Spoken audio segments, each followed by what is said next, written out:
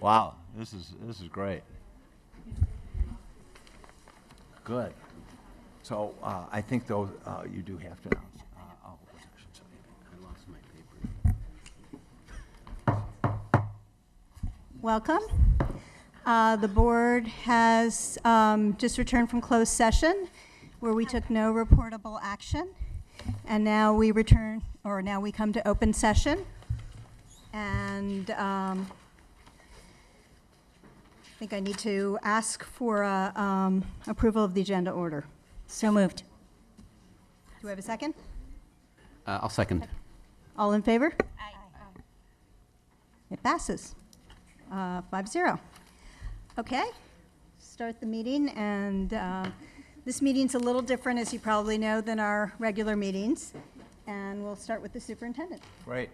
Well, thank you. We are following some protocols. This is the annual organizational meeting of the Board of Education. And the first business tonight is to swear in our new board members and have them sign the oath of office. And you know, this is important, and we're going to take time and do it correctly. So we will do each individual. We'll do this individually, and then we'll move forward. So I'd like to ask Ken Dauber, why don't you join me?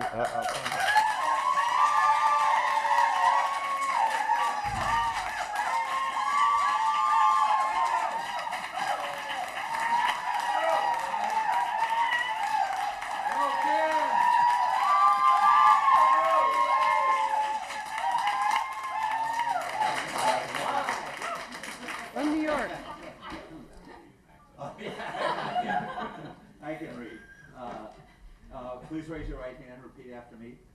I, the name, I, Ken Dauber, do solemnly swear that I will support and defend the Constitution of the United States do solemnly swear that I will support and defend the Constitution of the United States and the Constitution of the State of California and the Constitution of the State of California against all enemies, foreign and domestic, against all enemies, foreign and domestic, that I will bear true faith and allegiance to the Constitution of the United States that I will bear true faith and allegiance to the Constitution of the United States and the Constitution of the State of California, and the Constitution of the State of California, that I take this obligation freely that I take this obligation freely without any mental reservation or purpose of evasion, without any mental reservation or purpose of evasion, and that I will well and faithfully discharge the duties upon which I am about to enter.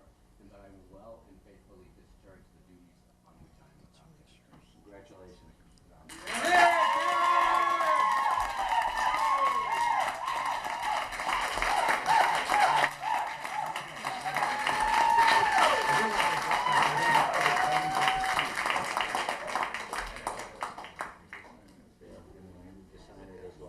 Give you the mic, it's because you're away from the mic, it's not picking It's not picking up. up on the. Oh, okay, thank you.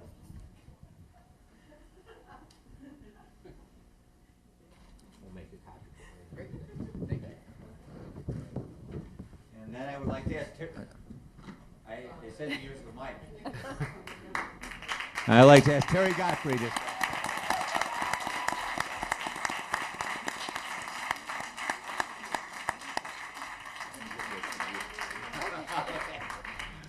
They're here to hear you, not to me. So please raise your hand.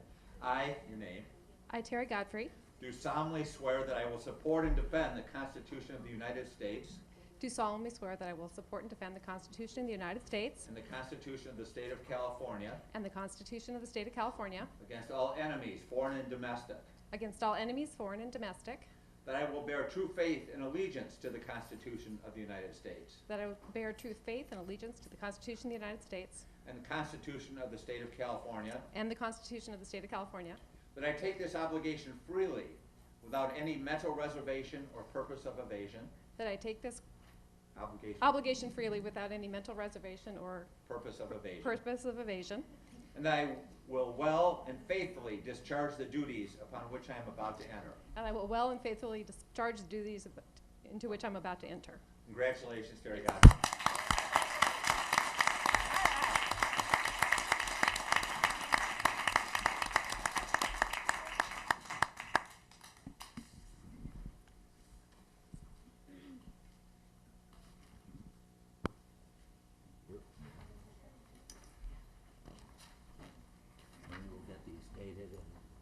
notarized, and we'll give you a copy suitable for framing. So. Terrific.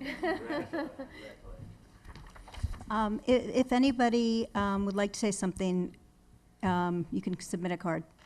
Okay, do we have any cards? But we don't have any cards. Okay.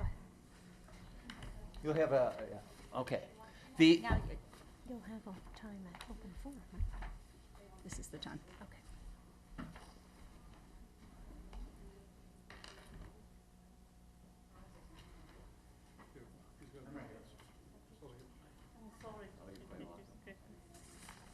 Whenever there's that, we have to have it at the same time. No problem.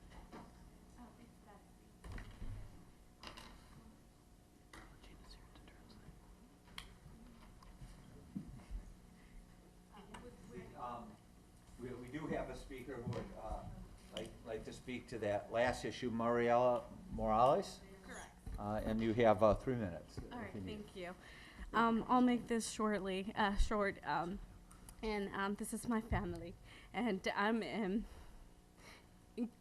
incredibly overwhelmed with the joy that finally we have people in our board that not only recognize my brother as a student, but our society, our Latin culture, and understands the difference and the need of the support of everyone to get ahead so that we do have the opportunity to continue to college and get the right education.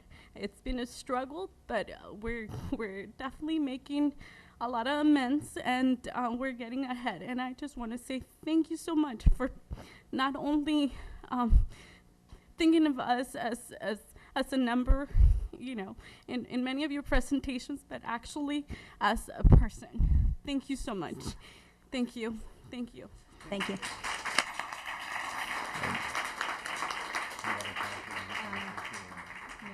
Okay. And then before we commence with the election of officers, I know we have some family members here. Terry, would you like to introduce any family members here? My husband Steve is standing over in the corner. He's Steve. Right. And Ken? And my wife, Michelle, is in the front row. Thank you, Michelle.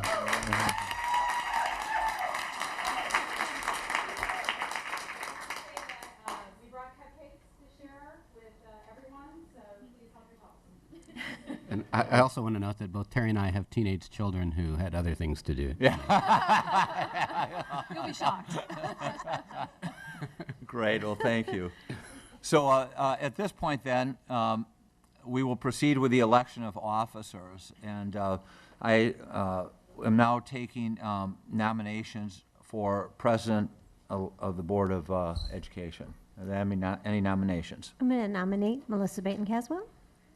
We have a nomination for Ms. Caswell. Is there a second to that? Second. And we have a second. Are there any further nominations?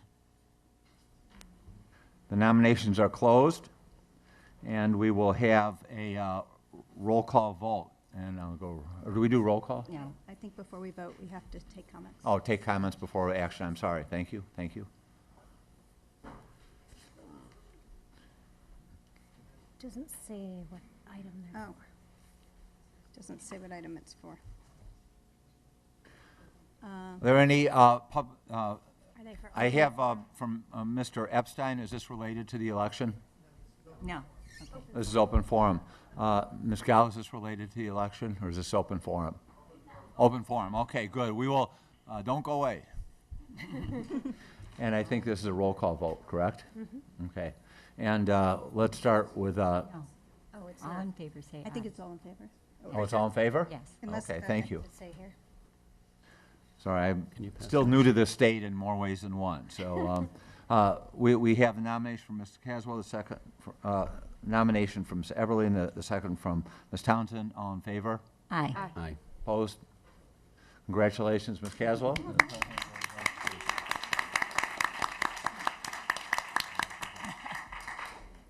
Congratulations. Well, thank you all very much. I'm really looking forward to all working together. We have a new superintendent, we have a new board, we have lots of kids who have huge potential, and I think we can do the good work. And I look forward to us all working together for the good of our children.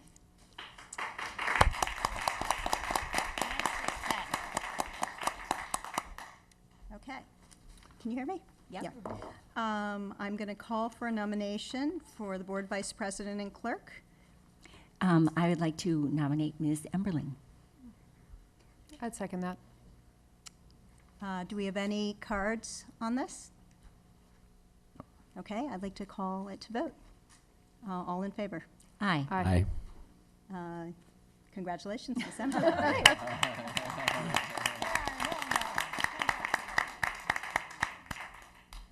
Okay. Now we nominate the executive board secretary. Traditionally, this is our superintendent, but we still nominate. Okay? Do we have any So I nominations? move to nominate the superintendent. Second. All in favor? Aye. Aye. Okay.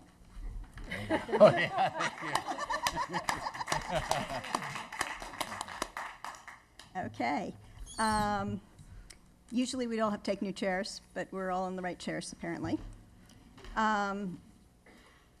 Okay, now we have, we name a board representative to the county committee. Is this? Open. Oh, Or is this? Open forum. oh, it's open forum. Okay, thank you. So,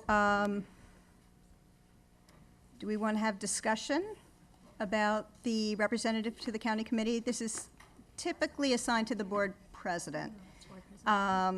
This isn't a committee that meets very often. So I move that the board president, as per usual, we nominate. Second. Oh, okay, actually, we can vote next time, Oh, or we can waive the two-meeting rule and vote today if there's consensus. If people want to discuss this, we can go around the horn. I Ms. don't need to Godfrey? discuss it to vote. That's fine. Okay. So, Should we waive the two-meeting rule? so I move that we waive the two-meeting rule. Second. All in favor? Aye. Okay, we're waiving the two-meeting rule. I nominate the board president to serve as representative to the county committee. Okay, do we have a second? Second. All in favor? Aye. Okay. Can you tell I'm reading off of a script here? Oh, okay, so this next item is our assignments of committees. And this is discussion, we're not going to vote in this tonight. No, we give it to you, right? Well, it's, what? Go ahead. So we have a number of committees that get assigned in January.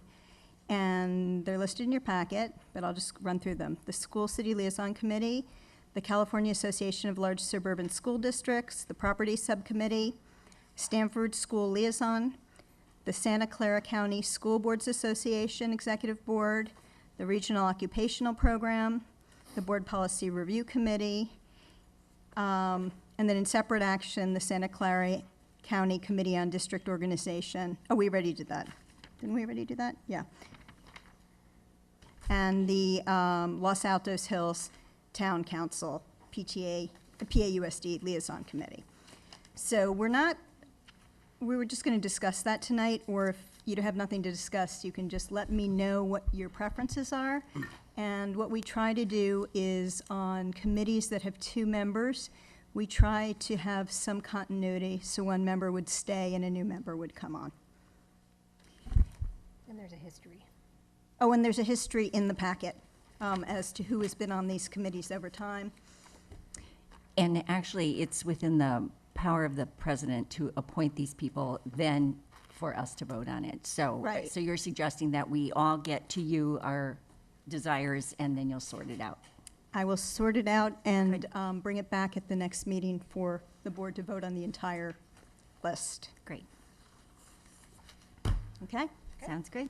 Okay, so then the Do next... you have a date by which you want us to send our preferences? Why don't we say, since our next real board meeting's in January, that by the 20th of December. I'm Okay. sorry, the 19th, which is a Friday. Okay. Sounds good. Okay, the next item, which is the board, school, and program reassignments. This is very similar to the last item, except what it is the schools and programs that had liaisons that are no longer on the board and are now opened. And so there are 2 new board members. If you could take a look at, Change over in June, not in January. right now, we have open slots from the board members who have left the board. Right. And then we have new board members who've come in. So what we will do is we'll assign the new board members into slots where there were previously board members. Got it. And so if you have a preference, you don't have to have a preference, but if you They could do, just on the figure ones it that out. are open, please let me know, and we'll vote on this at the next meeting. Good, okay. Tick, tick, tick. The next item, the approval of certified statement of all votes cast. Dr. McGee? Right, we have the record from the county clerk and the votes recorded for Mr. Ken Dauber, 10,709 votes. Ms. Terry Godfrey, 9,837 votes, and we do need to approve these vote totals. I'd like to move Yeah, go ahead. approval of the vote totals. Second. All in favor? Aye. Aye. Okay, it passes. Good, and we'll have these duly certified, and again, welcome Ken and welcome Terry. Thank you. For some reason, I wasn't supposed to approve the agenda order at the beginning. Doesn't make sense to me, but do you want me to approve it? Do you want to approve it again? Or do you feel like it's approved? Wasn't It's that a approved. different meeting? Just Like do a it. hearing? Okay. Do I have a nomination? I mean, move the approval of the agenda order. Thank you. Do I have a second? I'll second that. All in favor? Aye. Aye, okay. Dr. McGee, your superintendent's report. Good, thank you. I do have several items. First, thank you to the League of Women Voters. They sponsored a delightful lunch. We had a significant attendance and were able to share our vision and goals for the school district, as well as address where we are working on some common issues together. One of those relates to supporting students of the underrepresented and underserved. We had our first meeting of that advisory committee on December 2nd. The first meeting focused on identifying potential metrics and deliverables in terms of what constitutes success for this committee and for these students, as well as the first pass at identifying the critical issues. For the committee members, this was a challenge because I think everyone came with solutions, as did our audience. But what we have learned from the design school at Stanford and others who are supporting this work, we need to do a better, a thorough job, not better necessarily, but a thorough job of understanding the problems on a system-wide basis. So we started working on some of these critical issues. Some were related to school, others to the parent community, others to the wider world of income disparity. There is general agreement among the team that the issue is system-wide and will require a system-wide and community-wide set of solutions. This committee is characterized by high energy and engagement and expressed interest in learning more. Our next meeting is December 16th in this room. The meetings run from 7 to 9. And at that meeting, we have invited some students and those who have been working with our students to share some of the problems from a student perspective.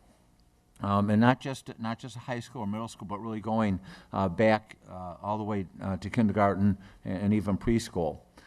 Board members will have the opportunity to learn at the upcoming California School Board Association Conference to hear from Freeman Habrowski, who has been a leader in both achievement gap and talent development work. And those of us that have heard Freeman speak before, you're in for something. He's a powerful speaker and did most of his work in Maryland. Along those lines, several of us on the committee and staff members had the opportunity to hear one of our parents, who's also a researcher at Stanford, Jeffrey Cohen, give the scope lecture. And he talked about 2 interventions, especially for middle school students, that could really change the course of student achievement. One was on values affirmation, and one was on the importance of faculty providing what he calls wise criticism and wise feedback. We actually did an exercise at our whole K-12 leadership team today, had an object lesson in those, and I know that the leaders of the school and across the district will be sharing that with their faculty. And we're indebted to Mr. Cohen. Moving to a different topic, we are working with some colleagues, scientists and students at the National Junior College in Singapore to look at a joint research project which would connect students at Gunn and Palo with students in Singapore with faculty support and science support from scientists at each end. And we are, in fact, some of the Gunn students have already been communicating with professors back and forth. They are, we won't launch this project till the end of January, but I've been copied on some of these communications about using density functional theory to investigate the adsorption of small molecules in various single molecular layer materials, including germanium, tin. We will use the pristine, defective, and strained versions of these sheets to calculate absorption energies and electronic configurations and band structures to note how the process changes electronic properties of the material. Okay, you get the idea. I don't. But these are students communicating with science, and it's just, you know, we talked at the last meeting about the importance of learning, and you know, test scores are metrics that matter. But these kids are doing this after school on their own time for the sake of learning, and it just, this is a kind of thing that I think is an inspiration to all of us, and really appreciate the technology that combined these students together with, again, top faculty members and top scientists. One thing, I think another measure of excellence is community service. And 156 students were recently recognized at Palo Alto High School as a President's Award, receiving the President's Award for volunteer services. These 156 students have worked with 130 community agencies in the past 12 months to provide over 100 hours of service each. Of course, the arts deserve mention as well. The Pali Madrigals, I was not able to attend, but I know some of our board members were. Melissa was, and just said it was a lovely concert. We have a couple staff members I wanted to recognize, and I think I will ask Kristen Hart to come to our next board meeting. I just found out today she received her national board certification. Kristen teaches first grade at Fairmeadow, and this is a rigorous process, and it makes a difference. They videotape themselves, they videotape others. They talk about the different ways that they engage every student, and especially in first grade when this is so important. So we've had a lot of applause tonight. You know, I just found out about this today, and we'll invite Kristen to our next meeting. But this is quite an accomplishment. I am so proud of her. So when she comes to the next meeting, we'll have that same applause for her, I hope. And along those lines, Julie Griffin, who is a member of our Achievement and Talent Development Advisory Committee, on her own accord, she's a librarian at Briones, and she started a breakfast program for students who take the bus.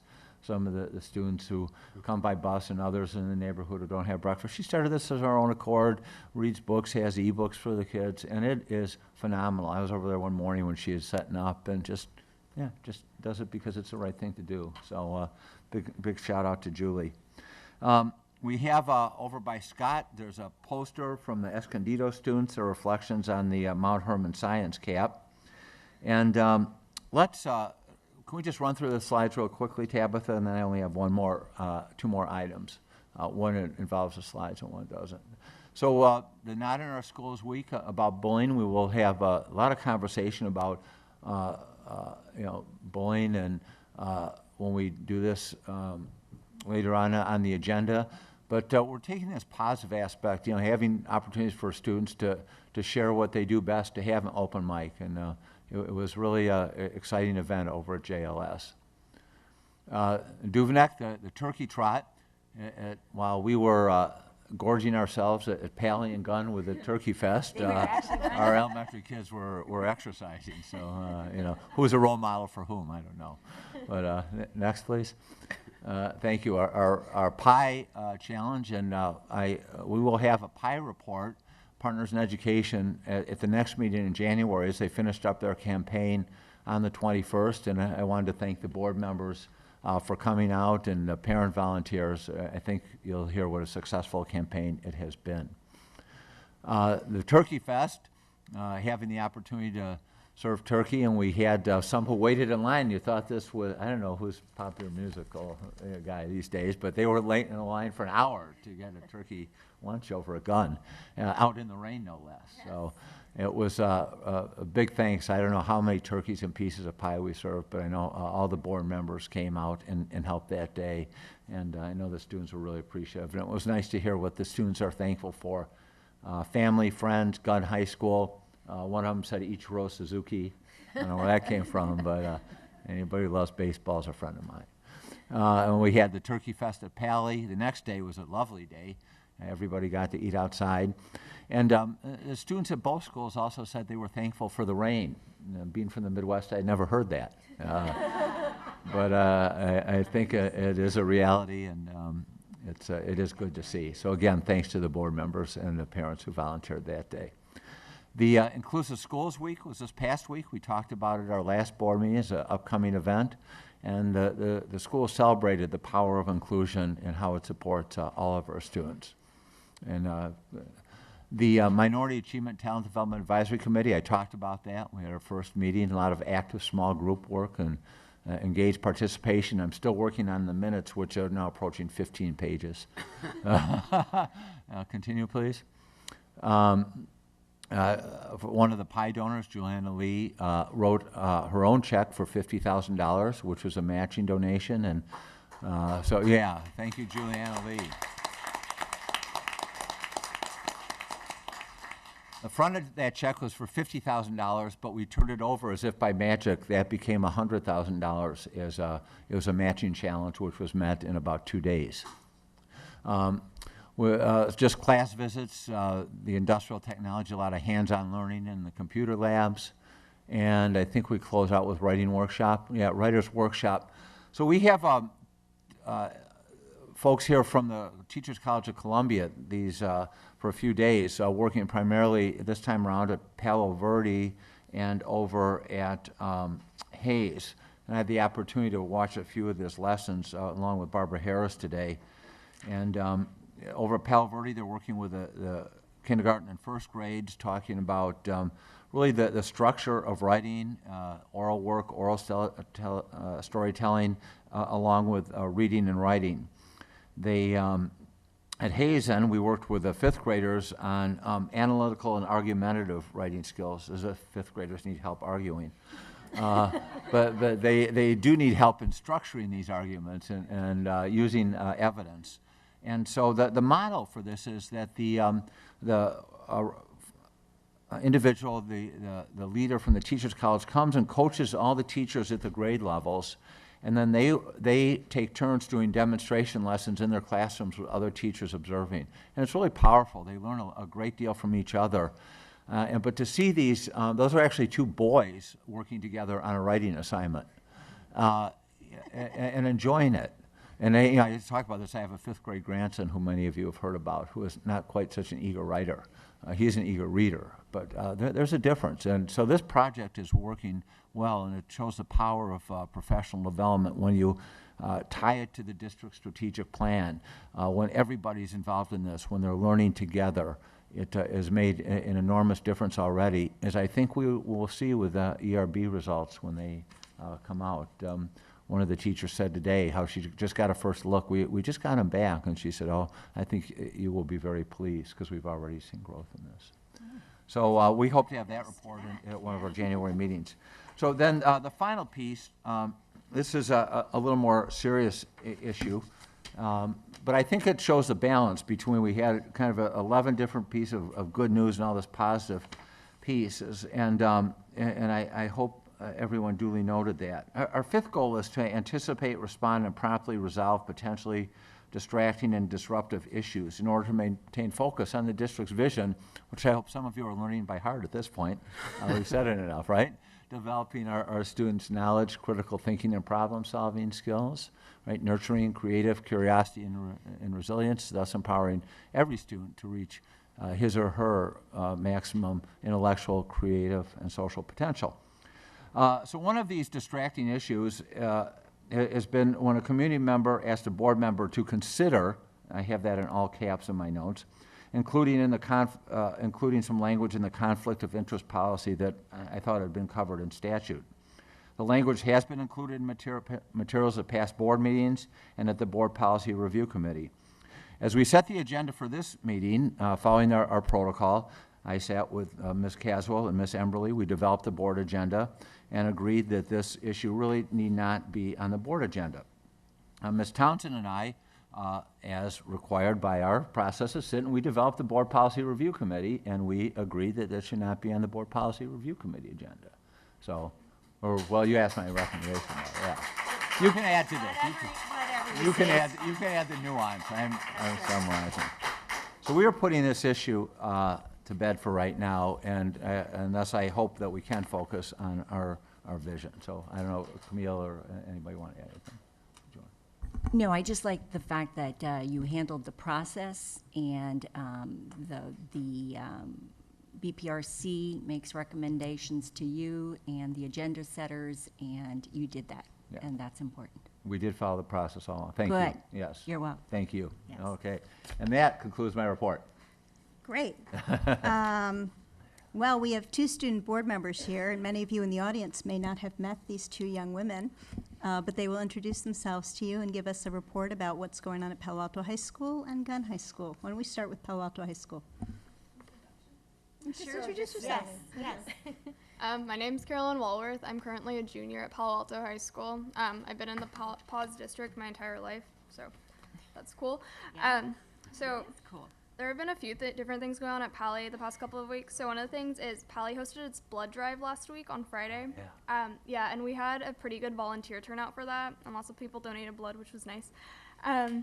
Our ASB has also started planning our winter rally, which is essentially a student and staff basketball game, which everybody comes out to watch. And our ASB has also started planning our prom and our winter dance. And we've also been planning our cookies and cocoa event, which always takes place after finals are over, and it's just a way for students to kind of relax after they take their finals with, hot chocolate. Nice. So, yeah, that's all. Well, good luck on the finals. I know you'll do well. Thank you. Fingers crossed.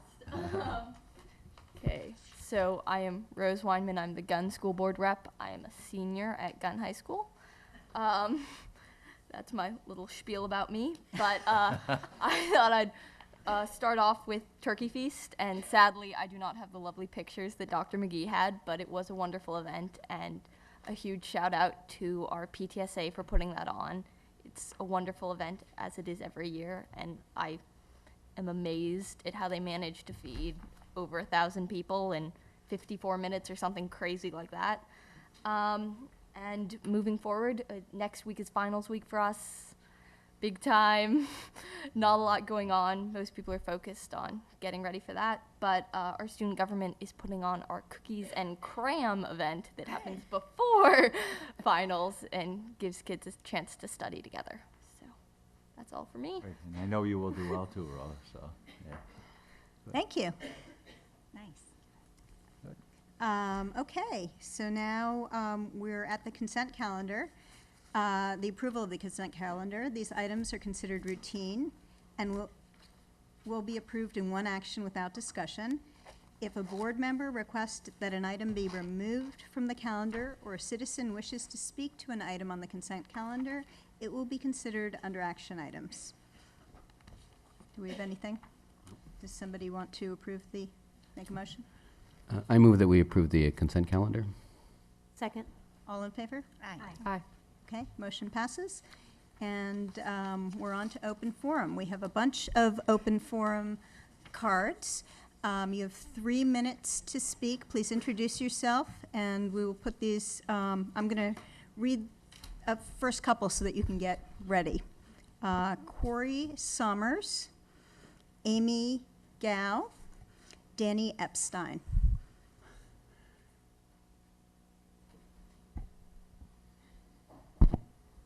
Got some notes here.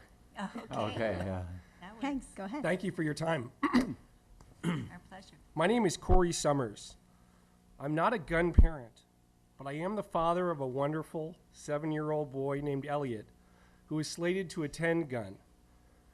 The tragedies of the last few years have touched our family in a slightly unique way. as we live near the corner of Alma and East Meadow, one of the Caltrain crossings. It seems like the trains sound their horns louder and louder as time goes by, a grim reminder of the times. My ask of you, our ask of you, as custodians of our wonderful children, is to consider the common sense proposals of the Save the 2008 campaign. I think if I could characterize the various elements of the plan with one word, that word would be compassion. For example, it would be a gesture of incredible compassion if you were to consider reducing the number of grade reports from 12 down to perhaps half that number. My wife and I were shocked when we heard there were 12 grade reports in a year. It must be a source of incredible stress and a constant reminder that one's high school life is defined almost entirely by academic performance. I congratulate those of you newly appointed to the board, and I can think of no bolder action for you to take than bringing up for consideration any common sense actions to make our high schools more compassionate learning environments. The future of our children, and you could argue their very lives, are in your hands. Taking action of this kind will not be easy, as you will be fighting against the entrenched dogma that blindly insists on maintaining the strictest academic regimen to promote high test scores and listings in top schools. But in the collective tears of our community, we surely can find enough evidence that the price paid for these honors is far too high. It's time for courageous action to bring compassion and balance back to our high schools. Thank you for your consideration. We thank you. And I also ask all of those in the audience to review the Save the 2008 campaign. We're on Facebook, and give us a like if you like our proposals. Thank you very much. Thank you. Thank you. Thank you. I just want to say that I appreciate those comments, and I also appreciate the work of Mr. Vincenti and others in this campaign, and I look forward to having these discussions. So just to make sure everyone is on the same page, we can't talk about the comments that are made. We can't have a discussion. So we're listening to what you're saying. And I'm taking notes here, okay? So, Madam President, could I just clarify on that point? I think we can make brief comments. But I think what you said is fine, but we can't have a discussion back Got and it. forth. Okay, thank you. Okay. So Amy Gao, to be followed by Danny Epstein, to be followed by Martha Cabot and Mark Vincenti, who I believe are speaking together. Oh, hi. My name is Amy, and my daughter is currently a sophomore in Gun High. I actually didn't prepare my speech. All I want to say is actually because recently there is so much discussion about like a Save 2008 and whether we are doing restricted AP or whether we should expand AP, whether we should do pass and fail. Then I have been talking to my daughter, and I also read the Oracle, the Gun newspaper. I was so happy and so proud to see how our students actually express their opinions based on facts and research, and with a cool head instead of jumping to conclusions. So there, in the recent version, actually, there are two articles talking about what is the root cause for the pressure for the unfortunate incidents. And the students actually talked about, yes, academic pressure is one of the reasons, but the students also expressed how the culture actually affects the students, whether you're competing, how many APs you did, etc. But instead of basically just honoring how much we are learning and whether each person can go to their own potential, no matter this person is a sports star or this person is a nerd. Let's give each student a space to expand. And the other article actually talked about how Save 2008 actually doesn't address the root cause. But I just call on each person to read the newspaper and form your opinion. I'm just so proud that our kids and the students form their opinion based on research and talking to the other students, instead of basically let's jump to the conclusion. Maybe sometimes the parents should learn from our kids and listen to our kids. Thank you. Thank you. Thank you. And can I say, just, I'm not going to comment, but I want people to all know that we want to hear from each of you, and we appreciate everything everybody says, so I'm not going to get into votes of who I like or who I don't like and what you say and what you don't say. We like you all, and we encourage each of you to come, and whether there's applause or not, we're very welcome to hear all your comments. Thank you, Camille. Yeah. Okay, Danny Epstein, to be followed by Martha Cabot and Mark Vincenti. Hi, yeah, I'm Danny Epstein. I'm here basically to deliver a letter for a bunch of concerned parents. I can give you all copies, but let me just read the beginning of it at least. So we are a group of PAUSD parents, students, and residents who oppose the proposals, many started with good intentions, that have attempted to address growing pressure in Palo Alto high school students by reducing or limiting personal choices and student development opportunities, and we stand collectively to protect the diversity of offerings and the quality of our schools. We, like many other families, want to help our students manage and deal with the growing pressures in school. We believe the right approaches are to coach students and parents to make responsible choices, to set the right expectations based on a student's interests, skills, and workload, to proactively coach students to manage their time and energy, show them how to balance demands on their time, and putting rest and sufficient sleep as a priority. To advise our students to deal with pressure the right way, including right-sizing expectations and aspirations, relaxation techniques, building a support network, and things like that. We are not able to remove every major source of pressure from our students' lives and work in the future, but we can teach our children how to manage the pressure to have more success and balance in their lives.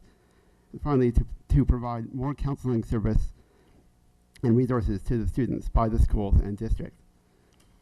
We advocate responsible choices and oppose the following approaches to reduce pressure in our schools: limiting students' choices of high-level courses and or reducing the number and diversity of high-level courses. We suggest each student should work with their assigned school counselor to plan the courses and assess his or her ability to manage the workload, taking into account the student's interests, academic preparation level, time obligation imposed by extracurricular activities, and other commitments. We also oppose extending the pass-fail grading to more courses. Before any changes, we sincerely ask the school district to consider which courses such grading would be feasible for by benchmarking with college grading standards on the subject areas in discussion and common practices among similar caliber high schools in the nation. So I have more. I'll just leave it with you. Thank you very Thank much. you. Maybe if you can bring those up to the superintendent, we'll make sure that we get hands. Okay, Martha Cabot and Mark Vincenti, to be followed by, since there's two of you, we could give you 6 minutes if you need that. Yes, love that. Okay. To be followed by AJ Lumstain, to be followed by Christina Schmidt. There's actually three of us, but Well, That's a problem. I think since the blood's not pumping in one of them, we'll just stick with 2 people's worth. Is that okay? yes. Okay. Well, hi, my name is Martha Cabot, and I'm a gun sophomore. My name is Mark Vincenti, and I'm a former gun teacher. And we come in peace, not with flaming pitchforks, but with stuffed hippo. This is Snodgrass, who used to have my back in my gun classroom. If my students in English ever got too rowdy, I could lift Snodgrass up and say, "Snodgrass, Mr. V's students are bouncing off the walls today, and he doesn't know what to do." My kids would laugh, roll their eyes, and calm down. And in 2009, 2010, that school year made bleak by loss after loss, one of my best, hardest working, kindest junior girls took to cradling Snodgrass in her lap for the entire hour. For a teenager, that takes great courage to show your need and your trust in your classmates so openly. Snodgrass is here tonight because he likes to hear stories read aloud. Mark and I are going to read one. It's called At Gun High, a Fable, and here it is. The bell has rung for lunchtime. Outside the windows, it's spring. Chattering, zipping up their bags, slinging them over their shoulders, the students throng toward the opened door, among them a junior, a hard-working boy. But let's suspend the action right here. Let's run a little thought experiment. Let's imagine some changes in these lives at Gunn, which change everything about the moment.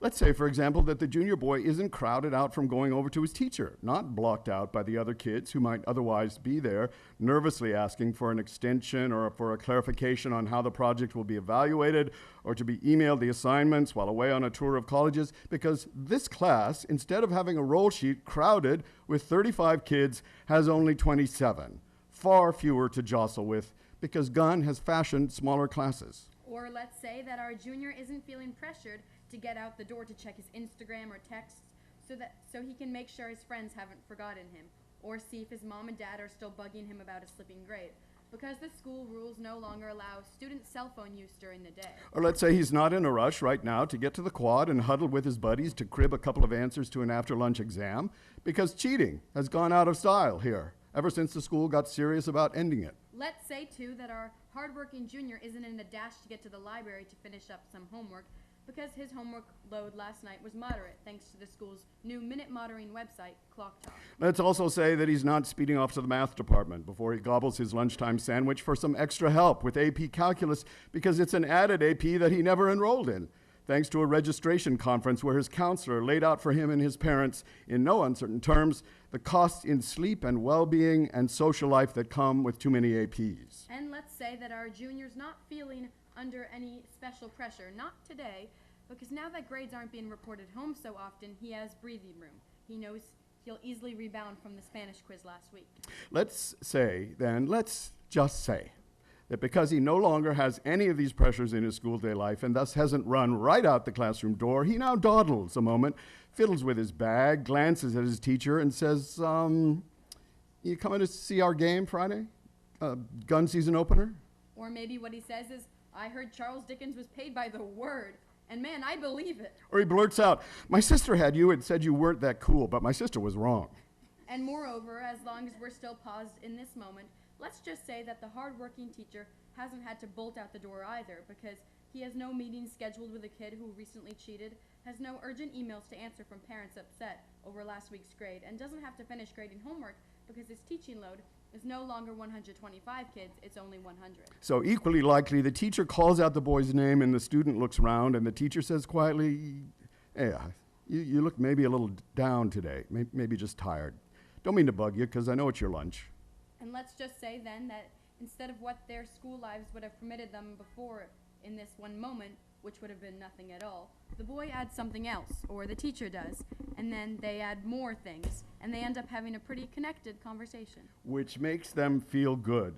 The boy, especially, because what a student wants most from a teacher is to be seen as a person.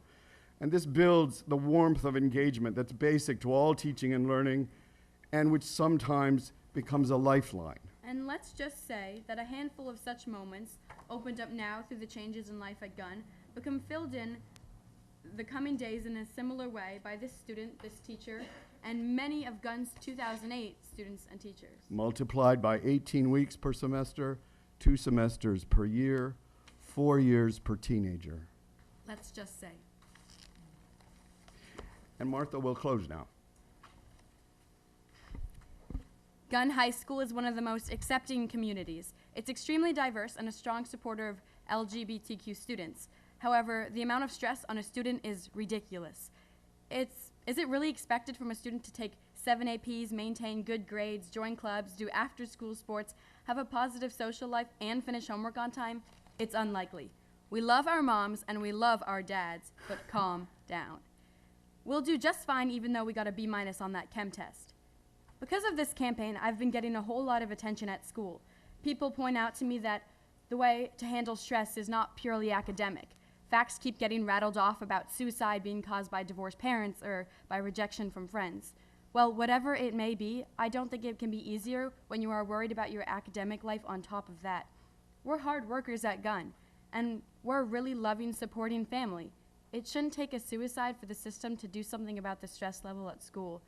We're not trying to fight each other. We all just want school to be the best that it can be, happier and healthier. Let's Thank you. go, Snodgrass. Snodgrass. We're We're outta out of here. here. Thank you.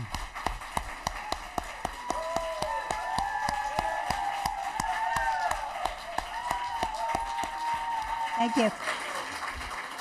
AJ Lumsane. AJ Lumsane, are you here? And here. Okay. To be followed by Christina Schmidt, to be followed by Mark Weiss. Just before, I'd just like to follow that up and advise everyone to take a look at Martha's YouTube video, Martha Cabot's YouTube video, which is really terrific on this topic. I hope this doesn't show my unfamiliarity with board policies, but I have an item for the board policy review agenda. I'd like to ask for the new board to innovate, and one essential area I see is for better communication with families at both the school level, but also with the administration. This is Silicon Valley. I would like to see a way for families to perhaps register and participate remotely in board meetings. Wouldn't you all like to see a way to get a poll of maybe hundreds of families instantly, to allow people to ask questions remotely during board meetings, to allow us families to help our kids with our homework and keep an eye on the board meeting. School boards as governmental bodies are autonomous to allow local control, which means by locals, which means by families. I'd like to see systemic reforms allowing checks and balances by families short of just an election every so many years. The PTA has procedures. If you have an issue with the PTA leadership, you can actually call a meeting as a member. There are processes in the PTA. Cities have referenda and initiatives. If you don't like something that the city has done, you can go to the effort of passing a referendum. Luckily, school boards, being autonomous, have the ability to change their own procedures and policies. And I would like to call on each of you to demonstrate your commitment to communication with and serving our community by developing better ways, better systemic ways for families to communicate with and even communicate their displeasure with board policies. Since I have 1:20 left, I just wanted to point out that I looked through the packet today, and the California survey, the Healthy Students Survey, there was a glaring omission here for me. What I didn't see here is the asthma data. I saw here on top 5 reasons for absences under illness, feeling physically sick, grade 7, 35%, grade 9, 40%, grade 11, 49% of students had in the last 30 days missed school for illness. Currently, one of the top reasons, if not the top reason for students to miss school is asthma. And ours, I know from experience that our district does not do a good enough job keeping data on asthma and absences related to asthma. And I'd also like to say that good indoor air quality, that is something that we were promised in our bond language. We were promised improving indoor air quality, and that we would have equivalent to new construction in bond projects. And I don't see that we had any programs put in place to actually meet that goal, and I would really like to see this board take that on. Thank you very much. Thank you.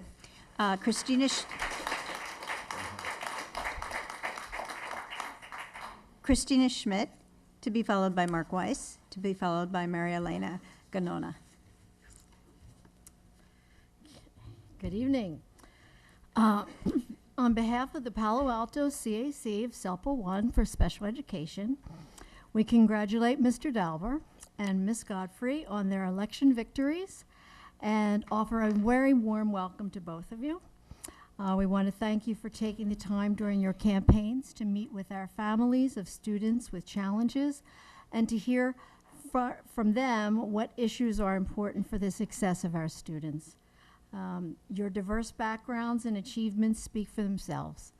I believe our community recognized, most of all, your devotion and clear messages of renewal and transparency and the needed changes in our community to support our students effectively. We are confident that your influence on this board will enhance all the work our district is already undertaking on behalf of our students. We look forward to a productive cooperation between the members of the board, the district leadership, our community members, and our CAC families. I'd also like to say be courageous and bold, and please place happiness back at the top of the list as a measure of success for all of our students in this district. With that, I would like to wish you a successful term of office. Thank you very much. Thank you very much, Christina. Okay, Mark Weiss, to be filed by Mary Elena Ganona. You didn't have Mendoza at the end of this card. Would you like me to put your full name? Yeah. Mary Elena Ganona Mendoza. Okay, and then Lisa Howe. Good evening, board. My name is Mark Weiss.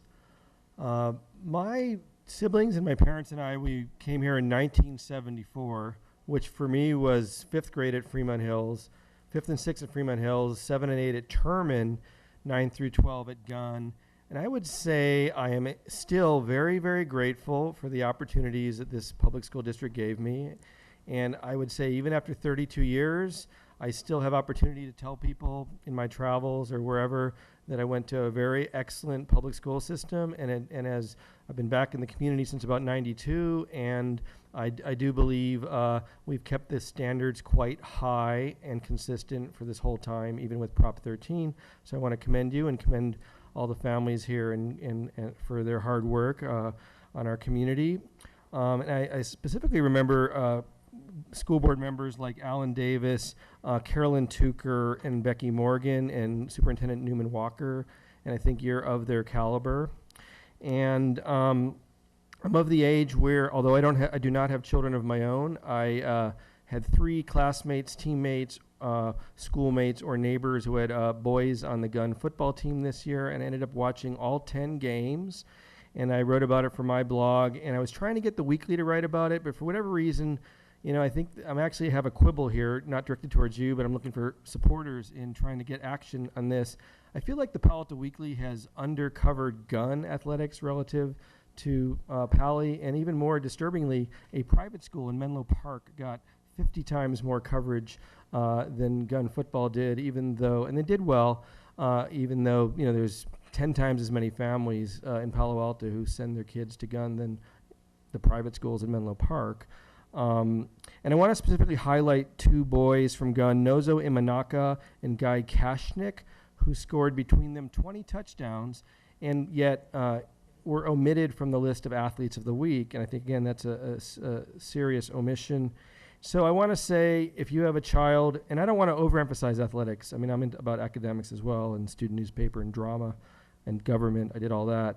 But if you have a child or a friend participating in gun basketball, wrestling, or soccer this year, and you don't think the Weekly is giving them fair shake, whether they win or lose, it's how they play the game. And boy, those 18 families I met whose kids competed very, very hard for gun, they were wonderful people to meet. So if you're not happy with the Weekly, call Bill Johnson or Jocelyn Dong at 326-8210 and give them a piece of your mind. Thank you, Mark. Mary Elena Ganona. First of all, I've been here enough, I think, for you to know my name. So since I'm not going away for a while, I want you to learn to say it. And it's Ga, and this goes for you too. I know, Mr. Ken, you know how to do it, but it's Ga-ona. Mary Elena Ganona. No, Ga-ona. Mary Elena Ganona. Yes. Okay. It's very important I'm just telling you this because as we deal with children too, and this is for the teachers who are sitting at home, we need to learn how to say the names because that's how they feel like they are at home, that they are listening. If we call a child different, just it kind of sounds, it makes them feel bad. So that was my lecture. We're happy to have you here, Mary Elena. Gaona. Okay, thank you. And the reason that I am here is to tell you about the ugly experience that I had the night of October 15, 2 days before the 2nd anniversary of our beloved Will Dickens took his life on the train tracks. Here I was again at the train tracks. Here I was called by a parent whose child had written a statement that he's gonna kill himself. And I was hoping, God, don't let it be. Don't let it be another student. Don't let it be, because that's gonna start again. I stay at the train tracks until they pick up his pieces. They took him away. And I went over to the house when the police, very nice people over there, went and told the family. If you would have been at that house, I think you shut it up because I can't hear it.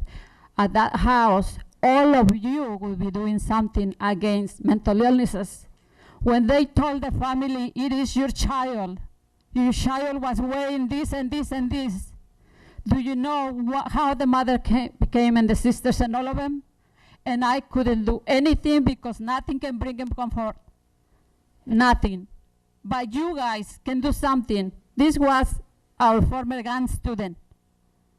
I was at the house with so much pain. It was as if somebody was scratching me inside and hearing all those cries. So I am saying this too, for the people who are at home watching. Tell the kids, and the kids can hear, that it's not the end when they go to the train tracks. It's just the beginning of a long suffering. And we need to do something. Next week, or next couple of weeks, another suicide happens, just like I thought. And this one was a current student. So what's going on with our district? I've been watching the train tracks, and for you, Mr. McGee, you don't know, I formed a Palo Alto Trade Watch. And we were there every day, and some of you helped us. Some of you were there, some of the members. But what are we not doing over there at the schools to make it stop? And that's why I have my signs. Ken, and you too, you're new. Please do something, it's time. No more pain. And myself, my child swallow an open paper clip this weekend. She's about to die too. And I'm asking, get her out of this place, and you don't. Next time, I will be the one crying really loud, and I don't want to be. Thank you. Thank you, Mayor Lena. Lisa Howe, to be followed by Yuki Klotz Burwell. Hopefully I got that right. And Ryan Lim. Hi, my name is Lisa Howe, and I'm a junior at Gunn High School. It's been a hard month. It's been a hard year. It's been a hard years for our community. So I would just like, first of all, to commend Martha Cabot and Mark Vicente for really putting a plan, opening up the conversation between our schools, our peers, our community. However, as I've been talking to more of my friends, as I've been talking to other organizations that a lot of peers are involved in, and a lot of students, I've seen that, like, although the State of the 2008 plan is a great plan, it makes our schools, it makes gun the only and biggest problem that is involved with stress. And as the more people I talk to, the more I realize the schools aren't the only problem. The schools, like, it's a factor, it's not the biggest factor. The biggest factor that causes stress for us is our community. It's our mindset, it's our culture at Gun, it's our culture in Palo Alto.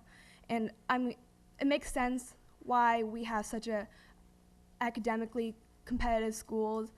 Because, like, all our parents are very successful. This is a very affluent area. As parents, just in general, they want better for their kids. They want their kids to be more successful than they are, be happier than they are. But that's putting a lot of stress on happiness. It creates this image that success is what comes later on. It's not something we can get now. Success comes from our jobs. Success comes from what college you go to. It comes from something off in the future. And so kids right now, I feel myself doing it, I feel I can see my friends doing it. We put off our current happiness, and we put off what we want now for this idea we're gonna get a better, more awesome, successful happiness later on in the future, and that's not guaranteed to us. And so we have such a big, like, although this pressure does come from our community and comes from mostly, I would say, our peers. Like it comes down from our peers a lot. Like the microaggressions of, oh, I'm only taking 1 or 2 APs. I only got a B. Like just these small things.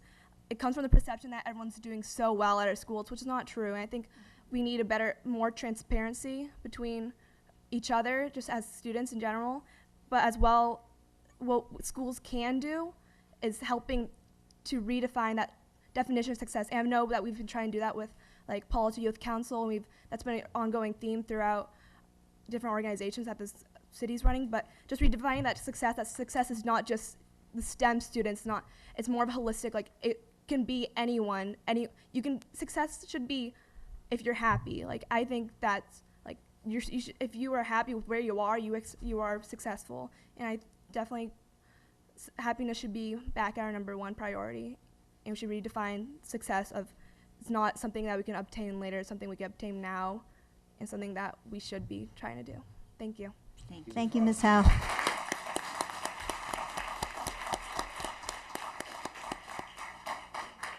Yuki Close, is that correct? Klotzborough. Klotzborough, yeah. I'm a junior at Gunn, and I really appreciate the efforts taken by Martha and Mr. Vincenti.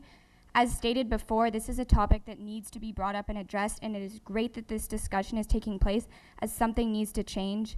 I know that as a result of this plan coming out, I've been talking to my friends, teachers, and parents about the fact that we need change.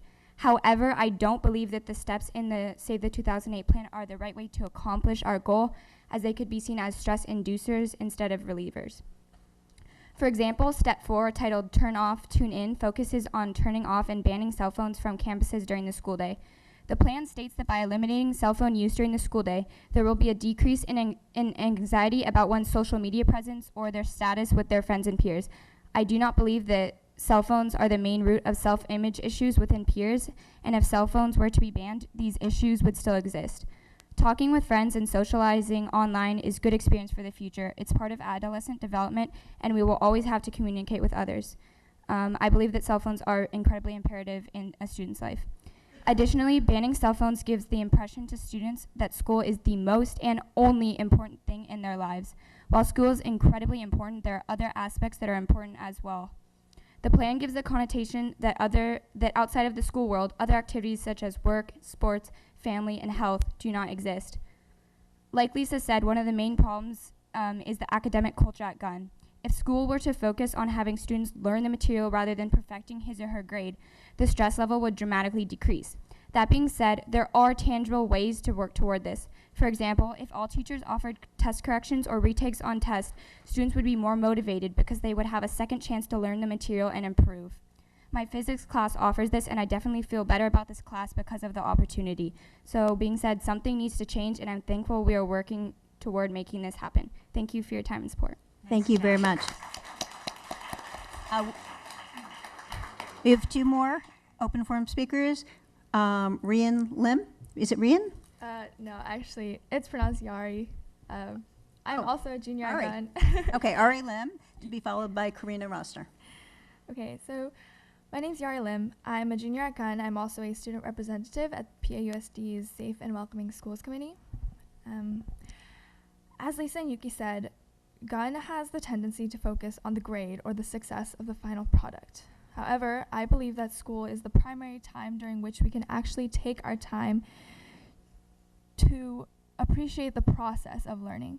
One of the appropriate things to then learn from undergoing an educational process also happens to be very important in a fast-paced business environment like the Silicon Valley, and that's resilience. From what I've observed among my friends and reflected on within my own attitude towards school and education, I don't think that bad grades or unsatisfactory results are accepted and considered and mulled over. I think that most of us just sweep it aside and let it fester, let it hurt us, then promise ourselves to work harder next time. But when you're already staying up till 3 in the morning, and this is a very true reality among many of my friends, as well as myself, there's just not much more we can do. And when we just can't seem to do something, when we just can't seem to make the grade or accomplish what we want, it becomes a source of despair in this community. Everything ends with the final product for us. The grade is stamped with such finality not only on report cards, but it stains how we view ourselves and what we believe we can accomplish in the future, as if such potential is a quantitative measure that's set as fact at birth. And with the short-sightedness that teenagers already experience regarding their own lives, thinking that anything is the end of the world can be incredibly dangerous. Even alternative success, such as taking a gap year, I believe is only celebrated in this community if it's a truly remarkable success, like traveling around the world or starting a company from scratch. And what we seem to fear at Gunn, I think, is mediocrity without the promise of later achieving not just personal but extraordinary success. I feel that Gunn students know how to try their hardest, which makes, in my opinion, the Save the 2008 effort to centralize student focus on just learning a bit extraneous, even unnecessary. Many students know how to try hard in this community. We know less about trying again. In almost every professional and personal situation, such a skill as resilience is important. And here among Palo Alto youth, it seems to be a skill needed for self-care and survival. I offer these sentiments, my observations and opinions, in hopes of contributing to the conversation that Save the 2008 has helped begin. Please consider the perspective we students have just offered, because we strongly believe in the statements we have made this evening, and we ask that you give our words the appropriate weight. Thank you. Ms. Lim, back here for a sec. Ms. Caswell, could I say a few words in response to that? You can after I. Oh, I'm sorry. I just want to thank you and your peers for coming out tonight. I know how hard it is to stand in front of adults on television, and you all are very eloquent, and your parents should be very proud of you, and I'm very proud to have you in our community. Thank you. We thought it might be important to do this, paramount even. Thank you very much. Thank you. Good job. I'm sorry to have interrupted you. I didn't realize that you were offering comments as well. And I want to underline those. And I wanted to say a couple of things. One is that I do think, as one of the speakers said, that it's important to realize that these issues of stress and happiness that we're talking about are broader than just Gunn, and that they affect students at Palo as well. And I think that's an important fact for us to remember. And I also want to invite students like you to keep coming back to our board meetings, because your voice is extremely important in reminding us both of the reality of life in school and also of helping us to remember why we do this work and who we're doing it for. And for you to come and put your sort of face and voice to that is extremely important for us, and I hope that you keep doing it. Thank you so much.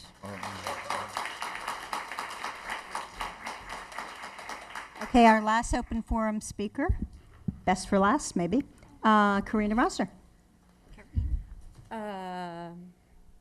So we have a problem in our community with stress and student mental health. And we have said publicly many, many times, in the national press even, that we as a district are going to be supporting our students' mental health and lowering their stress levels and reducing our suicide rate. And yet, we don't actually fund mental health for our students. We have them go to unpaid, unlicensed interns under the supervision of a therapist on campus, unlike many other school districts that don't even have this kind of problem, that actually have licensed, qualified professionals helping our students with mental health. So I ask our district, what exactly is it that we are doing if we are not providing our students with qualified, licensed mental health specialists? And for students that are identified with mental health issues, with depression, with suicidality, with all sorts of other school-related stresses, instead of actually supporting them in getting the resources and help that they need from competent professionals, we are instead as a policy saying, oh no, go use the intern at ACS. Oh no, come have your therapy with our staff person on staff, for whom, what is the confidentiality? How is the parent and child and therapist relationship going to work with a district employee? So really, seriously, mental health problems drive suicide. If we're not doing anything real about mental health, if we're not actually putting our money where our mouth is and actually funding competent resources to help our teens, I don't understand what we're doing. So I encourage you all to change the policy, and rather than inviting ACS and its free interns to cohabitate on campus and deal with profoundly depressed and stressed out kids, that we actually have some competent, trained, qualified, licensed professionals helping. And if the district wants to get into the business of providing mental health services, is it going to also take out insurance for malpractice for when that kid who was going to that intern or to that staff person for therapy and mental health services hurts themselves? How does that work? Does the district really want to be in the business of providing direct services in the medical field of mental health? I don't understand. So again, I say put your money where your mouth is and actually pay for mental health services for our students dealing with all the stress. Thank you. Thank you.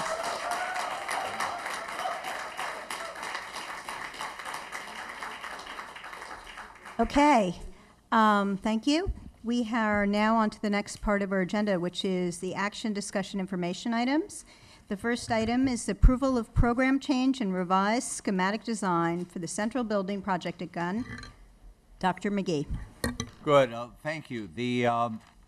We have quite a team here from Gunn tonight. Our principal, Ms. Herman, and or Dr. Herman, and Bob Golton. We'll turn over to Bob to kick off this discussion. I think we have our architect here, right?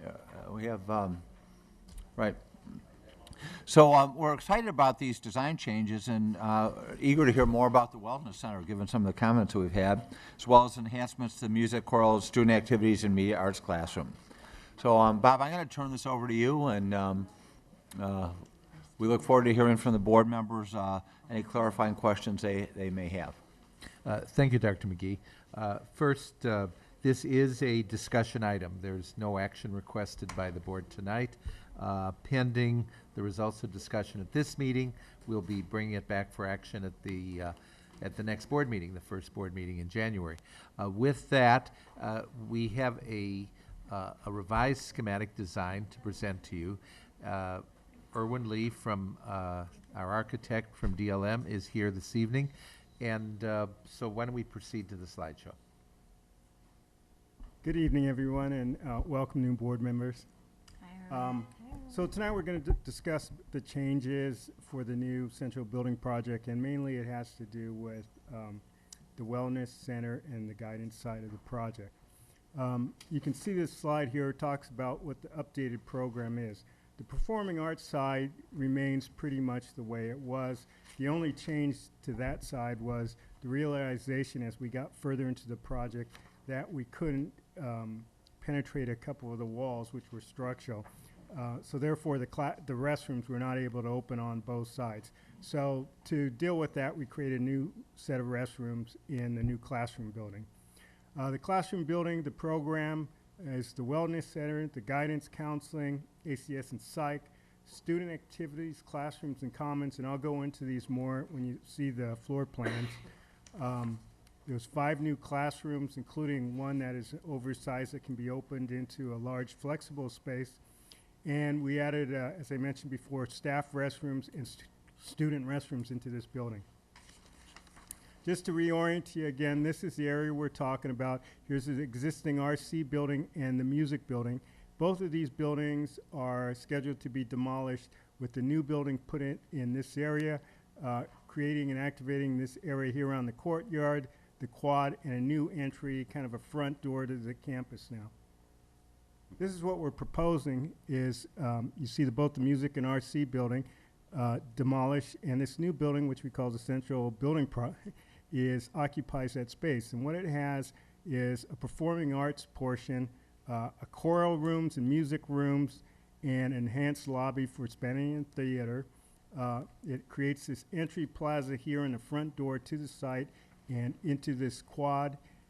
And it's an identifiable area, so now that you come up, you can find Spannenberg. That has been one of the comments we always heard. Nobody could find it. It's behind the music building somewhere. And then this 2-story building here, which faces south and has balconies that overlook the quad. So here's the plan. Back in June, we presented this plan, and you could kind of see the color coding, and it still relates to what we're showing now. As I mentioned before, the performing arts side here, the music rooms, the lobby, and upgraded restrooms remain pretty much the same here, as well as the forecourt here and the entry. What has changed is this area right here. You see 2 classrooms here. This was the media arts. It's still the media arts classroom, but what we've done here is reorganize it so we can create one large room here divided by folding partition that can open both to the quad side and to this courtyard side. So it's a very flexible space. And we have this classroom here, which is a standard classroom, which will be used for the media arts and have more of the computers in it, while this is flexible.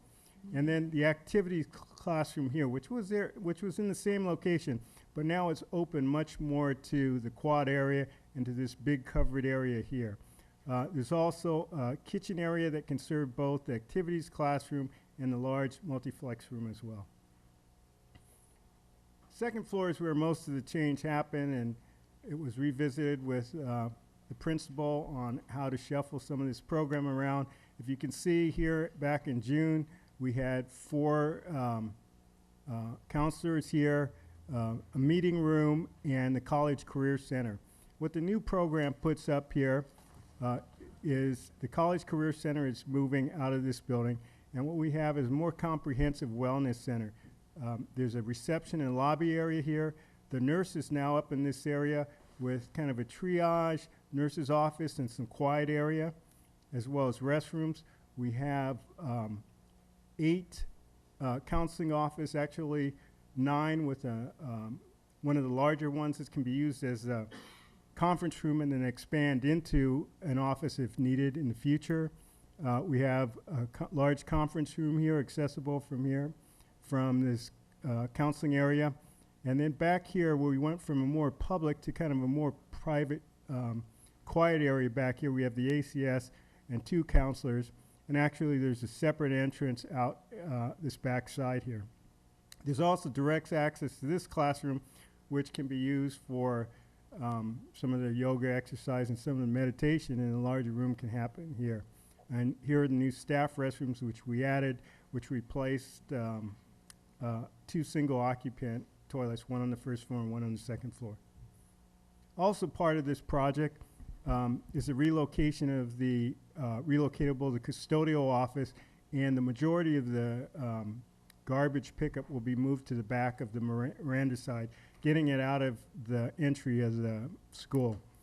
There will also be some cart storage here for secured cart storage. In the front of the classroom, we're going to, front of the school at the entry, we're going to minimize the garbage that's out there next to the kitchen area, and we'll build a small enclosure out in front that can be secured and very easily accessed from the parking lot. So what are the changes that happen? Here we have a little matrix here, the original classroom building, updated program, and a new location. So what I'm really going to just touch on is what the changes were. We had the Wellness Center ACS office. Now the Wellness Center includes the nurses, counseling, ACS, and psychology. The College Career Center moved out of this building, was on the second floor, and it's now moving to Building B. The student activities remains, and then if you come down here, the Central Copy Center, which used to be in this building on the ground floor, is now moving to Building K, and the PTSA storage is moving to Building K as well. And I'll show you on the next slide where those areas are. This is Building K right here. So this is where the Central Copy is moving. This is where PTS storage is moving. And some of the main data frame here in this building is going to be relocated to this building as well. Building B here is where the guidance is, the College Career Center is going to be moving to. Here you see in a large plan, College Career Center will take up roughly this area on at Building B. Here you see the end of the K building. You have the Central Copy here. You have the PTSA storage. They're considering creating kind of a staff wellness area here, as well as 2 social studies classroom occupying that area. And here you see the MDF, or the main data frame. These are the arrows we showed before, and just to kind of remind you what we were proposing, here's the music building right here. Here's the RC building. Here's the existing parking lot. So this is what we want to transform this entry to make a gracious plaza here that brings people into the campus. Here's the classroom building here, and you can see the lobby and the music buildings on the backside. Looking from the other direction, you can see here's the entry, here's the new drop-off, entry into the quad, identification to the new Spannenberg Theater. You see some marquee signs here, and there's actually a ticket office there. So you're drawn here. There's this courtyard here where they can have little ensembles and pre-activities before they enter into the theater. Here's a view, which you wouldn't be able to see now because it's right where the music building is. But as you drive up, you can see into and through the building. You can see the stairs going up, large, kind of a light, kind of a fun building. And then you can see the quad area here in the back. This is looking from kind of the B building. You can see the elevator here. You can look down towards the existing gym here. And you see the balcony up here with the large area facing south, which will overlook the quad. Here looking from the G building, you can see across the quad on the other side. Again, the balconies, trying to make the building lighter, funner, and different from some of the buildings that there are on campus now. Here's a view from the parking lot looking in, and then looking from the other side as you would walk through the building. And next slide. Here's a view looking at the Spannenberg entry. This is a new lobby, marquee signs to display what's going on. These are the music buildings here. And on the opposite side, you see a little stage here, a few steps up, created for kind of ensembles pre-gathering into the theater. The revised schedule, now that we've had some of these changes incorporated, next month coming back for approval of this plan. In June, complete the design and start the construction documentation. Submit it to DSA around this time next year. Award beginning of August. Start construction in October, and by March have a building ready for occupancy. Okay, thank you.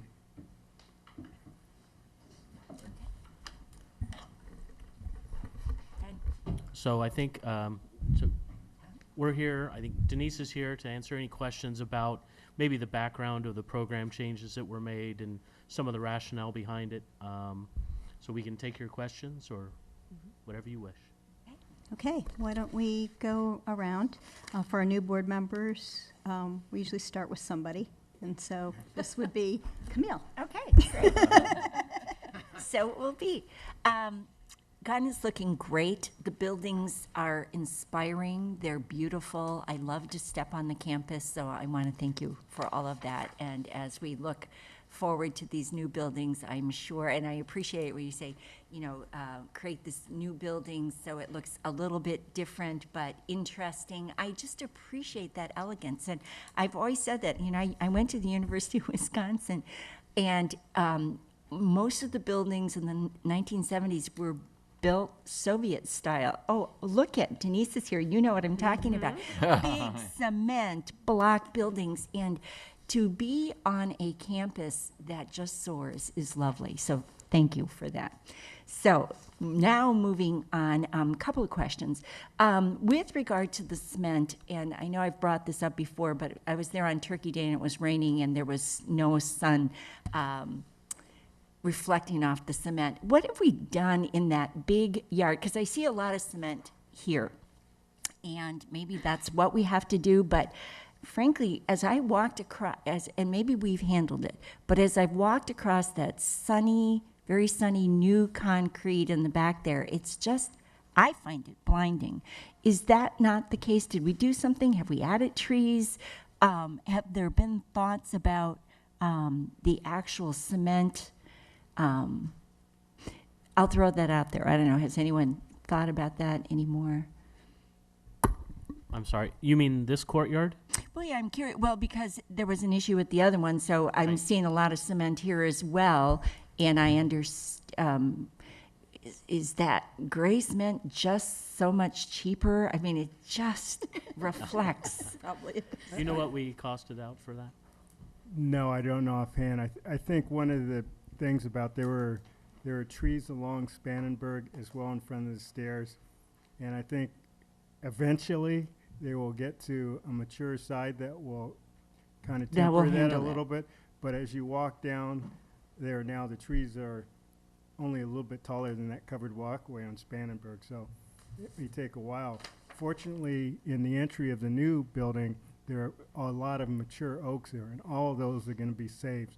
So Oh, when you good. walk That was up, gonna be my yeah, next question, yeah. you'll see those big trees, and they'll be a real presence, from the get-go, as well as there's a lot more opportunity to get greenery in there on the ground plane than there was on the other building because of the maneuvering we had to maintain for the fire trucks. Ah, okay. All right, so in terms of taking out trees, are we taking out trees? Can we talk about that a little bit? Yes.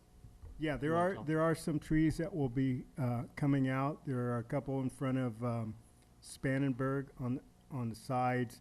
The one in the middle of the RC building will be coming out as well. Are we doing some remedy here? How are we handling that? Is this Yeah, preliminary? it's a little early for that. Okay, all right. But Know that I'll be asking. yes, so there's Mhm. one oak, right? Yeah, the one in the Two, middle. the next to Spangenberg, and then there is the oak that is in the middle of the RC building that we can't save. I think the Oh. arborist has looked at that.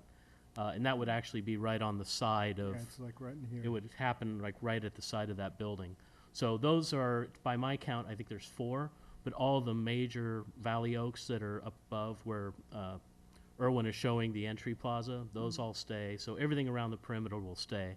But we haven't come to there'll be a lot more opportunity on the quad side of, can you point to that, the quad side? Here? Yeah, the RC building actually extends out towards the quad, so this building will pull that back and give us an opportunity to, plant more trees and to do some mitigation for the ones that we're gonna lose. Okay, so, and I'm sure other people have questions. I know that during the years I'll be on campus during the school day and you'll see some of the Shakespeare going on in interesting places around the campus. Do we have those little cubbies still as part of this? I mean, or, places where there's this instruction, I see them on the grass doing, Mark's leaving here, but he's probably seen it through the years. Those wonderful places where students, 4 or 5 of them just go out and do Shakespeare. Is this envisioned in this, or is this just too big a plan to think about those things? Those outdoor kind of classrooms that aren't classrooms, where creative students find places to orate. Well, I think this building, not intentionally, but there are a lot of opportunities, I think, on this building. There's a lot, like, for example, in this courtyard, there's little changes in height and steps and things here. There's a little bit of a raised area back here on this covered walkway. And then out here, there's this little alcove areas that were actually designed to be used with the activities common area. So it's kind of like extension there. So there's opportunity, there are places just like those little platforms get used all the time out there. They're kind of those types of things. That's good, and I encourage you to keep your eyes open for those kinds of things in your development. And I know wherever a space like that is created, it will be used. And it's remember maybe when we first started this process, Mary Gordon was the one who said, you have the building space, but there's the inverse space, and that inverse space is just as useful as the building. So how are we using that? And when you come back, maybe we can talk more about that.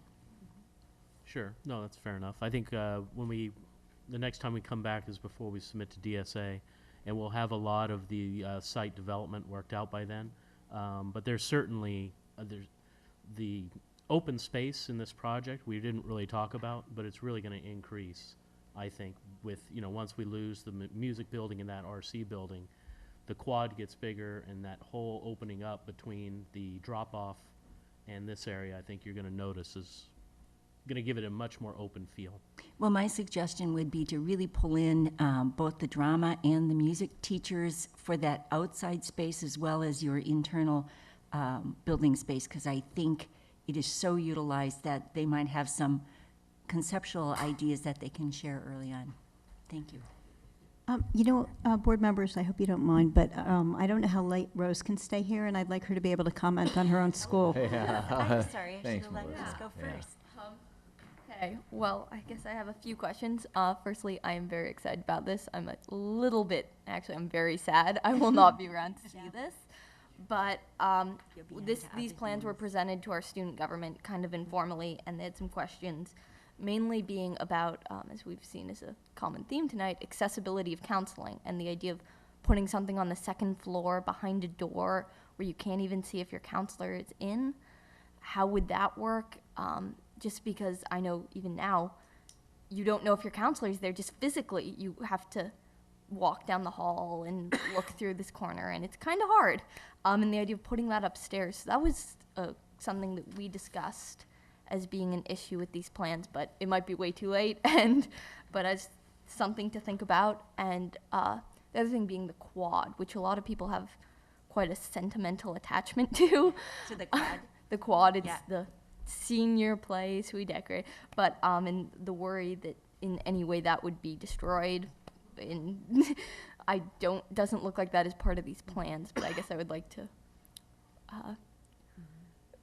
emphasize the importance of that place historically for our students. But those are my two comments, should I say, and then the question being, I think they were mentioned on here, but bathrooms, that seems to be a common problem every day at Gunn. So the idea of, is there a sizable bathrooms to deal with Spangenberg?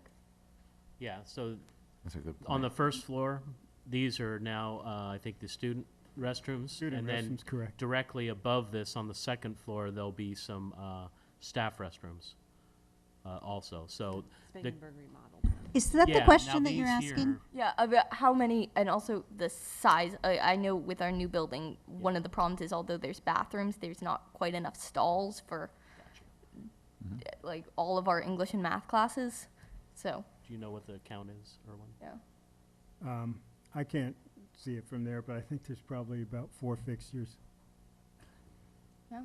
Is four stalls? It's not seen at Gunn before, but 4 or 5, I think, expanding, because that is the center of campus, and we do have 8-minute passing periods. So, We're all nodding, thinking, oh, Yeah. can you do that? Can you do that? More toilets. So if you could answer her questions now, I think that would be good, just in case she has to leave as we go around here. Yeah, well, we can certainly look at the bathroom count. We were trying to, I think, I'm assuming we were trying to replace what was in Spangenberg and moving it over. Right, Spannenberg ones has actually grown. We've actually made that bigger, both in terms of fixture counts as well as to make it accessible. from the outside, because one of the No, problems no, with it's not, Spangenberg that, is that they're it's not long. from the outside. That's why we added this set over here, was because of that wall that we couldn't penetrate. But we'll look at the count and see if we can, what it would take to expand number. And her other question about the, how can you see from downstairs who's around? Oh, Guidance, accessibility. That concern is new in terms of wanting to have sort of visual contact. When we were in the design phase, we did map out some options that had the wellness center on the first floor. We had to make a choice between pulling all of the services together and the amount of square foot that would take. And so we thought it would fit better, because one of the things we were trying to work on is having it in the same footprint that you were presented in June, and just rearranging some of the ways we were using the space and not expanding the space at all. So when we wanted to try and have the school counselors and the ACS counselors and the psychologists and the nurse really integrating their services together to support students, we couldn't make that fit on the first floor. So right now, that's the best model we've been able to put Beyond the forward. first floor, just being able to see if they're there if you go up the stairs, because if if you walk into the gun counseling office, you can't see who is there. Right. And just the visual, even, it looks like the doors seem to block each other where to go. Right. Okay, Here we yeah, if you walked through the lobby, there's walls that block out 4 of the counseling offices. I know one of the things that the school counselors, they want accessibility, but they also need privacy. So when they are having one-on-one conversations with students, so I think we could definitely meet the needs of students in terms of having it being very clear who's in today, who's out today, who's morning or afternoon. So we could definitely work with the students on saying what would meet your needs, but still work within the design scope and keeping the work that school counselors do sometimes is talking about a college application, but sometimes it's much more serious in terms of needing confidentiality and privacy. So. Well, these are good questions, Rose. Sounds like we have some time to think about solutions. Ms. Emberling. Oh, would you have other? Oh, I'm good. Thank you. Thank you. Yes, I'm going to be here during all this construction. Yay! Yeah. So I think this is your first time coming to the board meeting, so welcome. Thank you. And We should all say that. yeah. Yay, welcome. Thank you very much. Yeah. And I would just love to give you a minute or two to sort of describe your new vision for this central project, because we've heard about it before from your predecessor, but I know some of these redesigns came from how you were rethinking this wellness center in terms of what you saw were needs at the school. And so I'd just love to hear a little bit about that, give you the opportunity to share that. Certainly. One of the things that I was very glad that Bob did when I was oriented was saying, oh, and by the way, you're going to have a large building project in the next few years. And one of the other orientations I received was reading the Guidance Advisory Committee's recommendations to the school board. And so one of the things that I noticed from reading that report and hearing from parents about wanting really strong services from school counseling and mental health services was that the draft plan that had gone to the board really didn't optimize the services that we could provide to students. And so I asked the superintendent and Bob if we could have some time to pause the project to bring those two things closer together. And so with a very short timetable, I brought the school counselor team, many of the other people who would be providing the services to students together, and asked for some input. We also visited some other schools who have been providing services through a wellness concept area to see what are they having together, what protocols and sort of services do they feel students take advantage of once they're provided to them.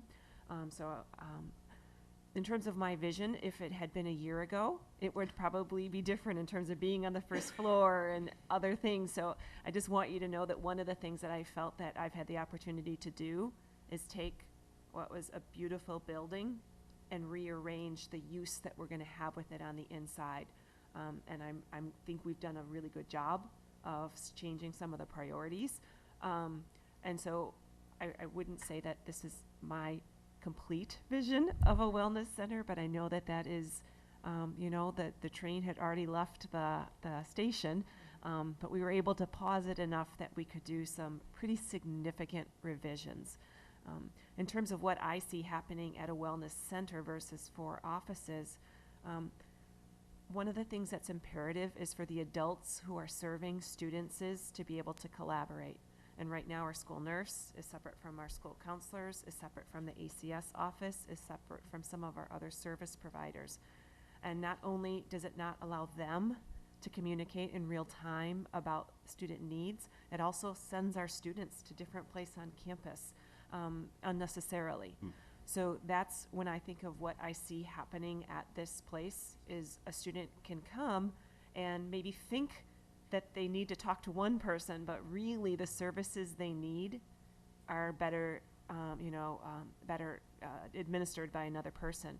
The other thing that when I talk with parents about this, they want to have it be something where more students feel accessible and okay about their wellness practices. So for example, one parent shared with me, well, if you had nutrition services there, my football player might come and learn more about nutrition services, and then, oh, by the way, they might stay for a mindfulness class, or they might do some of these other things too. So I think that that's one other opportunity we have, is branding wellness in a much more broad way, so that lots of different students feel comfortable accessing the services.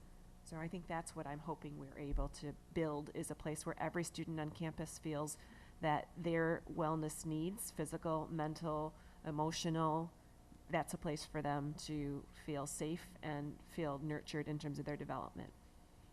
Terrific. Thank you. That was my big thought. Wanted to hear more from you. And I like that idea, the nutrition.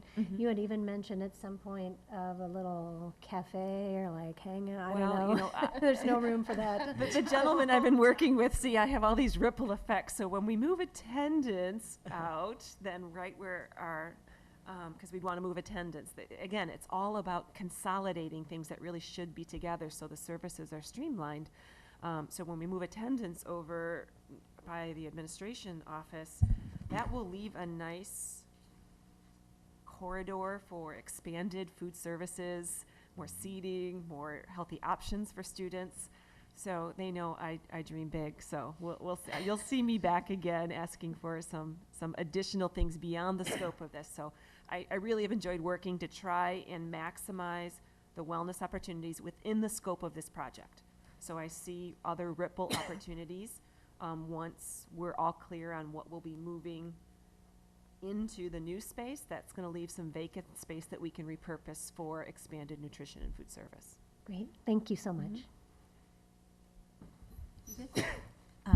Ms. Godfrey. Welcome, Dr. Herman. Thank you. So one of the things that is an issue in our community and in the nation is the stigma around mental health issues. And I have 2 high school students. Mine go to Palo, and I spend time with other high school students in my other project safety network and developmental assets work. And so I've asked them over the years, why don't more students go to ACS? And I get 2 answers. One is, it's in a place where no one knows where it is and it's not accessible. Or, it's in a place where everybody can see you going in. So, Yeah. and I heard you describe, like, this plan makes sense to me as an adult. Like, this is a perfect plan. Of course, these things should be together. But what was the student input, since the input that I've gotten from students completely contradicts itself? Right. What kind of, like, how did you get student input, and how did you incorporate that? And Well, one of the what did things, that and play? actually, Rose and her peers gave me feedback that said, if you want students to feel comfortable getting any mental health services, you have to have a lot of other services there too. They said you have to have the academic school counselors there, so that if you're just going to see your counselor. Other kids won't know which counselor you're going to see, that it will be a place where lots of different kind of services. I could be going to get a Band-Aid from the nurse. I could be going to have a nutrition session. I could be going to have a yoga class. All of those services will be out of the same main hub. And so that's one of the things that the students said.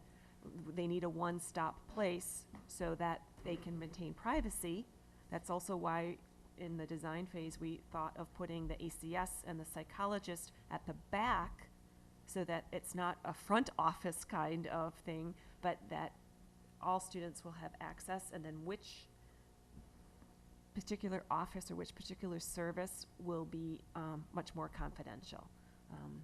So that's our best way of blending and responding to what students said in terms of input. I hear them, though, on wanting to have like a sight line to their counselor, or also a preference for the first floor, but we weren't able to make that work. Yeah, I can see a scenario where you've got like the little light system on who's in and who's busy and whatever else. So how did you gather that student input? We worked with the student government, the SEC. I also gathered input from the staff in terms of having 2 different staff optional after-school meetings. I also opened a Google Doc for staff to get input. So again, with limited time, we tried to make sure that we had opportunities for both student and staff input. And Rose, does that sound familiar to you? Yeah, we had I think one session where Dr. Herman wasn't there, and we kind of just threw out ideas. I think a juice bar came up multiple times, and we're very disappointed not to see that on the plans. But Dr. Herman came in, and we kind of talked about really logistically what would happen. Maybe juice bar in the next round. I think the juice bar. I think the can juice still bar come is in. going to go where attendance was. Yeah. And then my second question was, what is the staff wellness center? What would that be? Well, I see it being more than what the limitations is there. At our October staff meeting, the staff brainstormed things, and part of it is right now the staff lounge is used as a very important meeting center for the community, and very rarely are staff members meeting there because it's used by the College and Career Center, by PTSA, and other things. So I look at that particular space right now as a community space. It really isn't a space dedicated for the staff. And so even in step one, dedicating some of the time from the remodeled K building, one of the things the staff said is we'd like a little one-stop shop. So we'd like a place where I can go pick up my copies, maybe have a little area where there's a place where you can conference with one another, to have coffee, to have a place where there's maybe a little library area for staff. So I see what is in our plan right now is a step one towards bringing some of those services to staff together. But I know the staff has a lot more ideas on things that they think would help them be at their best throughout the day. Thanks. Yes. So welcome, Dr. Herman. Thank you. As a former gun parent, I appreciate the efforts that you're making. And I also appreciate the kind of proactive stance that you're taking on this, and the fact that you kind of hit the ground running and saw the need to pause the project and to expand the Wellness Center. I think that's terrific. I don't have any further questions. Thanks. Okay. Well, Dr. Herman, welcome from me as well. You know, something I have to say, when I saw those pictures, I was thinking, wow, it looks like a college campus. You know, we're talking about Not Soviet my buildings college when you campus. were. I can assure It looks like the college campuses that people draw when they're trying to attract students to Yes. colleges. Yes.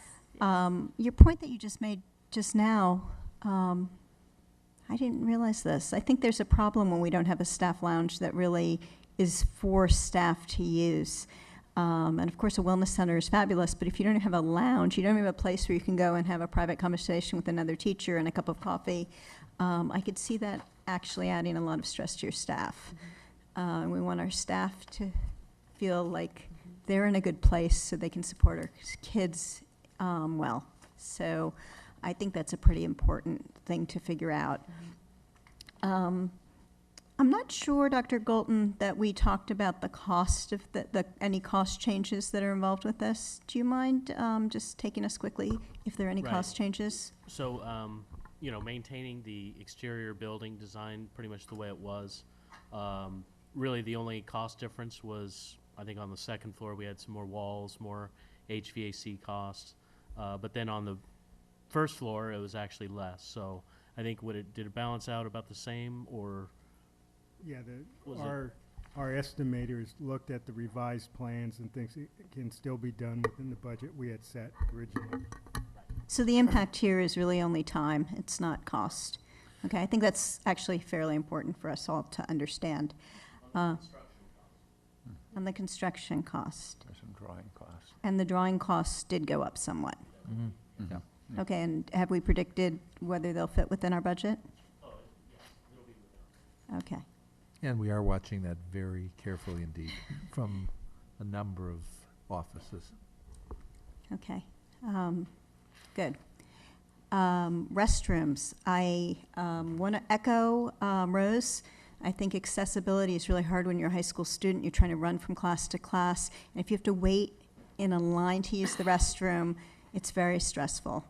And we know what it feels like to wait an entire day before you can find a restroom. I don't think that's a good way for kids to go through the day, or adults for that matter. So I think if there's a way to figure out more fixtures in that space, we should try to probably do that. I think there's some new legislation in terms of requirements around unisex bathrooms, and all I see there is male and female bathrooms. How is the school going to handle that? I haven't had a chance to talk with my partners on this, but we talked about that actually on Monday at our admin team meeting, and one of the ideas was, rather than having 2 staff bathrooms, a female and a male, was to turn that into 2 unisex bathrooms on the second floor, and have one for student unisex and one for staff unisex. I think that's also required by Ed Code. So we are trying to make sure that in the existing footprint, we have options for both students and staff who need that level of privacy. But I think if we're also thinking of finding ways to add additional stalls, that adding additional unisex stalls would be appreciated also. Okay, yeah, I'm glad we're taking a look at that. There's been a lot of articles about that lately. I want to echo Ms. Townsend's question about spaces outside for learning. I'm going to be very specific. We're doing a lot more collaborative learning, a lot more group projects, and so there's a need for more collaborative space. And collaborative space, we have beautiful weather here, but I think it's naive of us to think that students can do good collaborative work always sitting on the ground. And I would like us to think about having specific seating areas. I don't know whether it's for Shakespeare or doing a science project. I don't think it matters. I think as long as you have some space to do collaborative work with some seating areas and with some table space to work on, it could be for anything. You're going to bring that back at some later date? I think we're scheduled to come back in June before we go to DSA. Oh, good, So okay. we'll bring the site plan that's developed more, that'll show a lot more of those, outdoor spaces that we're trying to create. What's that? Okay, we probably need to think about that at both, well, actually at all 5 secondary campuses. Right. I think we've done a very nice job with that at JLS. I don't know if we purposely did that or not, but it's there. My last question. Could I follow up on that? Yeah. One of the things that I don't think we maybe shared fully, the flexibility, I made sure that each of the spaces that could open up onto the courtyard did. So for example, the student activity area, there's the wall of windows that can open up. So the space that students have to spill out into the area, not only will the purple area up there too, the student activities area, the classroom and the activities area can open up. So when the class isn't in session, it will double the amount of space that students have for gathering and working on projects. Because right now the classroom area that the students use for SEC and leadership is sort of in a garage area, but also it's not used throughout the rest of the day very often. So we wanted to make sure that the classroom space was very flexible so that when it's not being used as a classroom, it can be used as a gathering place for students to do project work and other things like that, and it would spill out into the open space. That's fantastic, and I've seen garage doors, and I've seen open door kind of things. I think it's important to think about seating and where you actually do the work in addition to that. I know at the Media Center at Palo, there's a lot of movable furniture, and that might be one way to deal with it. My last question kind of goes to Rose's point. Actually, it really goes to Rose's point, because I know how tiring it is to run up and down stairs to check to see if somebody's there. It doesn't even have to be your guidance counselor. Just maybe you didn't make an appointment, you just want to drop in. So if you could think about how maybe you could use technology downstairs, so you don't actually have to go upstairs to see who would be available, that would be great. Of course you could use a chalkboard, but I'm afraid that if you use something like that, it just wouldn't be updated every day. I think it's really healthy to run up and downstairs. Frankly, so if you're asking me, I just think it's a good thing. It's kind of like those first graders. You need to get them outside. But Rose, I know. I just think it's a really healthy thing. Actually, I think our computer design class would love to make you an app. You could do that. Yeah. Throwing that out. There you go. Ms. Townsend, I think with the short passing period in the huge campus, they are running. I'm sure. It's kind of like Weight Watchers says, take your cart back to the front of the Safeway. Before closing this out, I had an architectural question, a school security question. One of the common problems with not just schools in our district, but really across the country is, where's the office? people need to check into the office visitors. And it's really hard to find the office in some of our schools, Yeah. especially being a newcomer for a lot of people up here, but Yep. it's a Yep. challenge. It's a serious issue. And I appreciate how you identified Spangenberg, but how are you identifying the office and directing Great the question. flow of visitors to that office? Yeah. You're talking about the admin office? Yeah, where they have to come and check in, how, you know. Good. So can you show us that on here, or is there a sign? Go ahead. I'm sure Denise probably has some other thoughts about how this might happen, but the original master plan was going to flip the admin to the side of the entry plaza. So when you entered the campus, instead of seeing the staff lounge on that side, you'd see the entry, and they would kind of monitor the front door of that plaza and see people coming and going. Yeah. That was in the original master plan. I like that plan. Excuse me? So what, I would what like is that the plan. answer? So What is the answer? Yeah, so. I don't know what the answer is. Well, So in the the interim, administrative. I'm not sure what the answer is. Yeah. Because this plan doesn't include the administrative building, right? So that's down the way yet. That's going to But stay that's there. a but- design, I mean, it Yeah. seems, that is a design function. I think you ought to consider it somehow. I mean, I really, I'm not just being persnickety here. No, I no, think no. it's a big deal. I really appreciate, because we had this issue at Palo, and there had been a plan to move the front office into the library, and we said that's just security-wise, that's just not okay. Yeah. So it's making the front door office to the administration area in Building A more prominent. Yeah, so people know where to go. Right? Yeah. I mean, and wherever they park, wherever, because I think you showed the entry area, and I couldn't tell if that was near the office or the new drop-off area is, Right. am I wrong? But it's, yeah, and Okay, that's. so that's I'll meant to let be you a guys student figure drop-off. that out. Yeah. I'll raise a question. You don't need to answer it now, but I think it's worth, But it might raise the question about just wayfinding signs. yeah. That beautiful sign that you have in your drawing there for the Performing Spangenberg, Arts Center, which, wow, that sounds really big. Is there going to be a sign for the office? Yeah. Sure. And I think that's, so our last project after this one is to do the parking and drop-off in the front area with whatever funds we have left. And I think that's where the master plan for this campus really has it expands the drop-off area quite a bit, where now there's like the little section which you could consider student drop-off. That now expands all the way in front of this building to that new entry plaza. But the same administrative drop-off will still be there in front of, what I call the Bat Cave. I don't know if people still call it that anymore. And I think that's where the wayfinding will help, is, people looking for administration, that, they're directed that way as part of that project. Because this one is really improving the student drop-off experience, right? That Right. big, huge student parking, it's really meant to draw the students into the center of campus. And then we'll have to tackle the administrative entry and identification in another project. Okay. But we can certainly look at it now.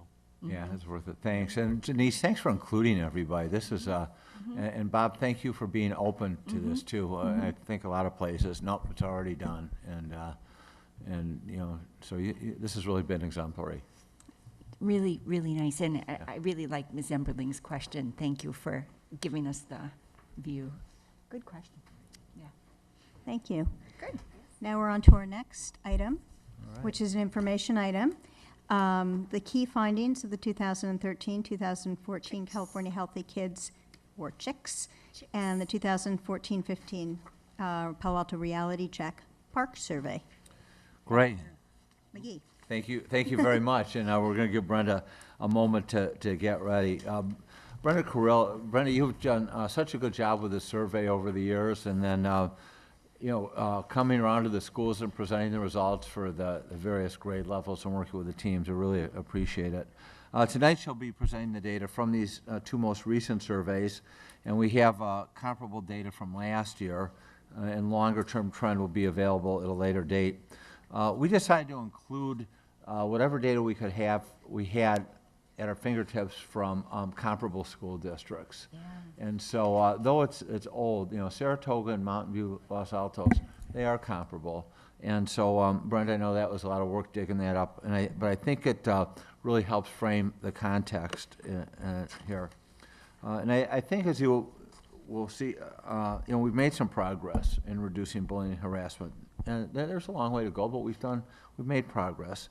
I think we can improve in connecting students with the school and a caring adult. We'll talk about that as the board raises questions and share some ideas that they have. It's encouraging the drug and alcohol use seem to be decreasing, though both are readily available. And again, that's not a problem that's just germane to Palo Alto. That's a national issue, the availability and accessibility. So anyway, I'll turn this over to you, Brenda, and then we'll have, really, we're not looking for board guidance, just good questions and good ideas We're at ready. this point. Right. So, We're okay, ready. I'm sure you are. Just cracking his We're nose. ready, you bet. All right. Well, thank you very much, and really excited to be here with you this evening to share the highlights of the California Healthy Kids and Palo Alto Reality Check surveys. Both of these surveys measure risk and resilience and offer important student data on well-being. Tonight's presentation really highlights the key areas and represents areas of specific interest to the district that are either outlined in our LCAP plan or are otherwise tied to district initiatives. So a few notes before I actually get started on the PowerPoint to help you understand how it's organized. One is that information presented tonight really reflects district results. It's not reflective of school results. You can find the school reports on our district website and look at those more closely, but tonight is really about overall district. Second point is that the presentation is organized with secondary information first, and then we'll talk a little bit about elementary information towards the end. Third is that the parks data has been aggregated for the purposes of tonight's presentation, but that the reports actually come in single school reports, and that those again can be found on our district website. And then the final point is, and Dr. McGee shared this a little bit, we do have comparison data for similar districts that are included in our slides, but it's not as current as our 13-14 data. And that's just because the WestEd has not uploaded all of the district reports onto their website. It's expected that they'll do that later this month, but in the meantime, we wanted to give you some context for where our results sort of fell. So we have 3 objectives for tonight's presentation. One is, again, just to highlight the results of the 2 surveys. The second is to share areas that we've seen progress in, but also to areas that we think that we need to provide continued focus in. And then the third objective is to provide you with some understanding on how we utilize this data throughout the district.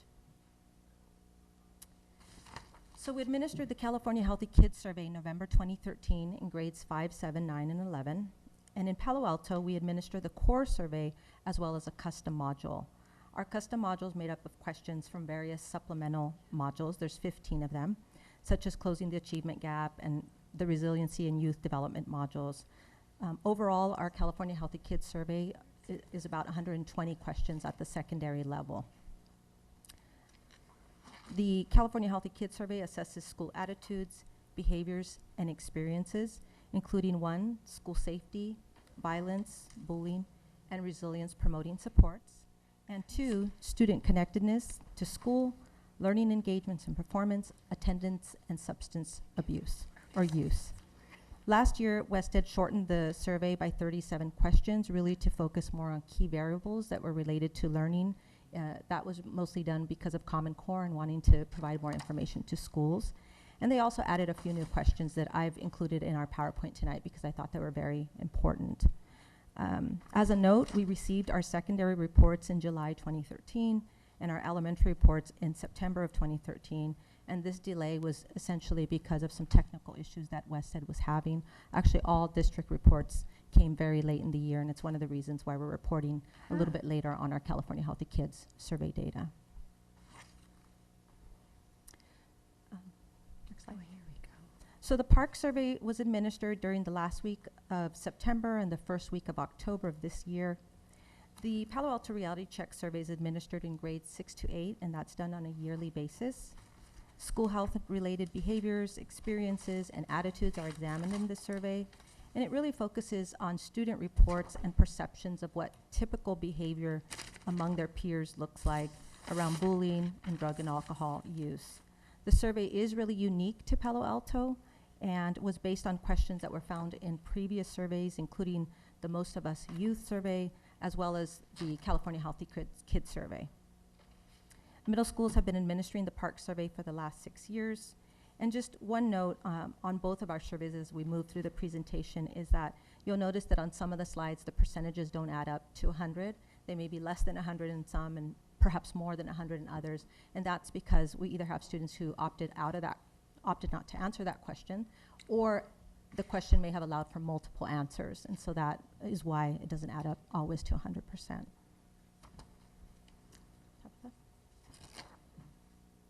So summary of results, our data indicate that drug and alcohol and mental health results are fairly consistent over the last 2 years. One area of progress appears to be school safety and harassment, which is really good news, while school connectedness continues to be an area that could be strengthened, especially at the secondary level.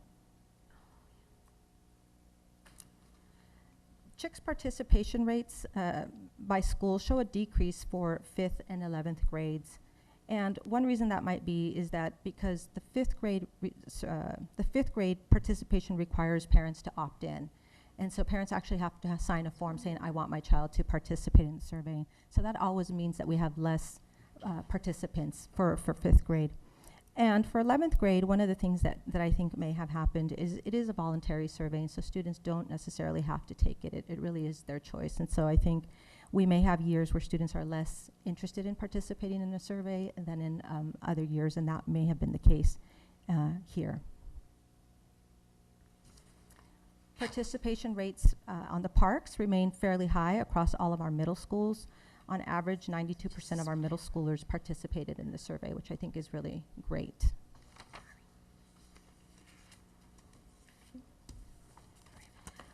The first area that we're going to be looking at today is school performance, supports, and engagement, which include information on grades, truancy, and connectedness. Sexual identification was one of the new questions that was added to the survey this year. We're pleased to see this question in the survey as we're interested in better understanding how to support our LGBTQ youth.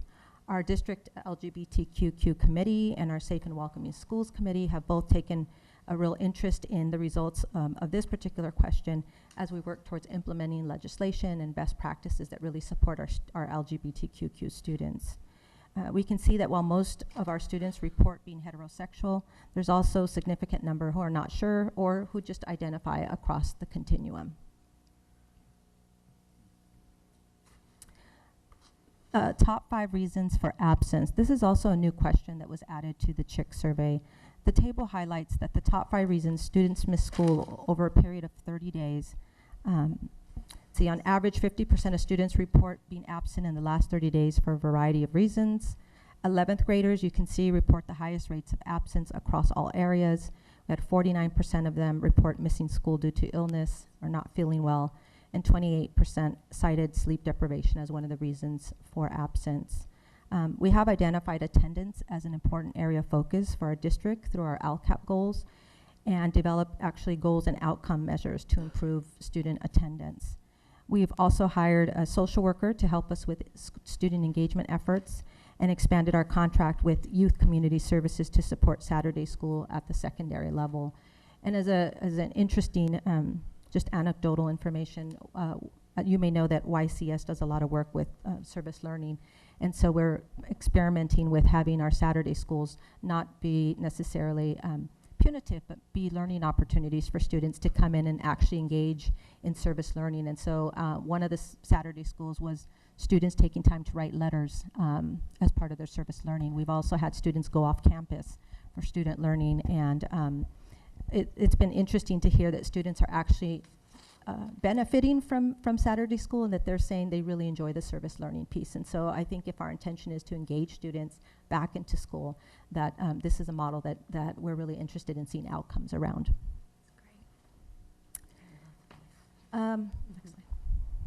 So this data points to the fact that we do well in really believing in students' potential, that students feel supported to do their best. When we look at pretty much or very much true responses, on average, 85% of students shared that they felt that an adult wanted them to do their best. And these results are fairly consistent with last year as well. With the slight drop, and comparison data indicate that we're generally on par with similar districts. When we look at connectedness results, we see that students report slightly lower rates of feeling cared about when we look at pretty much true or very much true responses.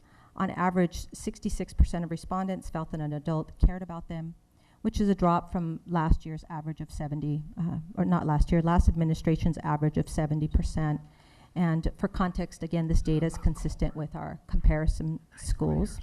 One interesting point is that when we ask students in a separate question about do they have somebody at home that they can talk to, the average was 78% of our students who said that that was very much true or true. And when we asked students about if there was someone at home that believed that they could do their best, the average went up, when we looked again at true, very much true, to 91%. And so these responses mirror the results when we look at school and when we look at home, that really students are hearing the message that we believe in them and in their potential, but that the piece around care and the time to really listen to them, those results are lower. And so I think this points to the fact that we need to work on this area across our community. We do have an LCAP goal, Local Control Accountability Plan goal, to improve connectedness, and we're providing professional development on connectedness to new teachers, to classified staff, and to counselors to help us to get better in this area.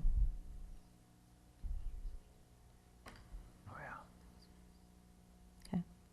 The next area of focus is on verbal harassment and school safety. This chart highlights that verbal harassment, when we look at 2 or more times, has gone down. This is most significant at the 9th and 11th grades. We've been engaging in efforts to promote safer and more welcoming schools, including participating in Unity Day, Inclusion Week, training of teachers and staff on harassment, and our Safe and Welcoming Schools Committee, to name a few. Schools are also working on reducing verbal harassment. For example, last year at Gunn, they brought in an assembly on cyber safety for students and did a separate training for parents as well.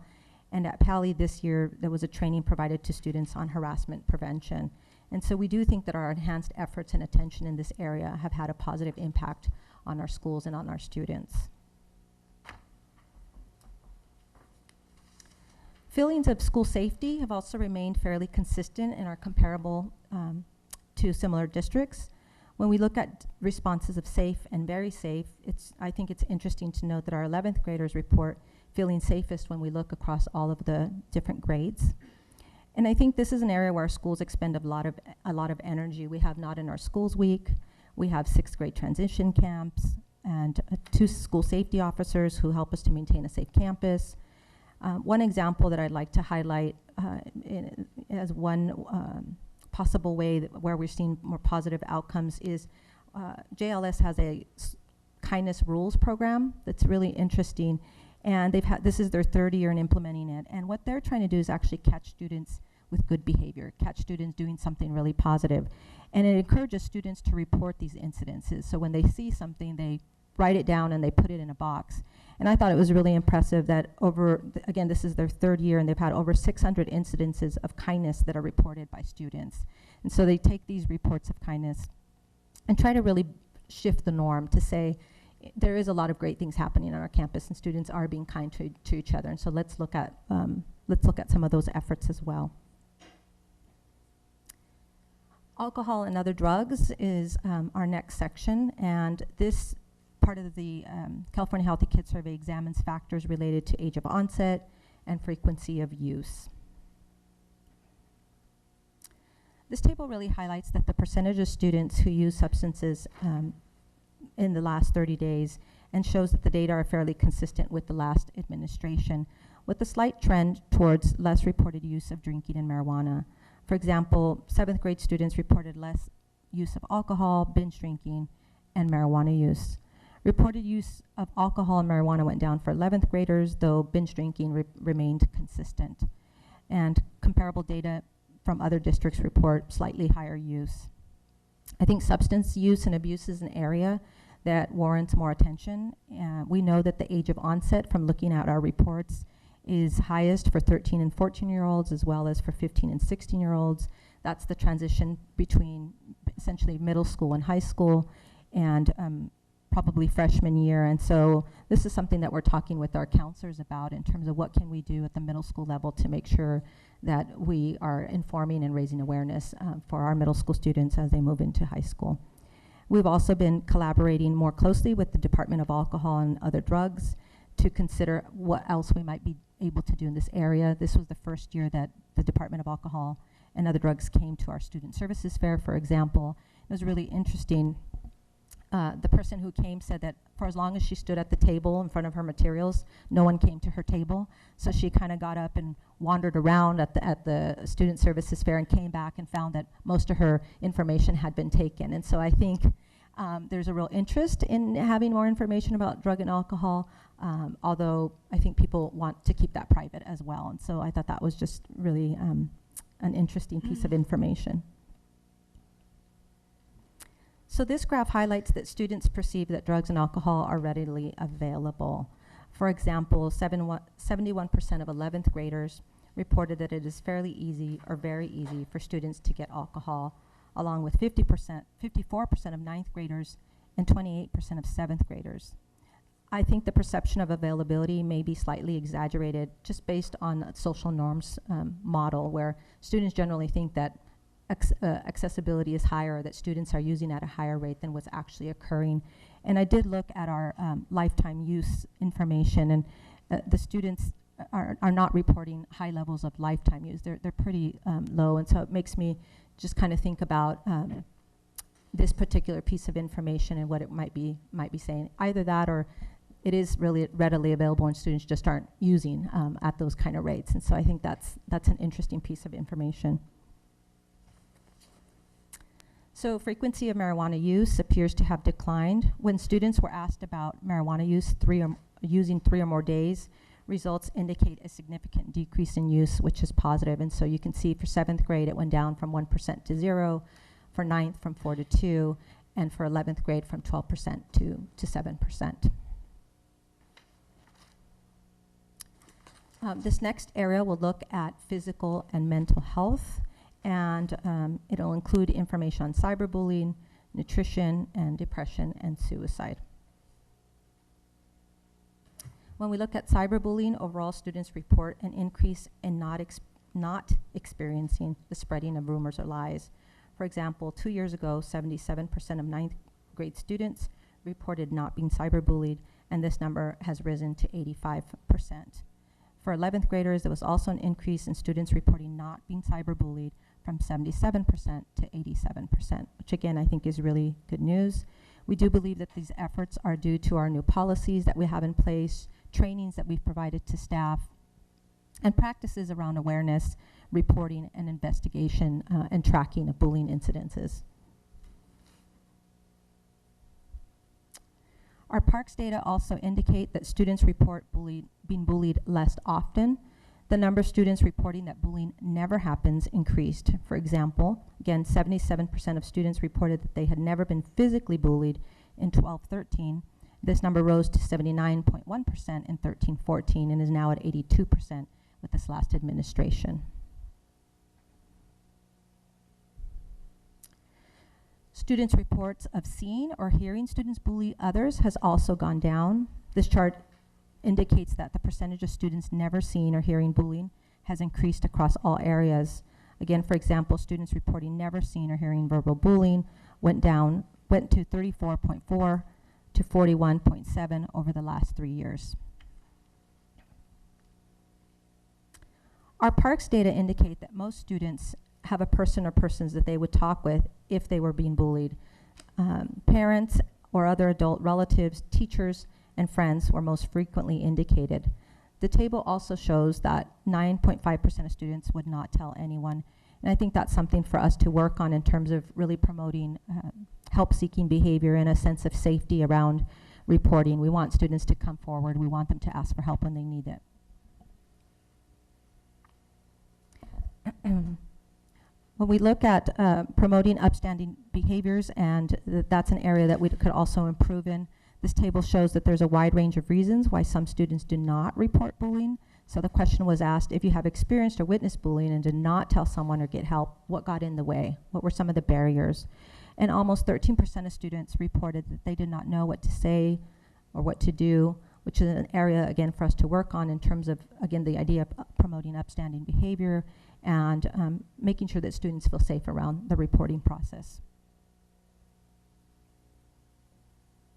Now we're moving into talking about mental health, and the good news is that students in 7th and 9th grade reported decrease in feelings of hopelessness and sadness.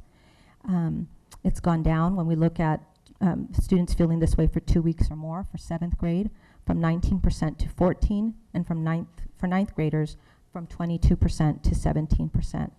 Rates for 11th graders remain consistent. When we do compare ourselves to other similar districts, we see that their data is comparable, though it's slightly higher for Mountain View, Los Altos. And this is an area that, of course, we're very committed to working on, and we have been committed to working on. We do have free on-site mental health counseling that's offered by licensed and pre-licensed mental health professionals on all of our campuses, from kindergarten all the way up to high school. And we also have free off-site counseling, and so we have a program called 3-session referral, and so if we have families that are facing a crisis or that need immediate support, they're referred to an outside licensed therapist, and they can see that clinician for up to 3 sessions, and we can extend it in certain circumstances where it's needed. We also continue to provide parent education on mental health, and we plan to expand our parent outreach to include Spanish and Mandarin language events.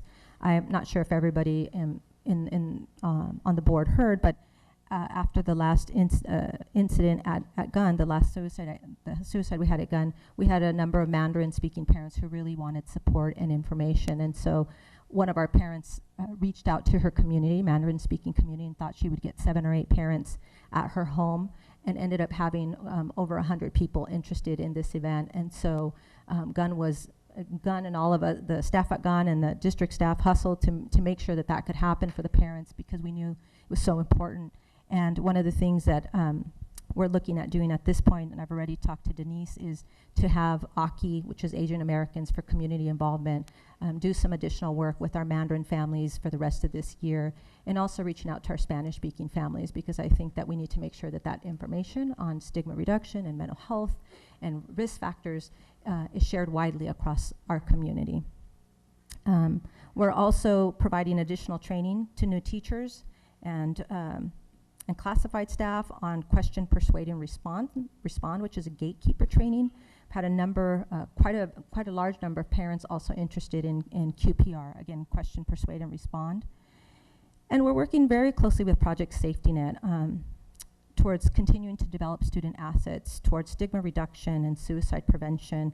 And PSN is a strong partner in QPR and helping us to make sure that we are doing what we can as a community to address this important issue. Student reports of attempting suicide remain consistent over the last 2 years. Again, this is an area that's important to our district. We would like to see these percentages decrease. While we are similar to comparable districts, we do have, again, this continued commitment to identify and develop strategies that will help us to see progress in this area. And so I'm having conversations with our mental health teams, our counselors, our administrators, students, with our Safe and Welcoming Schools group, et cetera, to really try to understand what more can we be doing to support students, what else is needed, what might we be missing. So now we'll be transitioning into looking at elementary school data. This is 5th grade results of the California Healthy Kids Survey. And you'll notice that when we move into the 5th grade comparison, we're looking at 09 data compared to 13-14, and that's because the last time the survey was taken at the elementary school was in 09-10. So frequency of being harassed on school property indicate a decline. We have students reporting less incidences of being hit or pushed or having mean rumors spread about them. So, for example, students report that harassment is never occurring went up, and students reporting never being hit or pushed went from 63% to 67%, and never having rumors spread from 66% to 69%. So this is something that we think is very positive as well. When we look at reports of harassing others, we also see a decrease when you look at 2 or more times. Physical harassment is down from 13% to 8%, and spreading mean rumors is down from 6% to 2%. Again, I think that our district-wide efforts to raise awareness and provide supports around bullying and harassment have shown to have a positive effect at our schools. And these efforts continue. I mean, we're always consistently having conversations about how to improve our process. Last year we had Form A, as some of you may have remembered, to document our bullying incidences, and just today we had a K-12 principals meeting and went over what are the expectations around the reporting of Form A. It's our first year actually launching it, so there's always tweaks that need to be done. But we're having those conversations with our principals and our assistant principals and really trying to get better at the monitoring and tracking as well. When we look at cyberbullying, we see that students are reporting that cyberbullying is happening less often. I think, again, that this data is positive, as we're close to almost 100% of students or respondents reporting that cyberbullying never happens. And hopefully we'll continue to see that improving. School connectedness measures have also shown an improvement.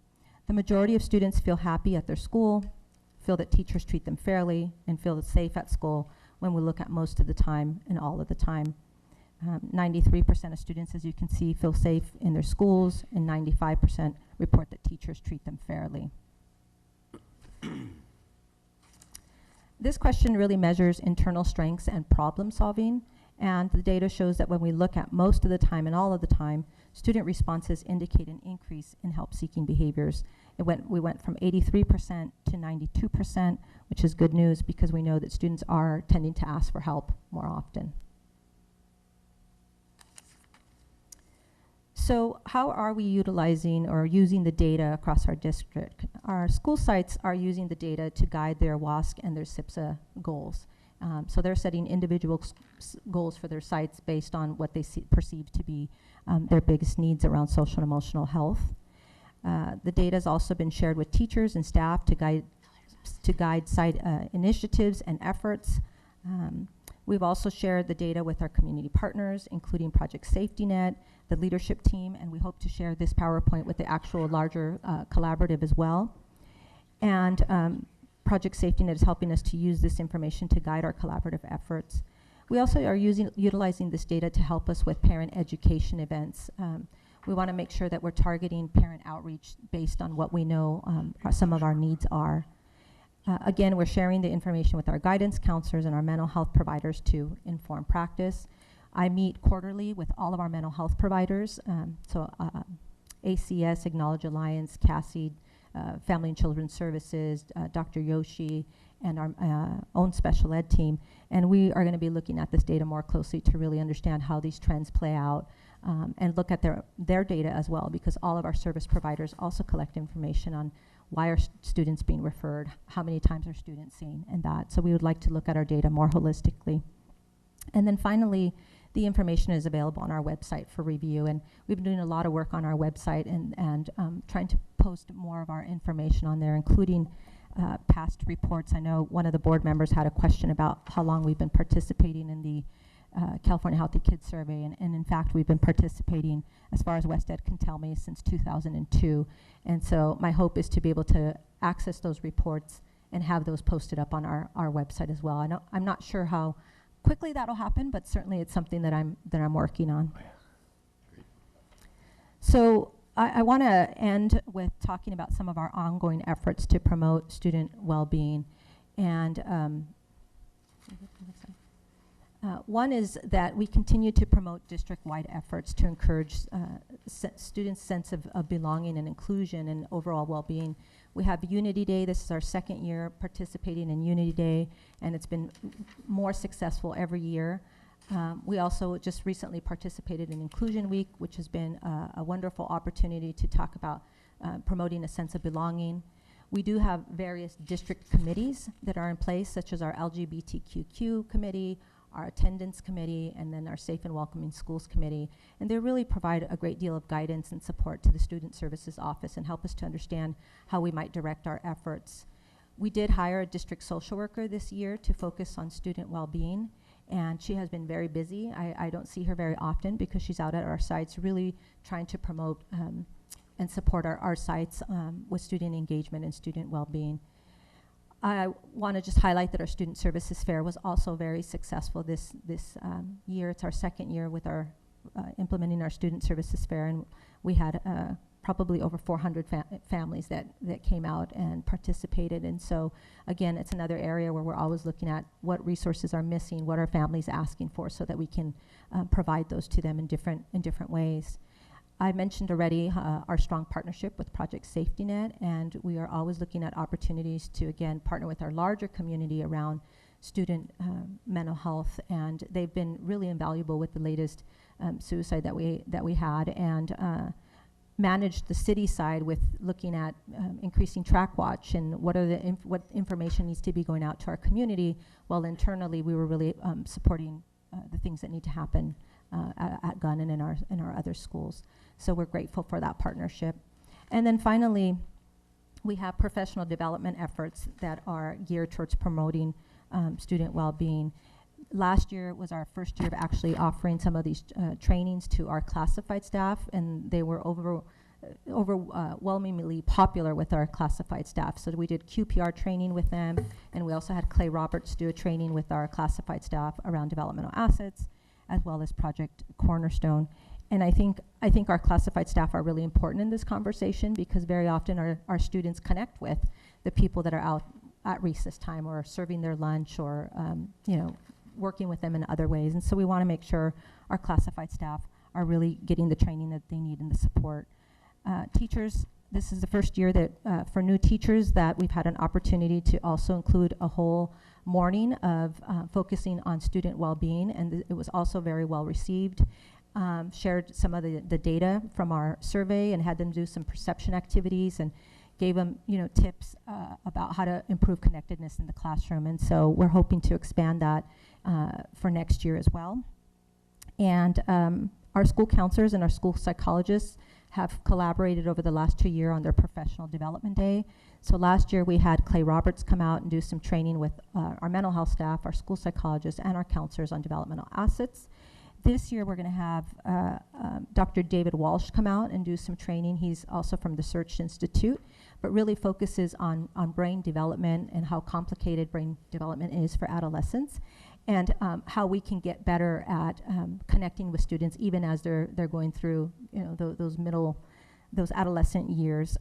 And so we think that is going to continue to add to the capacity and skill of our staff in really building connectedness with our young people across our campuses. I'd like to conclude by sharing that any progress that we have made on any of these measures is really due to the efforts of many. Our principals are dedicated to student well-being, and I have to say I've been in other districts, and I'm always just amazed at how much effort our principals put into making sure that their schools are safe and welcoming places for students. And so I think they deserve a lot of credit for any progress that we've made in these areas. I think our counselors and our teachers provide daily support to students. They're boots on the ground, and they do a really amazing job. I've been out at the sites and seen them interact with students in crisis and students who just needed a pat on the back, students who they say hello to in the hallways. And so I think that's also really important to mention. And also our parents. I want to highlight some of the parents that I've had the pleasure of working with very closely this year and who have been real partners in moving student wellness forward, and that's Sarah Armstrong, who is very involved in our LGBTQ committee, and Christina Schmidt, who's involved not only on the Safe and Welcoming Schools Committee, but also is part of Inclusion Week and Safe and Welcoming Schools and our Student Services Fair. She should have an office right next to me because we do a lot of collaborating. And then Susan Usman, who is really a champion for our students and our families, and who's always willing to partner on everything from how do we support our McKinney-Vento students to what can we do to just better support students across our campus. And of course, thanks to our board and to our district leaders who hold social emotional health of students as something that's very important. And so I appreciate your support as well. So this concludes my presentation, and I'm happy to answer any questions that you might have. Thank you, Brenda. Thank you. This time I'm going to learn from last time, and I'm going to ask Rose to go first. What a comprehensive report. There seems to be so many numbers. But in terms of the Healthy Kids Survey, because I was one of the 634 kids that took that. Oh, okay. So I can kind of speak to that. And I think one of the bigger numbers that I didn't realize was so high, but I could imagine being the 23 kids that missed school within 30 days, or 23% of kids. That's a lot higher. To make up work, and I think that speaks, a lot of people have been talking about stress and workload, and that is a number that doesn't really lie, is juniors are overworked. But I do think they might be doing other things. They might be doing other things. Right, what that stat doesn't tell you is what else are they doing in addition to. Yeah, and I think the difference between being stressed and having a lot of work, because that's a different problem, and I know I was probably one of that 23% that took a day off to catch up, which I think is fine. But Camille, that 23% is specifically behind in schoolwork, not just that they missed school. Yes, behind in schoolwork, but the question is why? Is it because they have lots of schoolwork, or is it also because they have lots of things outside of school? That stat doesn't tell us that answer. But it's great to see bullying going down. I know I've seen that personally just in my time in the district. Every year it seems to get better, and maybe I'm getting older, but I feel like people are just being more realistic in cyberbullying and all the information we're given about what is appropriate, what do you do, and kids learning how to communicate in the new age. And so I think these numbers all back that, but I think this is great. My comments. Actually, I think I'm gonna have to bow out. It is late and I have a project. Thank you, Rose. Thank you so much, yeah. Ms. Amberlin. Thank you. You're welcome. Wow, I feel like I have to take a deep breath because that was so much information. I'm so glad I had it ahead of time. I can process it, and I'm still processing it. Will be processing it. 2 years ago, when I joined the board, we were in the middle of strategic planning, and we talked a lot about, and I fought very hard to add that new area of initiative to our strategic plan, which was that personal development and support. This speaks to that addition and the focus that we have on keeping students in the center of our strategic plan in terms of not only academic achievement, but social, emotional health and well-being, and physical health and well-being. Yep, that's Camille sitting next to me for 2 years. I talked about this then, and I talk about it now, and I'm so appreciative that you talked about it tonight. Our students need to connect with a caring adult on campus. That, to me, is so critical. And the numbers, aren't great in that area, and I know we have a lot of work to do there, so I appreciate you calling it out. That's a key critical area for me, and it's what I'm looking for in terms of staff ideas and in terms of board direction. Not that you're looking for, specifics, but in terms of that, that's what I'd General, like. Yeah, I'd like to see our initiatives and ideas around how we can increase that student connectedness. I think, as you said, when a teacher takes time to connect with the student and ask how they're doing and just have a conversation, it's so critical. And so that is extremely important to me when I'm looking at this. One thing I really dislike is when I participate in a very long survey and I never hear the results back. So I'm wondering how students receive these results, and how do we follow up in terms of providing opportunities to discuss them or have a focus group around it, or what do we do, with this data? We have it here, we have it live. I'm sure students love to go and listen to our board meetings. But how are we communicating this information back to students? So that's a question I have in terms of participating, because we ask them to participate in these important surveys, and sometimes we hear back from students, well, they joke about it, or they don't fill it out, or they don't take it seriously. Well, if they're not involved in the results and they're not involved in the planning for solutions, then I can see why. So that meaningful participation, and actually that was on the larger survey, which I took a look at, which you didn't include in this presentation, but there was a slide on how whether students feel like they participate meaningfully, Right. both in school and at home. Surprising on both fronts that only a quarter of our students feel like they're participating meaningfully in their learning. So that, and also participating meaningfully at home. Why is that? And that just brought a bunch of questions to my mind. I know it's not included in this presentation, but that was a slide I thought, wow, if they're not engaged, like you said, then it makes sense that 50% are absent at least once in the previous 30 days. And that focus on attendance, I think, is key to understanding this more. Why is that happening? Is it because they're stressed about a sporting event coming up, or is it because they have too much homework, or what is going on? So I don't know about how much these surveys have open-ended questions and how we look at any comments. Are there open-ended questions in terms of comment boxes? No. So maybe we need to have more efforts in terms of focus groups, in terms of following up and delving a little deeper into what's behind these numbers. And that way it gives students a voice in terms of figuring out, how we can move forward.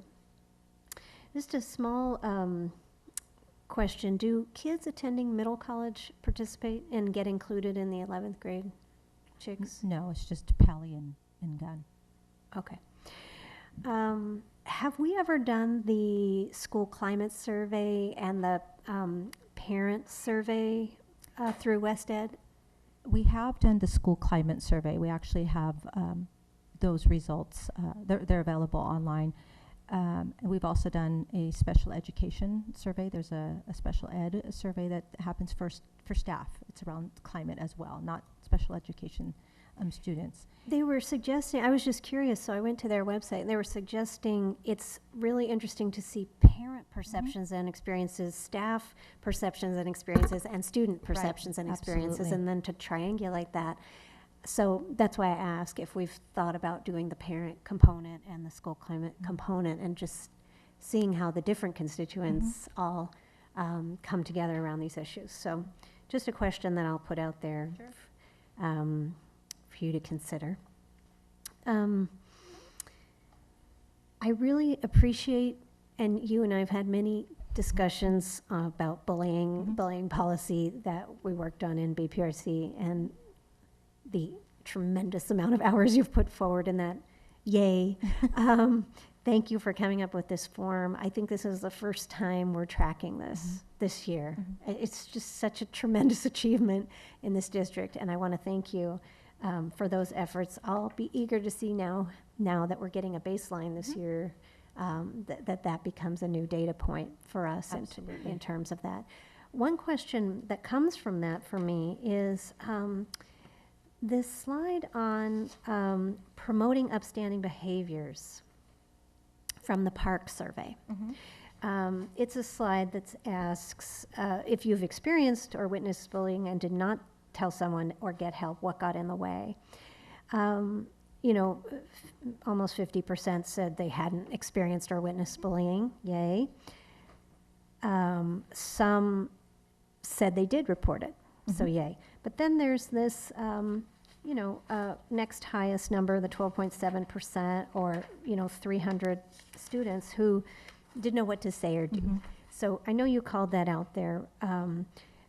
These students are in middle school, right? The That's Park. right. So they've just come from our elementary schools.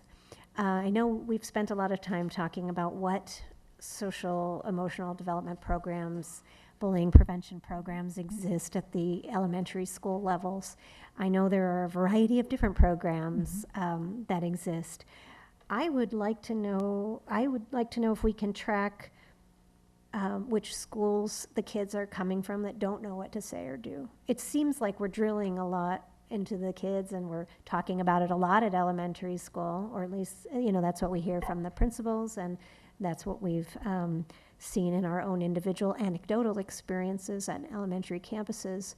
So why is that not carried over into middle school? I know that climate changes, and I know, then again, there are all these social kindness programs in middle school, and in 9th grade it seems to maybe carry over, but then by 11th grade it's all gone. So not all gone, but I'm just wondering, since we're pre-K-12 district, we can look back and see where are we doing consistent work or efforts around bullying prevention, and are those messages creating communities of care that travel.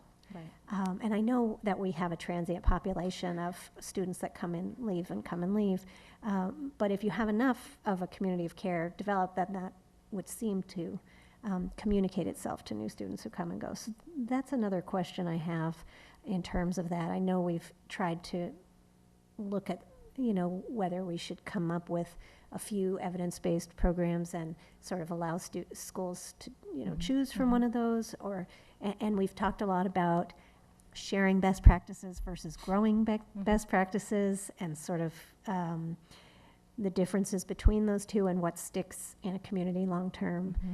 So that's a question that comes up for me every time, we talk about bullying prevention. Parent education is a critical component of understanding all these sorts of issues. It's extremely hard to get parents to come to parent education events at the high school or middle school even level. Elementary school, parents are around and they're participating, and they're more likely to come to a parent ed event. A quarter of our 11th graders report feelings of hopelessness or sadness almost every day for 2 weeks or more within the past 12 months. That's a quarter of our student population. I mean, that's such a red flag for me. We need everyone in the community involved. I'm so glad we're involved with Project Safety Net and the work that we're doing. The community is, the parent community is a critical component of this. So, as a parent educator of the early education, we often think, how can we bring parents in for more parent education? And it's so much easier in our population than it is for high school students, but it's so more important at that level. So I'd like to hear, after you have conversations with the principals about all this data, what are some of the initiatives moving forward, to try to encourage that?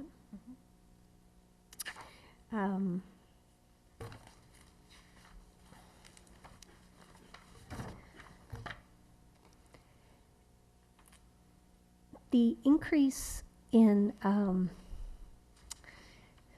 the reported use of alcohol and drugs in the increase from 9th grade to 11th grade is pretty dramatic. It's I picked up on that too. Did you notice that? Yeah, it's big. So the accessibility, it's 3 times as much as it was in 9th grade. So in every one of those, yeah. Yeah, we haven't talked much about alcohol and drug use in the 2 years that I've been on the board, and I see that it is such a substantial increase there. I'd love to know more efforts, on how we're planning on addressing this issue. Folded into another report would be fine, but that's very concerning to me. What all of this led me to and think about is, how can we reach our students to talk about all these super important issues? Oh, I know. It was last time when we were talking about the alumni survey. And people were saying, we feel very prepared academically, but we don't feel prepared socially. And I was thinking, we need to focus on all these different areas that come up in these surveys around social emotional health in a more focused and deep way.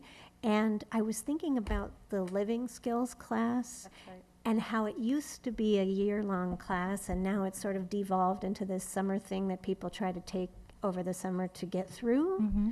I don't know. We may need to rethink that. I would love to hear staff thoughts on They would how we love to can. rethink it. Would they? Excellent. They would. Oh, yeah, I think it's a good idea. I think revamping that as a key component in high school, as a vehicle for exploring all of these issues and for making meaningful conversations and meaningful experiences for students in terms of having these tough conversations. So I'd be very receptive to hearing a proposal around that. I know I'm dominating the time here, so I have 100 questions, so I'm going to stop there. Thank you so much. This is sort of my area of interest, as you can tell. Thank you very much. Thank you. Ms. Godfrey. Brenda, thanks for spending the time to do this. I know this was a data crunch, and I sent you some questions before today's meeting, so I'll keep it sort of high level. I was happy to see the progress on the cyberbullying, on help-seeking behavior. It just seemed like a lot of our efforts to educate and coach our kids through our social kindness programs are bearing fruit, which is nice. Of course, the results around caring adults is most distressing to me. My work in developmental assets really puts that one very high on my list of things I care about, and it looks like our focus there, we need a lot of focus there. Just from looking at the data that is presented here, it would be helpful to see the year before. I think I mentioned that to you, particularly like the question around suicide attempt. The 2 years we show are virtually the same, 11% and 12%, but the time administered before that was 18%. So that's, to me, that speaks to help-seeking behavior, which I think is important. And as we look at these data, I know we've taken goals. You mentioned some of the goals that we took in the LCAP planning. We took goals around student connectedness back in 2012. And much like Dr. McGee has the district vision at the bottom of every page and says it over and over again, hoping that maybe we will be able to memorize it, I would love to see the goals around these types of things repeated over and over and over again, so that we keep kind of front and center the things that we've identified as important and that we're really working on, so that folks know when they see an 18% or a 12% or a 9% or a 24%, like how that relates to what we think we want to get done. So I think some of those like prior year things you're gonna add to this and send back to us. Is that right? I can do that. Yeah. Okay. So related to that is the developmental assets survey. So we were scheduled to do it in the fall of 2015, and I think that might be different now. So when is that scheduled? As far as I understand, it's going to be scheduled for the fall of 2016 because next year is a California Healthy Kids Survey year. And the districts collectively felt that to do the California Healthy Kids Survey and the Developmental Asset Survey in 1 year would be a bit overwhelming. Yeah, I don't disagree with that. Right. I just want to make sure it's still on our it's on our absolutely. roadmap, our survey roadmap. One of the things that Rose said, and I wish she was still here, about the improvements in cyberbullying, it strikes me that it would be great to use a similar model when we talk about cheating. The Palo Verde magazine did an article on cheating in the new policy at Palo, and it talked about the kids not really understanding like what is in the envelope of cheating, like what is cheating, what is not cheating. And so it seems like a similar kind of education process like we have done around cyberbullying, like what's appropriate, what's not appropriate, might be helpful. And I think that's the last thing. I just would echo Ms. Emberling's desire to reevaluate what we do in living skills, because I think there's plenty of things, even like financial literacy and things like that, that I know come up over and over again, and that we try to bolt on by doing other ways and introducing our kids to those sorts of concepts in other ways. And if living skills was a little more robust around all living skills, that would make me happy. Sure. I think the living skills teachers would be happy as well. Okay, thanks. Mr. Dauber. Thank you for this report. I would, I guess I have a couple of preliminary comments. One is that, like our student, is it Katie? Is that Rose? Rose. Yeah. It's a lot of data, and it's pretty overwhelming. And I think that it's very useful to get a kind of tour of data like this. However, I encourage us to go back to this data, and when we are sort of discussing the substantive areas that we've all talked about, and to really try to tie this data as metrics into those discussions, because really that, I think, is the main use of these things. These numbers can kind of float abstractly if we aren't tying them to goals and metrics, and as I think Ms. Godfrey was saying, sort of identifying some of them as critical to the things that we're trying to accomplish. I wanted actually to focus on a couple of those areas where I think there's some real opportunities. And this follows also on Ms. Emberling's comments about bullying, because so what I did is, and I appreciate your help in helping provide some of this data, I looked at comparisons between earlier dates and current results on some of these measures. So for example, on bullying between the 2008-2009 Parks data and the most recent data.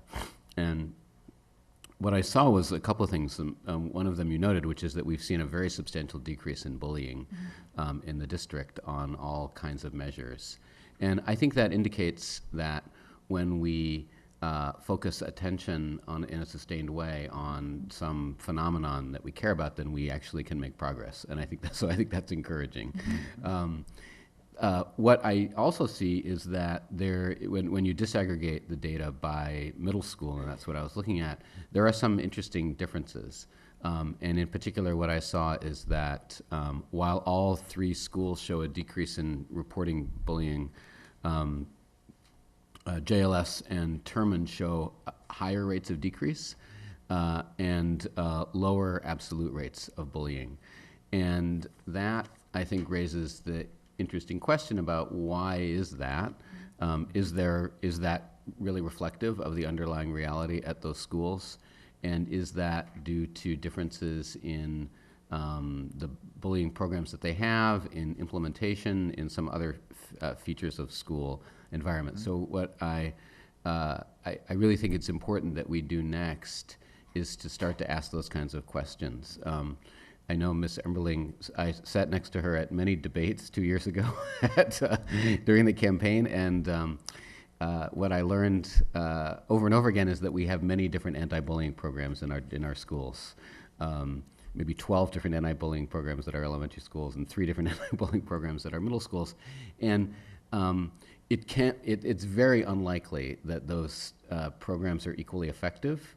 Right. And if they are equally effective, it's probably not the case that we really need to have that many anti-bullying programs. And so I think we should, the next step with this data, I think, is to start to do that kind of program evaluation and to understand why we're seeing these disaggregated differences. And I know that, Dr. McGee, that you've seen that as a useful exercise. It's very useful, and Ms. Baker's actually meeting with the principals Monday morning on this, so we're going to get a jump. And if we can get an answer by the 19th, we may. But the Jordan principal actually talked to me today and said, "Hey, we may need a little more time to provide a comprehensive answer." But they're going to get on it right away.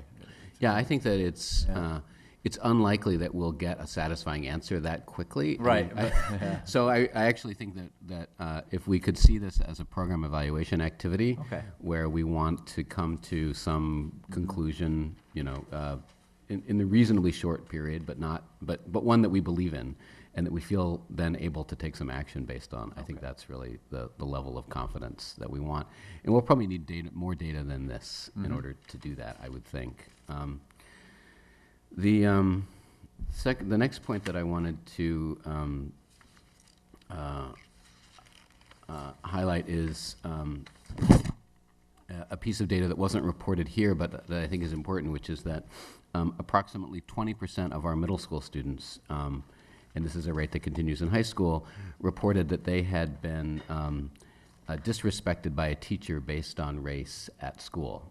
20%, which I think is a significant number, and it raises the question for me about whether our equity training is, it obviously has some effect, but how effective it is, whether it needs to be conducted more frequently, which I know Dr. McGee is already onto. And then can we look historically to see if that number has responded to the increases in equity training that we've done? Or are there other interventions that we need to make? I think we also, to a point that maybe Ms. Emberling made, it would be good to get, particularly around a number like that, some more understanding about what the phenomenon actually is that students are reporting. Right, You know, right, that yeah. should be, I think, an indication of needing to do more work. And but I think that's a useful metric for us Very, to be I agree. tracking. And if I can add to that, that question is one of the questions that's included from the Closing the Achievement Gap module. There's probably 10 or 12 questions that are on our survey that are specific to looking at race and ethnicity, and those. So I think that that's something that we need to look at very closely, and an offering to Dr. McGee around if that data would be useful for the task force to look at, specifically. So it wasn't in this presentation, but I don't want that to indicate that it isn't something that important that we're looking at. It's something that we're going to circle back to and look at more deeply. That's great. I mean, it may be a useful question to pose to that committee. Which of the measures that we have available to us in this kind of domain are useful for us to track, because they indicate some underlying phenomenon that we're interested in. I'd certainly like to hear that, and that's got to be based on some theory of what's going on that really matters. So another area that I wanted to notice is that the percentage of students who are reporting having experienced sexual harassment seems to be quite high in middle school, at least at Jordan and JLS, and it remains quite high in high school. It's 25% at Palo and 30% at Gunn. So that indicates, I don't actually know how that compares to larger contexts, but it's, as an absolute value, it's, that's concerning. So I wonder what efforts we might be making in that direction. That's a question Oh, for I'm you. sorry. Efforts making in the direction of... In terms of addressing sexual harassment experienced by students at the high schools and middle schools. Sure, that's an area that we are definitely focusing in on. We've had some conversations about bringing some additional training to our students, our staff, and our parents around sexual harassment, sort of to the point that was made earlier about what is it, what isn't it, how do you report it, what rights do you have, and we want to make sure that that training actually happens for all of those key groups, because we want to have a common language around sexual harassment and a common understanding of how to move forward. So we do have an updated policy, and that information is shared in parent handbooks, but the piece that I think we still need to focus in on a bit more is the training piece. Although staff do have, I believe it's every year we get trained on sexual harassment. Maybe it's every other year that we get trained. But in either case, staff do receive that training, but we want to make sure that students and parents are also sort of coming along with us on that. So you can expect to see more efforts in that area. Great, thank you. And I also wanted to, we've talked about connectedness and the presence of an adult at school who really cares about them, but I wanted to point out that there's a difference between Palo and Gunn on this question, so that what I saw is that 58% of Gunn 9th grade students, compared with 65% of Palo 9th grade students, report that there's an adult at school who they feel cares about them, and that's a persistent difference between the two high schools. We've talked as a board and as a community a lot about differences in services at Gunn and Palo around counseling and so forth that might be affecting this kind of result. So I want to point to this difference and to suggest that we all agree that this is a critical factor for us to look at. So I think that really should be a motivating fact for us as we look towards how we can make the kinds of program improvements at both high schools, but particularly at Gunn, that will drive that number up. Mhm. And that's just a comment. And let's see, what else did I want to say? Oh, I wanted to on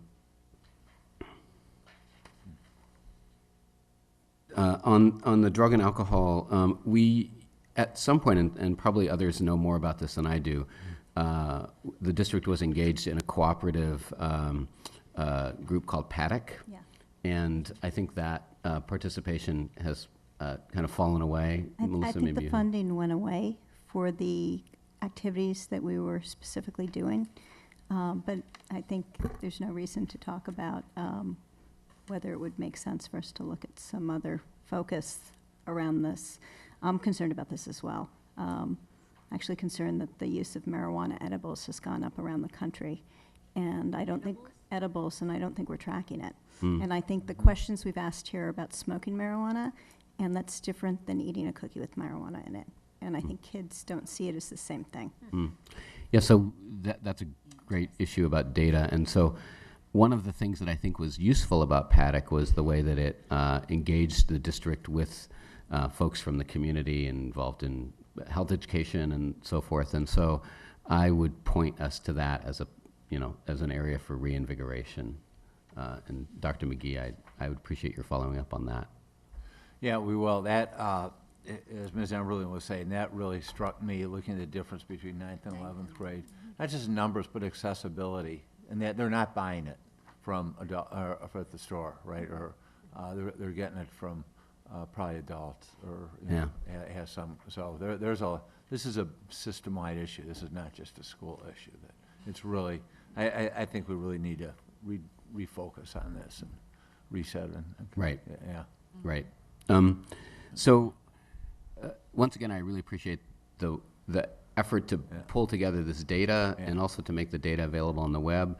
One thing I might follow up with you about is that the data is still, even though it's on the web, which is terrific, it's embedded in these PDFs, which means that it's really much more difficult than it probably needs to be to do these kinds of comparisons, right? So it would be great if this data were available in an easier format, say in Excel sheets and so forth, so that people could more easily do the kinds of comparisons that that I've been talking about. Yeah, let people have access. Yeah, I think the more we sort of the more we lower the barriers, the more interesting conversations we'll have involving the community about this data, because I think there's a real interest in it. And finally, Ms. Caswell, as you go about your work of agenda setting, I think it would be very useful to think about ways that we can put more focused items on the agenda that will allow us to explore some of this data and tied to specific interests. So for example, there's clearly enough here around substance abuse for us to have a 20-minute presentation that does a deeper dive into some of these comparisons and so forth. And if you could see that as a regular kind of feature of these agendas, I think that would be very useful. I think that it would be good if we didn't just visit this data, once a year or so. Right. I'll leave that as a suggestion to you. Thank you. Thank you.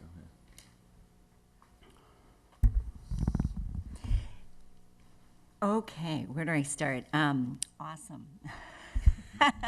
Great job. It's been a while since we've worked together on our BPRC, so it's people sometimes forget when they ask the school district to do various things, just do it. Well, you wonder who does it. Brenda, I mean, you have just shown, and I appreciate your reaching out and calling out the principals who have worked so hard on things. I see one of our, Mary Pat, is back there, elementary school principal. We're delighted you're here.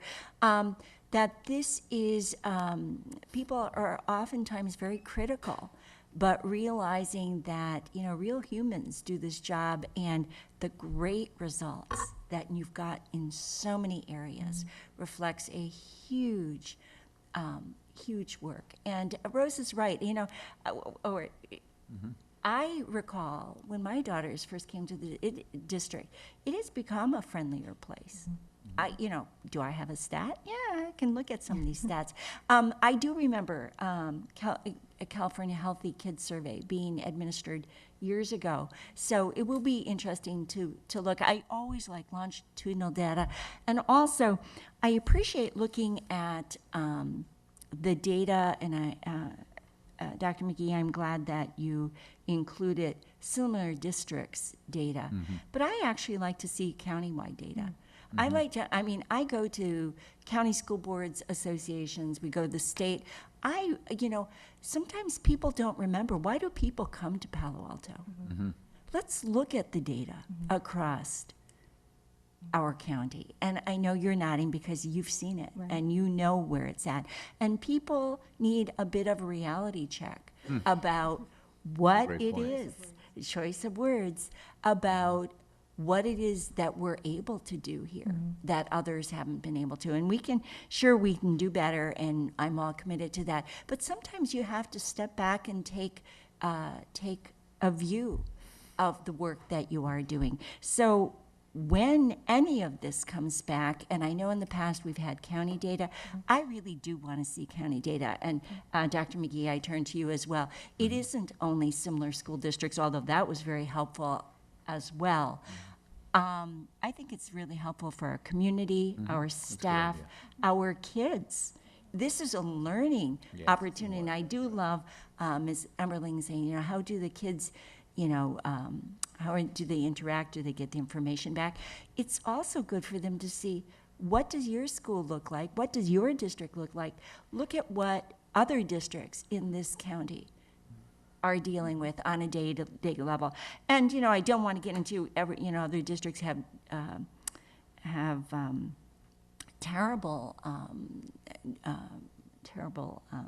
I'm thinking of violence, gang issues and the such.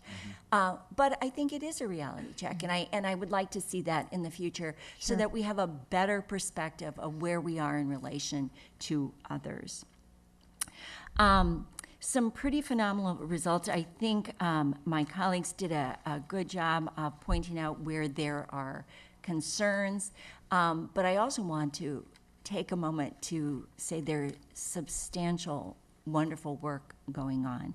And of course, as is always true, kids change, parents change, staff changes, and so it's these ongoing efforts, you know, principals change. How do we keep the efforts even ongoing? So I appreciate that there's been significant improvement, and it's especially important to note that when we've had incredible kid turnover, parent turnover, staff turnover, and that we can continue to make improvement is huge to me, because we've seen exodus of the baby boomers and the like, huge staff turnovers, and that we're able to maintain this kind of trends, training. It's great. So my question will always be, well, geez, how do we maintain that? And as you say, you know, okay, so we have sexual abuse training. Is it every year? Is it every other year? I mean, you can't do all the training all the time. You know, you have to teach, you have to do other things. So I'm just curious how we do that. You may not want to answer it now, but I throw that out there. How do we calendar this in such a way that we know there's some routine to this,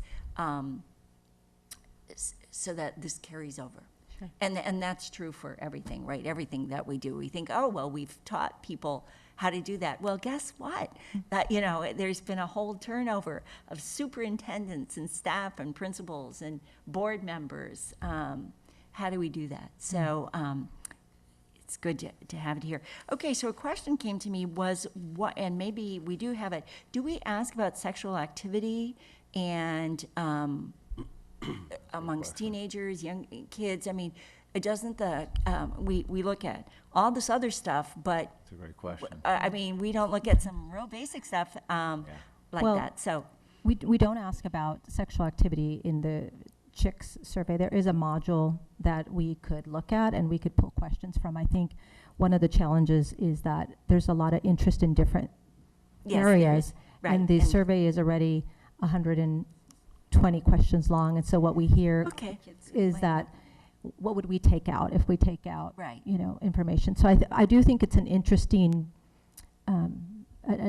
question, because if we're talking about sexual harassment, I think it would also be interesting to hear about sexual behaviors and such. But yeah, I throw it out. I have no particular, it's a question or comment. I said I would ask it. I did. So I throw it out in the context and see. You're right. You can't ask everything of all the kids and they're not going to answer it. Right. So different years, we might have different focuses. All right. You know what? I could go on, but we have a lot of activities. We're almost to 10 o'clock, and we've got a ton more, and I think my colleagues have done a good job, so thank you. Thank you. As have you. Thank you. thank you. Thank you. I just have a couple of questions. Sure. You know what, I think that Mr. Dauber brought up an interesting point, and that is, do we really understand what the answers are to certain questions? Do we understand what's underneath it? And before we jump in and do a program on making sure that we do equity training for everybody, for example, I think it's a good idea to do equity training for everybody, but if the way people answering disrespected by race, if what they mean by that, if we don't understand what they mean, then we might not improve the situation. And I want to make sure that that is true also with what people are defining as sexual harassment, that we understand where there are issues, and if there are issues in particular groups are feeling those issues more, or particular schools are feeling those issues more. I think the focus on bullying, yeah, as soon as you shine a light on something, it's amazing how you can make a difference. I remember when we brought all of our elementary teachers in for math training, how that punched scores up that year. Right. So I think that's great. That's a good model, but let's make sure we understand what the problem is that we're solving. I had another question when I started to look at these answers. I was wondering if you're planning on doing any cross-tabulation to see if things are correlated with each other by the people who answered. So for example, attendance with caring adult connection with drug and alcohol use. I mean, these would sort of triangulate on where are there issues that we need to address. Have you thought about doing some cross-tabulations? We have talked about doing cross-tabulation across surveys. So looking at the park survey, the developmental asset survey, and the chicks survey. But I think that's an interesting Right, I was asking point. a little different, if you could look for, particular student, how they answered several questions, and see if you triangulate on that. So are the low attenders, for example, the ones who Aren't connected, or is that just not Exactly, true? yeah. Because it's hard to go in and solve a problem when you don't fully understand it. I guess it goes back to my earlier question. There's another good reason to take it off PDF and let some people really have at the. We did that with Yeah, the so- developmental asset survey. Yeah. Excuse me? We did that kind of cross-tabulation with the developmental asset survey Yeah. to see Yeah. if the ones who were That's a great idea. not attending had like violence at home or drug and alcohol problems. I We think it have would our be. new data person January 5th. Yeah, and I think actually.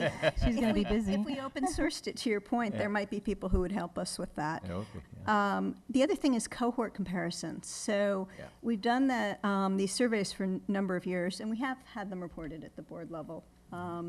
But I don't think I've ever seen a comparison to see what did the 7th grader from last time look like as a 9th grader, look like as a 11th grader. Has there been consistency? Has there been progress? We haven't done that, so I think we it would haven't be done good that to do kind that. of analysis, right?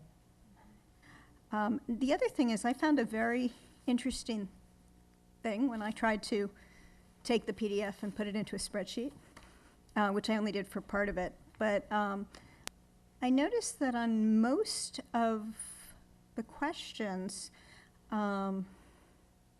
want to scare anyone here, but Gunn had a lot of questions that in ninth grade looked less good than Pally's answers, but in 11th grade looked better than Pally's answers. Yes. We had And I'd like to understand that because I know we've had a lot of talk about new programs that have gone on in Gunn, and I don't know if this is something that's specific to this year or it's consistent over time. Barb had pointed that out in the past. Oh, had she? Okay. Yes. So I'm No, but pointing it's it out good you again. bring it up again. I think we need to understand if this is a point in time or this is a trend. That we need to see what are we doing that would make things look better in 11th grade than they do in 9th.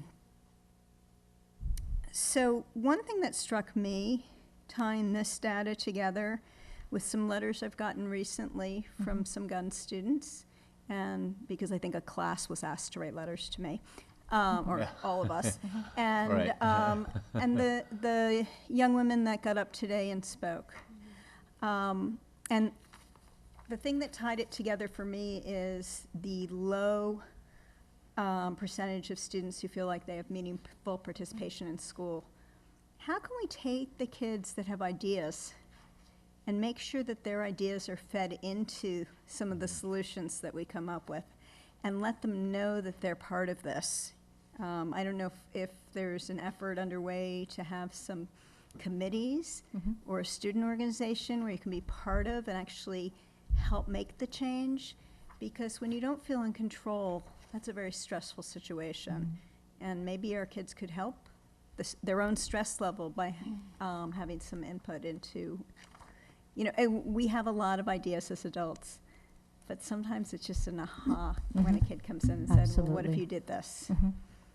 Yeah, we found that to be true in our Safe and Welcoming Schools Committee. We have a number of students, and their ideas are always so much more interesting than the ideas that the adults put out there. So I agree with you. Yeah, I mean, sometimes they can't be done, but if you don't have that conversation, the students feel very out of control.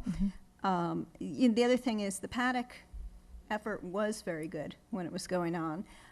It lost funding. I'm not exactly sure where it got funding, but it lost some funding, and that made it hard to continue at the level that it was continuing at. But maybe Project Safety Net should look into that, because that would be a good tie-in. Okay. But thank you very much for this report. Now, we have a community member. Can I comment. say Oh, one yeah, more yeah, real go- quickly? sure. Can you pull up slide 12? Because I tried to do the cohort just with the data that we had here, which I thought, and the only great aha moment for me, it was the connectedness one. There you go. So the 7th graders in 2011-12 are now 9th graders. So look at that fall off Yeah. between middle and high school. Yet between 9th and 11th grade, it's basically stable. So I don't know if that's just a function of going from a middle school to a big high school, but our middle schools are really big. So I really want to do a deep dive. I like that word, deep dive. Do a deep dive and try to understand that, and then look at more cohort data. I actually, it brings up an Yeah, interesting yeah. point that I was thinking about, is that our middle schools and our high schools have grown over time, and I wonder if this data has declined along with it, the connectedness data, but I haven't done the analysis. Right. Yeah, and just one other positive piece, the verbal harassment goes down between 9th and 11th grade from 23 to 18 in the cohort group as the kids get older. So maybe there's something in the maturing process too. That with 9th graders. But anyway, thank you for your points, Board member. I know we have a community member, but this is really set a good direction for us, and I'll be eager to get the whole team back in town. We do the debriefing the days after the board meeting, and so those of you who sent questions earlier, we are responding to those. We'll take some time and do it thoughtfully. But this is really a fruitful discussion, so I'll just say that right now. And Well, thank you for on to bringing community this to the board, and thank you for continuing to Brenda, this is invest in awesome. these. Thank you. So, Mary Elena Gaona Mendoza. Mary Elena, I just would like to share something with you. I have a bit of dyslexia, and anyone who works with me knows that. I'm a special ed too. So I just wonder, this is not personal in any way, if I have a pronunciation issue. I'm happy to have you No. here. I just want you to know what you're saying. Ganona in Spanish is like calling me a name. And the name is that I go and take things and I win them. You know, I can go there and take and take and take. So it is really not just nothing. Is that what it is? And I understand about that. I'm a special ed kid. It's not kid because I'm grown up, but I'm still like a kid. I'm a special needs. So I completely understand that. And sometimes I feel like you should give me extra time here because I have to think. I have to get it out, and it takes longer.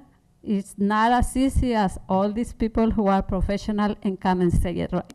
You know, I have the heart to say what I want to say, but it takes me longer. So let's move on and agree to, I didn't mean anything by the mispronunciation. Okay, I'm here because I was looking at all those answers that she got from the California Kids thing, and my question is, what do you do next? Because we can spend time here saying, look at all these results, but what happens next? Are we moving? Are we addressing something? By the way, I am very impressed of you two guys when you are, it was just, you spoke a little, but it was going to the point. Thank you for that. I know that you're already doing that, what I wrote down there. Thank you. So my question is, you know that students are in high risk, and what do we do? I sent an email, not to you two because you knew, to Mr. Superintendent and the other people who were here as board members, telling you about my niece who is at Kansas. She was sent there even though we didn't want her to take her there, but the school district took us to court. So we have no other choice because we can't be spending time in court. We cannot afford lawyers. So we have to do what we have to do, send her. But we told them if it doesn't work, we have to get her out. Well, she got to the place, first week, she swallowed one battery because she wants to die. Next day, she swallowed another battery. And then the people realized that, oh, we don't have the staff trained, so they're going to stop the train at that point. The reason they sent her here is because she was tested and she got low cognitive results. Just like me, remember, I'm a special ed. So because of that, she was sent there with very handicapped kids. She doesn't have anybody to look up to. There are no regular kids in there. And so she's miserable. And so the training had to do it, had to help her. And one of those trainings, they call it safety assist. And on those things, I told her, how do you feel about those assist and a phone call? And she said, you know, I can handle it. There's 2-3 people on top of me, and I can't breathe. Sometimes I can say I cannot breathe, but sometimes I can't even say it. So this is an incident waiting to happen right there. And just a little bit, I have to disclose my child in order to get him help. I feel so bad about it. I wish I had money and I didn't have to do this. The child continued to kick and try to buy stuff while the assist. The child and the staff were swearing profusely. Child pulling on her own hair and trying to tie her hair ties around her wrist to cut off circulation. Staff broke her ties of hair for her safety. Staff unzipped her hoodie, and she was spitting at the staff face, screaming at the staff to leave the hoodie on her. And she didn't care if she was hot. Right. She said, I just don't care anymore. I want to end it all. And that's the kind of help she gets. And after that, she swallows. Thank you. She swallows batteries, one lens like this one, another time, hair clip, headphone buds with metals inside, plastic piece, erasers, bracelet, paper clip open, and she somehow has access to cut a window and get a piece of glass. Can you tell me that this is a place good for my child? Tomorrow I have the IEP, and I do hope that they finding a new place for her. I don't want to get her out in a coffin. Thank you, Maria Elena. Mary Elaine, I want to also appreciate your work on Track Watch, which you mentioned in your open forum comments, and which has been a real gift to the city, and you know, we all appreciate that. Thank you. We need to do a vote to extend the meeting. All right, so what, in terms, well, how long do you want? And do we want to like take 5 minutes each instead of 20 minutes or 30 minutes and then the rest of the people don't get a chance to talk? Maybe we need to take turns a little bit. Do you want to do that? I'm hoping that this next item isn't going to be, we have one more item It's a that might short have presentation. some Yeah. questions, but I don't think it's going to have the level of Do questions. you want 11 o'clock? 11 o'clock. 11, okay. Is that your motion? It is. Okay, does someone second it? I'll second it. Thank you. If we finish before, we don't get penalized. As a matter of fact, I might give candy to people if we finish before. All in favor? Aye. Wait. Aye. Opposed? Did you second, but I'm not? sorry, aye. I seconded it. Do I also have to vote for it? You do have to vote for it if you seconded it. Absolutely. Okay. Motion passed. Okay. Ms. Townsend, you were saying? I'm sorry. Well, let the presentation go first and let's see where we're at, right? Yes. Okay. Okay. Good, Dr. good. McGee? This, I think, will be a brief presentation. You have a significant amount of data.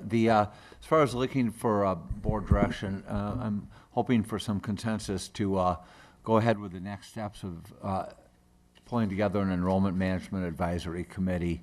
And so that's the direction in addition to the ideas and questions you'll be having. And that would be a vote. That would just kind of. Okay, but this is an information item. It is So we're information not item, voting. yeah, This right. is, No. okay. Just Okay. to help focus some thinking and comments. So. All yours, Kathy.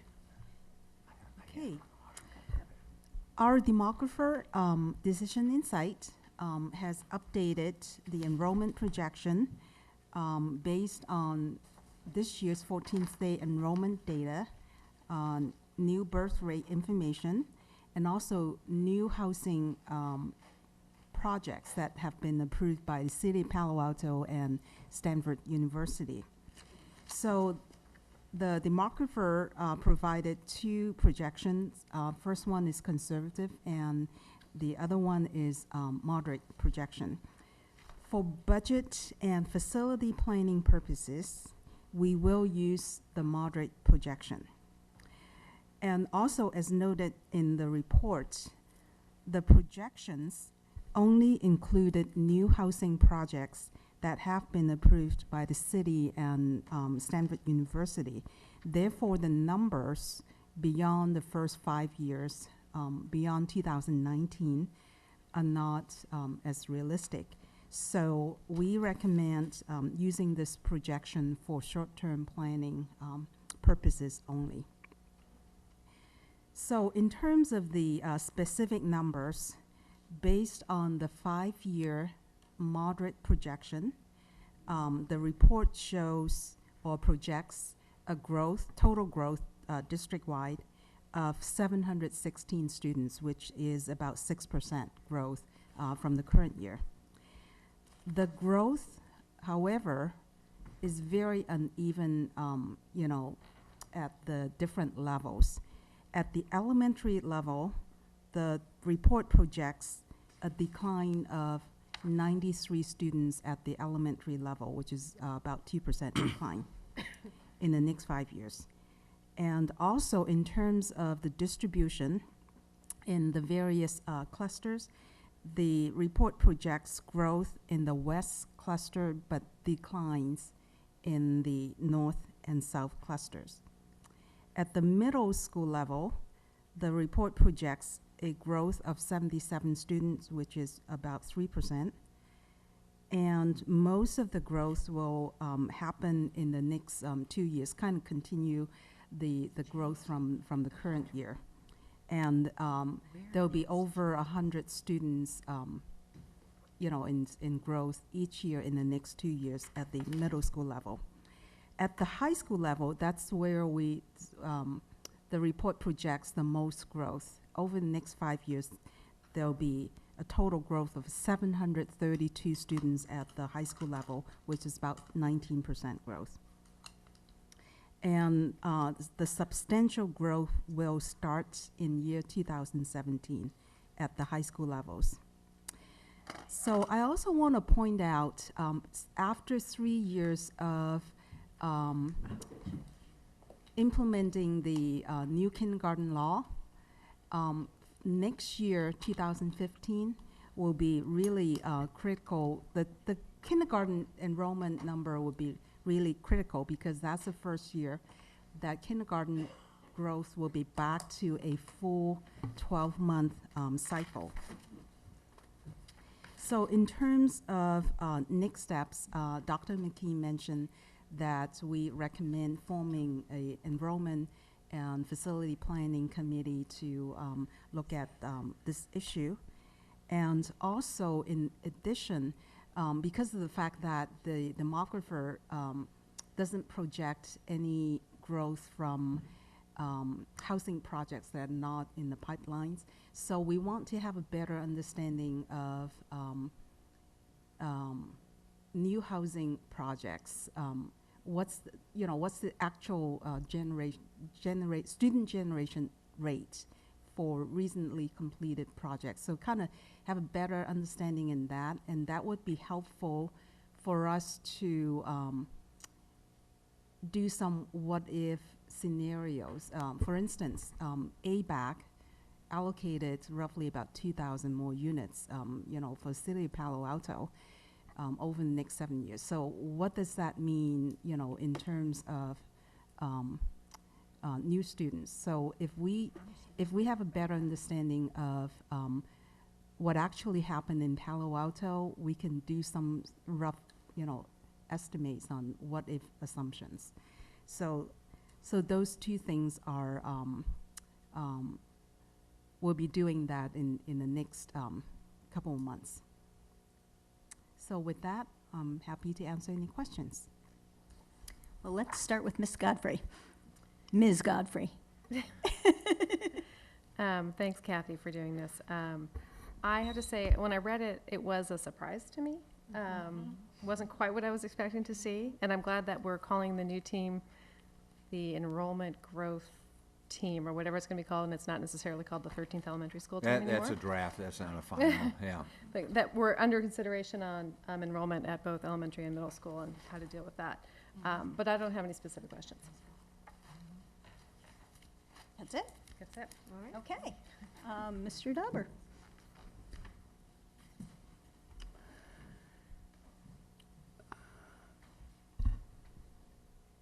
So I guess I have a couple comments. One is that I do think that we need more reliable projections, and some of the questions that I know you've been posed have been about, what more realistic numbers about housing starts. As you mentioned, the Palo Alto housing element contemplates 2,000 new housing units, not 650. The new city council seems likely to redirect some of the housing growth from the south to the north, so that will probably have an effect. Hadn't heard that. So I don't think we're yet at the point where we have demographic projections that we feel are reliable enough to make real plans based on. Or long-term planning. Or long-term planning, yeah. So I hope that Dr. McGee's committee has that. And one of the things that I'll say about that is that I think that we have a wealth of experience in the community, and sort of technical experience and demography and these kinds of projections that we can draw on. And I know that I've already received indications of interest from folks in the community on that I'd be happy to pass on to you. So I think that we have the capacity to get some really much more nuanced projections. I would say that the need for a 13th elementary school, I don't think is predicated on any of the projections that we're seeing, because I think that we've needed a 13th elementary school for quite a while, and that we're well past the point in terms of the population in our elementary schools and the average size of our elementary schools, that the most prudent step is to move towards opening a 13th elementary school. One of the patterns I think that at least I've seen, I think others have seen, is that we see a signal of enrollment moderation, and the impetus to move in that direction, to take the step of a 13th elementary school, dissipates. But what I think we sometimes forget is that moderation is happening at a much higher level than historically we've been comfortable with in terms of school size. And I certainly heard a lot during the campaign that there's a very strong appetite in the community for smaller elementary schools, and therefore for reopening at least one elementary school. So I don't think that the projections that we're looking at really bear on the question of the need for a 13th elementary school from my perspective. I think that we clearly do need that. Ms. Townsend? Yes. Having looked at some demographic reports for many, many years now, and things keep changing. And the one thing about the future is it keeps changing. And, you know, as close as we can get to when we have to pull the trigger is information that I'm comfortable. I like, you know, I like ongoing information. It is true that Kathy, you mentioned ABAG. You know, there is talk about campaigns. You never know what will come out of campaigns, but some folks were arguing they were going to fight back ABAG, and that's not going to happen anymore. And so, yeah, there's a lot of uncertainty in the future, no question about it. I can assure you that there is appetite for elementary, middle, and high school.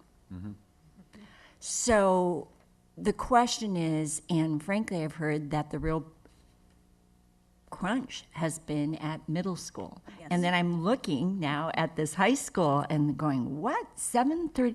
Let me ask you, 732 students? So remember during 2008 to 2010, I do, we kinda. had substantial increase in kindergarten enrollment, and that's what driving. Oh, that's the bump. Right, the bump currently happening at the middle schools, and then in 4 years we'll be seeing that bump at the high school. At the high school. So going back to that a previous presentation about kids being unconnected or disconnected, or when they're connected in high school, I mean, frankly, I'm thinking about some of those lab classes that are at 43, and I hear from teachers saying, you know what, these classes are too big. You know, not only, so sure, this is really good, but the answers aren't here. Right. You know, and then Dr. McGee, I'm interested in looking at enrollment, but I'm also looking at the budget that connects with this. I can't look at enrollment without understanding them. I mean, and we always look, what are the ramifications on budget? I mean, we might be ready to pull a trigger, but let me know what is the cost of, and I'm not even as interested, although I am interested in the capital outlay, I'm interested in the operating budget. And I want, you know, I'm with other people thinking, boy, I want to pull the trigger on this, but I need to know some money around this. I mean, we just did a deal, well, no. Yeah. I mean, we're down, what, 1.9 million a year as of recently. So I can't look at this without context and without some numbers around it. So this is great. I guess the only thing about the future is it is uncertain. I have changed this. I have seen this change dramatically. And Ms. Mack, correct me if I'm wrong. Wasn't it true that we were told just a couple years ago the growth was going to be in the South? Not, I mean, the North was going to go down, but there was going to be growth in the South, and then some growth in the West. Well, now we're hearing that it's going to be in the West, not the South and the North. Gee, times have changed. Right, because of the new housing projects. So again, the point is that the closer we get to making a decision, we use the best information that we have. But to say that we're going to somehow imagine the future, that's hard. There is a point at which we have to decide which is the priority. Is it the middle school, where we're really hearing where the crunch is, and but 13th Elementary, we sure would like that too, wouldn't we?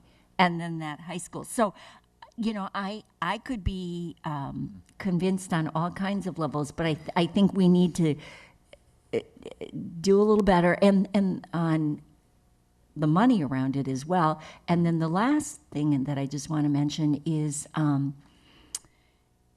growth. While growth may happen in the West now, I mean, it's, again, not in these neat little bundles. And, you know, the boundaries around such things, I mean, I'm looking at Sunnyvale now. I don't know if people have been watching the press down in Sunnyvale, but there's 2 schools that are over capacity.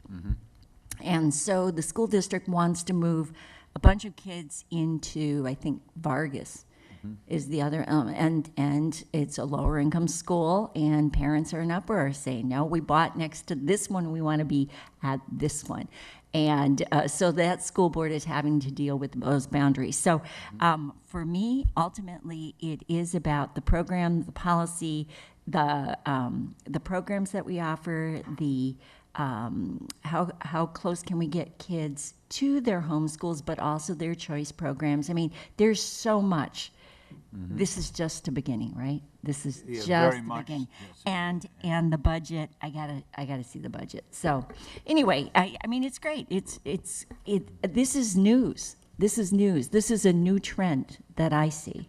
But all right, that's it. Can I just ask Ms. Mack one quick question on that? I think I saw in one of your budget documents an estimate about the incremental cost of a 13th elementary school. Do you have? Yes. 700,000, is that? Right, okay. right, the operating budget, right. Okay, so that's say that again. 700? It's about 750,000. 750,000 for an I'm sorry? Ongoing, right, operating. For a 13th, do we have that for the middle school? So middle schools, it's a little over $1 million, now maybe 1.2 million. Okay. Yeah. Can that possibly include, that doesn't include teachers though, right? No, doesn't include That's just teachers, administration. Right. But we have a, Thank you for we that have a question. norm for class size. And if you assume that norm, no matter whether they're in one school or 2 schools, then your costs wouldn't go up with that part. But the infrastructure cost that she's talking about, having the administrators, having an extra librarian, all that stuff is extra. And again, I don't object to this. I mean, if we need additional room for kids, we're gonna have to decide this. But I also understand that there's a budget here, so we'll just look at it. Good. So I just participated this past year in the Housing Element Committee for the city of Palo Alto, and so lots of great conversations about the ABAG numbers and the plan to do more transit-based housing, smaller housing.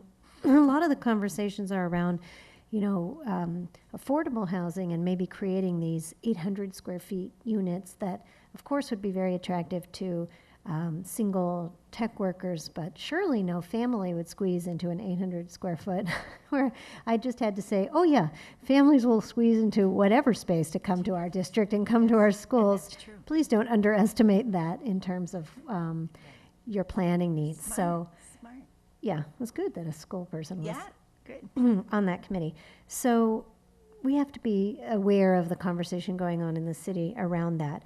And to that point, when we talk about this again, or in context of the committee that you'd like to form, I have asked for this before, but I would love to see the historical context in terms of what numbers were in the planning phase of a new unit, in terms of how many children would enter PAUSD schools, and what the actual reality was.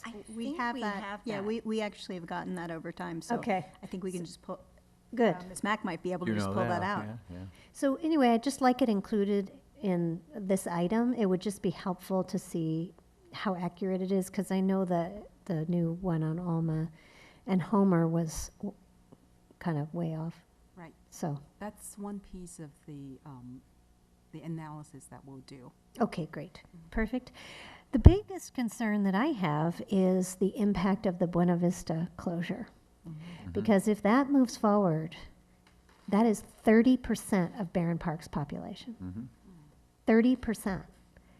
If we're opening a 13th elementary school and having to close another school, that would be odd. I mean, not that we would do that, but I'm just saying, what is the impact of losing 30% of a population at a school? Now, that's in the west, but it's not really in the northwest where the housing is, which is Escondido and Nixon. It's in the southwest where Briones and Barron Park are, which are declining in enrollment, not increasing in enrollment. So again, it's a more complex issue than, yes, many of our schools are at higher numbers, but there's this big question mark on the horizon. Now, I'm hoping that the city will step up and find some alternative housing, but we can't rely on that. So that's a huge factor to consider, I think, on this committee and in planning for. And it's not Right. just Barron Park that's going to be affected. It's, more than 100 children in our district, Barron Park, Terman, and Gunn. So that's a big thing that I'm concerned about. Those were my questions. This was surprising to me too. I mean, I'm sure it's surprising for everyone to see declining numbers. I'm really curious about next fall because TK will be all fully integrated. We'll have a full 12-month cohort instead of these 10, 11, 12, whatever, 11-month cohorts. So who knows? So we'll have some preliminary numbers in for January. kindergarten, after priority ones, sometime late February. Good. Yeah, to look Thank at. you. We'll be here Saturday, I think. So is the Buena Vista closure reflected in these numbers? I don't believe so. I have to Since check. it's not a certainty, it's not. So, first of all, I sort of want to step back and say, if you look at the 20-year linear trend, so if you actually put a line on it, there are years went up, there are years that went down, and but it's been about 2% over 20 years. And given ABAG pressures, given the city's desire to put more housing next to transportation corridors, which would be University Avenue, California Avenue, and El Camino, just given Stanford's desire and the reality, they just keep getting more funding, so they are going to expand. They have a desire to expand. These pressures tell me that I can't see a reason why that 2% line would change. If anything, I think that 2% line might become steeper. And we just need to be realistic. Right now, the reason the West looks like a big blip is because Stanford's putting a whole bunch of housing in. And the reason the South was a blip before was because there was a whole bunch of housing that went in the South. And the next piece of land, and it won't be a blank piece of land, it will be some old housing or some commercial buildings that a developer will get a hold of and turn it into housing, then that will create growth wherever that happens to be. And I know the city's trying to put it at transportation corridors, and they'll work on that, but sometimes land appears at a non-transportation corridor and a developer gets their hands on it and it becomes houses. So I'm just very skeptical about declining or even flat enrollment for any length of time here. That being said, we have built down our high schools to hold 2,300 kids each. Now, that means there's enough classrooms to have average class size at 28 and 0.5 or whatever our class size is. If we have opted to have some classes very small, like certain special ed classes that might have 8 kids in it, and opted to have, in order to balance that out, to have some classes large, that's a decision that's made at the school. It's not a decision about whether we have enough classrooms in the school. Now, at the middle school, let me just finish my thought. At the middle school level, it's a little different because we started to run out of classroom space at the middle school. And that's why we're not moving those portables out. And so I think the middle school, certainly there are people that, and me included, that would like to see smaller connected groups in the high school and would like to see better connectedness in the high school. And we could do that with more school within school programs. We could do that a lot of ways. But we have seats to go to 2,300 at both of those high schools. And that takes us out quite a bit on these projections. The middle school is just not true. And we've ignored it for way too long. We need to do something about the middle school. So I'm very supportive of Dr. McGee's idea that we need to put a committee together to figure out what to do. Now, whether we need a 13th elementary school or whether we want a 13th elementary school and whether we can afford it is an activity that we don't need to do here. We need a recommendation from a group that's going to do the work. And Dr. McGee, I'd really like to make sure that that group is given the costs in the context of our entire budget and what the goals are. So, I was just sort of back the envelope. Kathy, what was our fair share reduction? Was that $7 million? It was about 7.4 million. Okay, so $7.4 million fair share reduction that came away from our budget. So every year going forward till infinity, we have $7.4 less million than we thought we would have in 2008. Right. Okay, we thought that was going to come back. That's never coming back. 1.9 million, that was operating funds that we got from the Cubberley lease, gone, never coming back. These are operating dollars. Yeah. So dollars we can use to pay teachers and administrators and infrastructure. And then for the next 6 years, we have about $2 million extra costs in our pension costs. So that's over $10 million less than we had in 2008 in our projections going forward. Not that, we could have that and still decide a 13th elementary school makes complete sense, but the group that does this analysis needs to have all the information, not just we're overflowing this many kids, or not just it's growing in the West. When they have to have the whole picture. And then I'd like to see a recommendation, okay, given that, what's our short-term 5-year plan? What's our 10-year plan? I don't think anyone can go beyond 10-year planning in this kind of thing. To make a recommendation that way would be easier for us to have a discussion, because right now there's just so many what-ifs, and we don't have the data.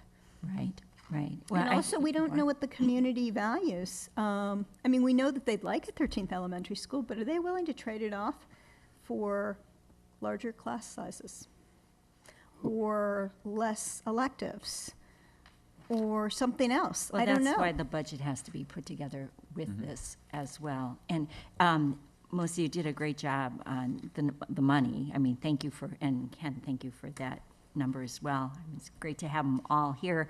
It is interesting, though, too, we are concerned about overflows, but pockets of growth are going to be all over the place, and that will be an ongoing issue.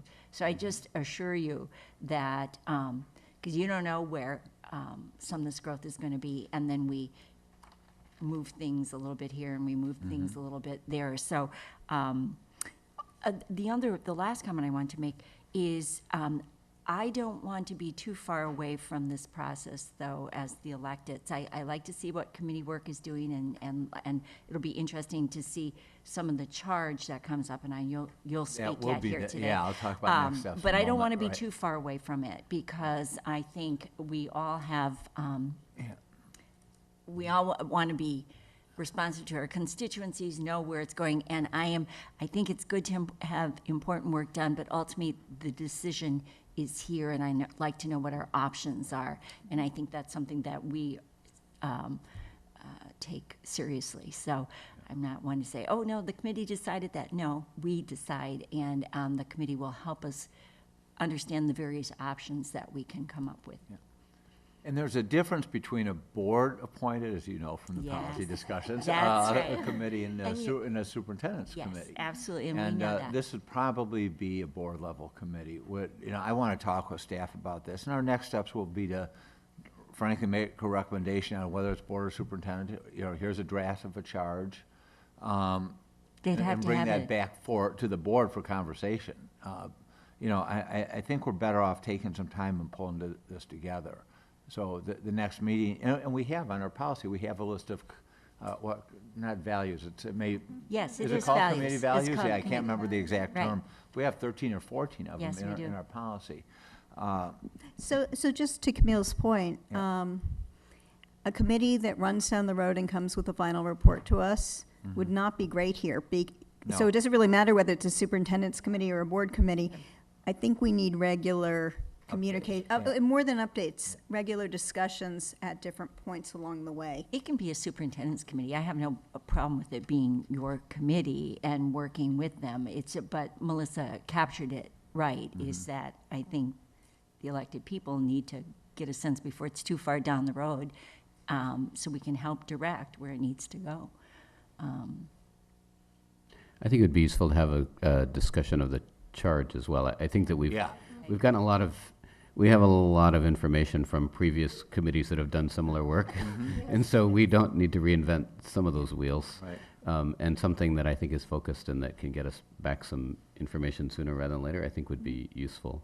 I also wanted to make one point about Buena Vista, which kind of is connected to Melissa's, which is it may well be that, and I hope this isn't the case, but it may well be that the trailer park is ultimately displaced, but it will be displaced in favor of Housing. more of housing You would and think possibly so. more Right. dense You housing. would think So we're not going to see, except for a short term, any decrease, I wouldn't think, in the student population that's attributable to that site. It could be years, right? Yeah. I mean, so are At we some point talking we're 10 gonna or 20 or? Well, at some point we're going to see children at that site coming I would to our think so. schools, even if the current residents are displaced. That's Another bubble, another reverse bubble. Well, and hopefully the economy will stay good, and although during the last down economy, our population here went up. Yeah.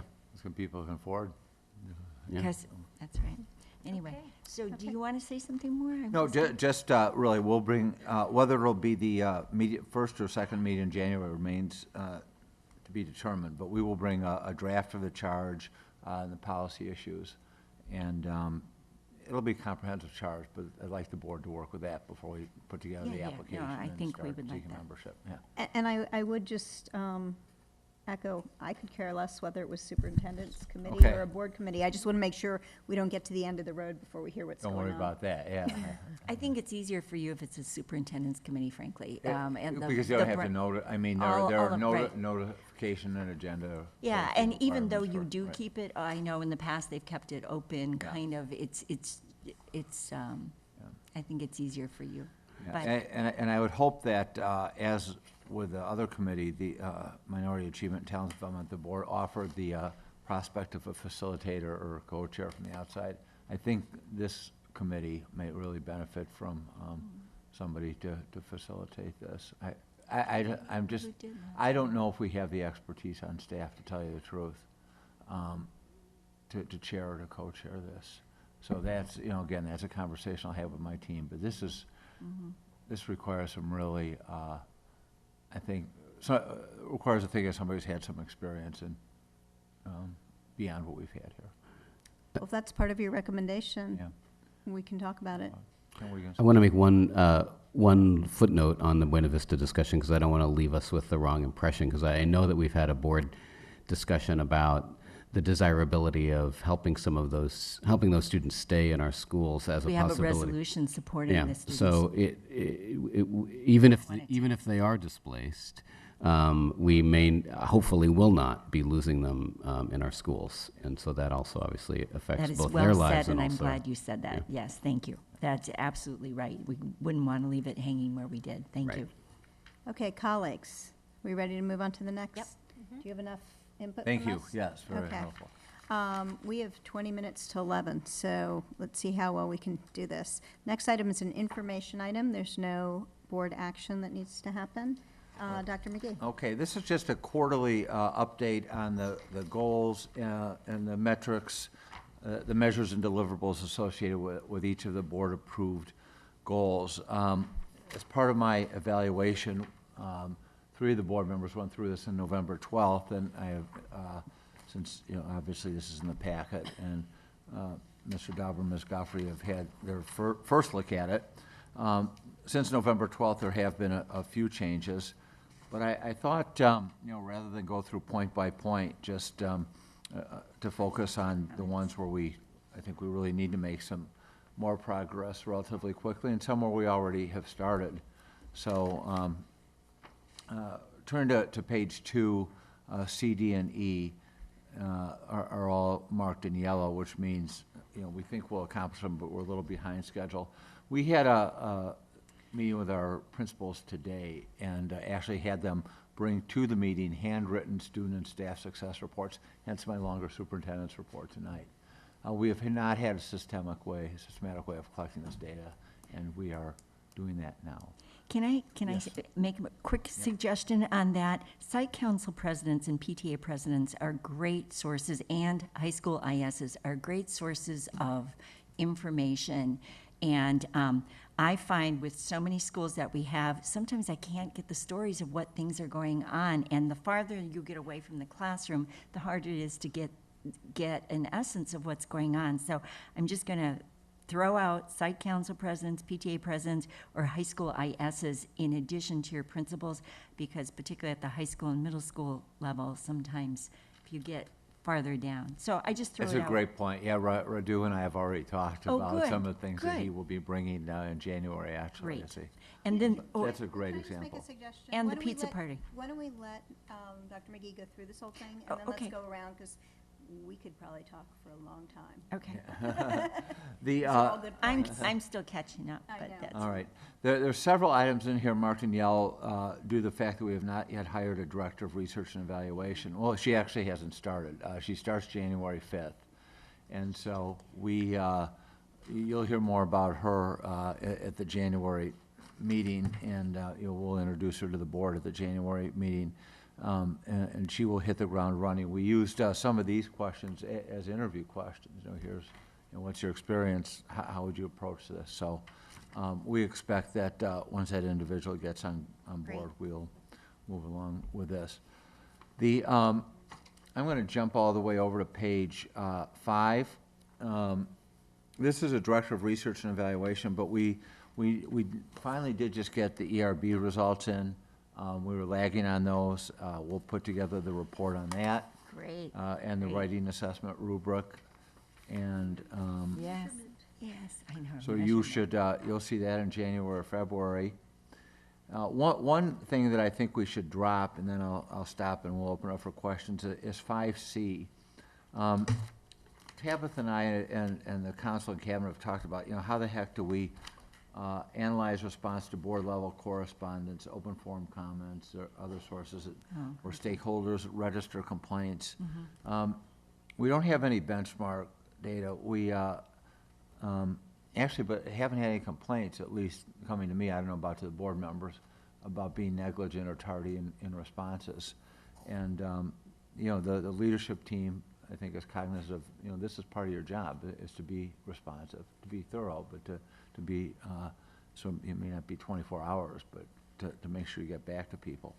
So unless there's any objection, I would just as soon, drop that out.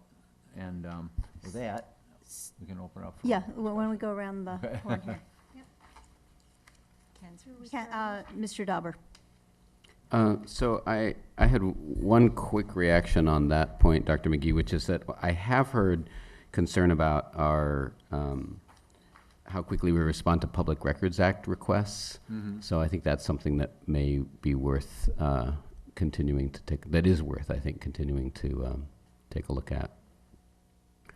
And but I agree with you that if you're not seeing an issue with 5C, then it seems perfectly appropriate to remove that.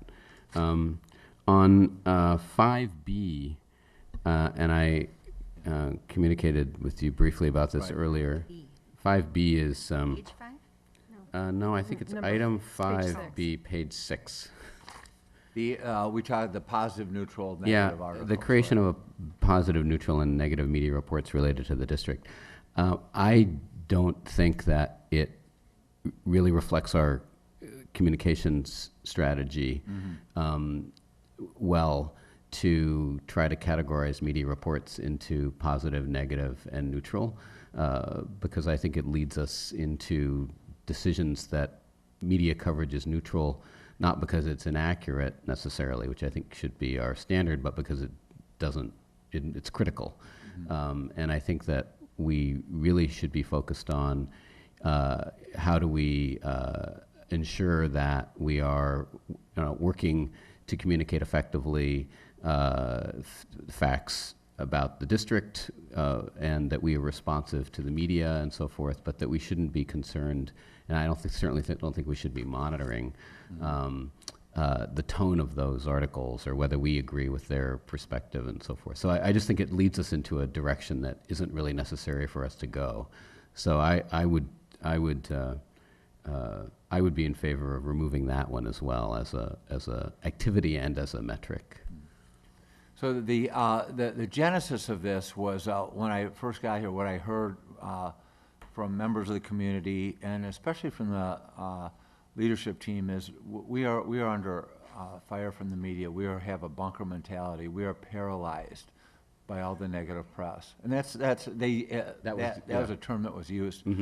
And and I had no reason to say yes or no because we didn't really have any data, but I can tell you that was the feeling, and that was the perception. So I think the reason I set this a metric is, well, let's see what it really is. And granted, it's very subjective. I certainly trust Tabitha's judgment, and probably each of us would read through those articles and do it a little differently. But it seems that perhaps the media is more fair than they were given credit for a few months ago, or perhaps it's that. But I also think it's part of brand management, we got this. I first did this when I was state superintendent. I mean, we had a horrible brand. We were compliance, gotcha, and I said we're going to become a service organization, and actually paid way too much money and hired Seraphin and Associates in Chicago, a world-class communications firm, and this is one of their metrics, and frankly, I think it helped turn around the perception of the state board. Certainly turn around our work to be a service organization. So that's a basis. I'll leave it up to the board, what you want to do with it. But that's where it came from. Yes, I understand that. Got anything else? No, I don't. That's it. Thanks. Am I ready? You're on. Okay. So let me also add that I know this is minutia, but it's not minutia. On page 2 again, Site Council presidents, PTA presidents, and return to our twice-a-year pizza parties with our high school students, which we have done historically, and they've dropped off. That's and it is critical. We have a wonderful time. And we really get a chance to hear from them. Okay, it's not on here, but well, please. yeah, but I was thinking it would go under C or D or E on page 2, somewhere where you talked about student and staff successes or whatever. Face to face. I put it right by face to face. So there. Those pizza parties aren't really about recognition. They're about us kind of having a face-to-face. I'm sorry. Yeah, face-to-face recognition. No, it's more a chance for us to do a little reconnaissance, and they can meet us, and we can meet them, and just It's a mini focus group, is what it is. very relaxed. I don't want to oversell it. It's just a nice chance to chat with kids about what's real in their lives right now. Really looking for that ERB, and let's see, with response to Ken, I don't disagree. I think accuracy is important, but I also understand it is true. Staff felt incredibly under attack, and I think they thought unfairly. And so I would maybe, if anything, just add accuracy of newspaper reports, if we were going to add anything. So I know Tabitha's working very hard to make sure lots of information goes out so that newspapers, whoever, have information, but accurate information will be key. And then what I say, way ahead of us, adult questions. Okay, I just saw, yes, over here on page 7, you're doing the live show with the students and the like. So, geez, I just look forward to those students really asking those questions, and that'll be really good. So, Good. yeah, good. I don't have anything else. Okay, just quickly, we have our 5 strategic plan goal areas, and the only one missing from here in your parenthetical comments is B, that personal development and support, social emotional health category. I think your numbers 1 and 2 do align with strategic plan goal area B. It's just not listed there. And so if you were looking as a member of the public to make sure that all the strategic plan areas were covered in sort of the goals for the year, or at least touched, you wouldn't see anything that highlights B. We have that 3I on page 5. Oh. Couple, so, and I think 4, I didn't say anything about 4 because that's really, Charles's work, and he's going to do a separate report on So the you see where- updates on the work plan. But where- 3I is that presentation, safe and welcoming school metrics. There's, No, I see it in the plan. I just don't see goal area B listed in the parenthetical comments under It each should be. goal. Yeah. So if you could just add it, that would be great. okay. It's a small thing, but it's just something I'm looking for. Yeah, it speaks to me. All right. In terms of that. The other thing, I think I mentioned this when we went over this on the 12th, but 2B, I think you meant to write analysis of school level survey questions regarding innovation, design, delivery, implementation, and evaluation, right? Oh, my goodness. Okay, not innovations twice, right? Design, delivery, implementation, and evaluation is usually what you say around those It is things. always what I say, so, That's what I thought. It's like a Thank spell you. check problem. Yeah, so, I know I mentioned it before in passing, but just a thought around that. Gosh, yeah, thank you. I'll have something. Yeah, yeah. And I know you're going to update this, so, under that I, safe and welcoming schools metric, you said we're going to wait for Park and Chicks results until January, and you just did them in December, so just an update. But otherwise, I already gave you comments, and so I just appreciate the tremendous amount of work you're trying to get done this year. Okay, and just, we do these updates quarterly, so, Yeah, great. we see progress. Thank you. Ms. Godfrey? Thank you. One of the things I noticed here was the Director of Research and Evaluation has a lot of work to do. Yes, she does. And I can just see this really ramping up even more. The more data you give us, the more data we will want. Because you can cut it many ways, and all the correlations and tabulations and all that crosstabs and stuff. So, God love her for taking the job. But that's one area I can see where we might drown you and her. So I would just caution us on that. Yeah, one thing we're looking at, just real quickly, is when we do the staffing plan report, we may need to add not a director, but just a data person, just an analysis position. We have like one person doing that now, so. That would make me so happy. Yeah, and we have Mike helping her out, but it's, yeah, we've talked about Yeah, this. So we you may could see pile a lot this. of work on that, I'm sure. Okay, thanks, sorry to interrupt. The other comment for me is on 2F, when we talk about, how to do evaluations and, how we sort of make that part of our practice. That's another one that feels like it's a big nut to crack. I see here that there's evaluation proposal ready in December. Is that still Where are you, Terry? accurate? I'm sorry. 2F on the bottom of page 3. Says we expect to have this evaluation proposal ready in December. On the hybrid classes? Yes. Yeah. Yeah, is that right? Is that still It accurate? is. I'll talk with Charles about that. That may be cost prohibitive. Okay. So we have a proposal from Hanover Research, but we may not be able to afford it this year. And Okay. so we may have to do our own. But I'll ask him about that. Then the one that is in red, on page 6, I didn't quite understand, like, the itch that was trying to scratch. I'm reluctant to delete it if it got on here in a legitimate way that is a concern, so I didn't quite understand. So he mentioned that at the beginning, that maybe he'd want to take that out, so it Yeah. sounds like you'd be in support of that. Well, wondered no, I wonder why. So last how year. it got there and So last year, this did come up at our board retreat discussion. Last year, we had a couple of issues that kept coming up at the board because they hadn't been addressed in a timely manner. And we haven't had any since then that I know of. If you know of any, do tell. Yeah. I'm not here to embarrass anybody. No, no, but that is the point, is that there aren't any particular issues, but there have been. So, you know, you just throw it on there if we And need then my last question was on the green one, so F, that's on page 7. One of the things I don't quite get is the closed loop process on, like, we asked questions here today. We asked questions of Brenda, we asked questions of Ms. Mack. Right. And the weekly reports, I think, is where those questions get answered. But if they don't get answered in the weekly report, there isn't one every week, so then they get answered 2 weeks later? Is it? Or 3 weeks later, right. And yeah, I've had some conversations about that because I really worry about things dropping. And so, you know, that's why on the last memo, I think I said, this has been assigned to so-and-so to take the lead.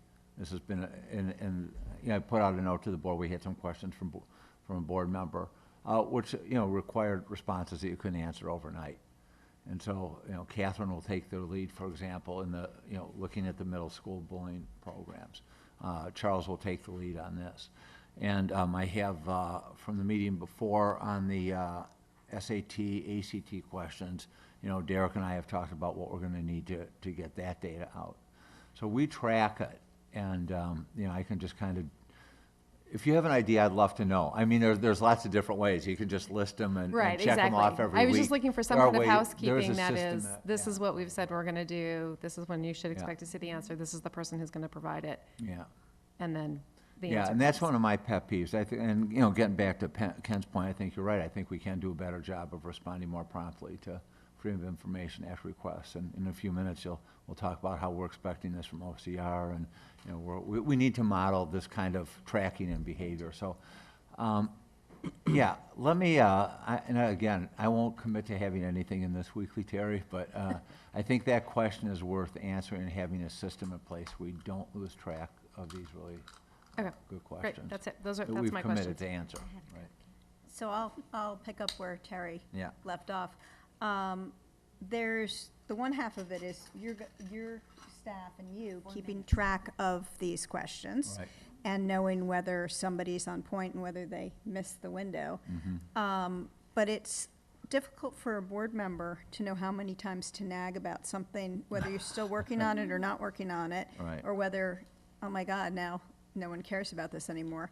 And maybe that's what you wanted. So if there Not was me. other people that, you know, Right, might I have get it, this. yeah. So, you know, one thought is that there's some place electronically Yeah. where these things are just listed with responsible party and estimated date, and we don't necessarily, or I don't personally care if it hits the exact date. I just want to know the range, and when I start getting worried, then I didn't hear any answer on it.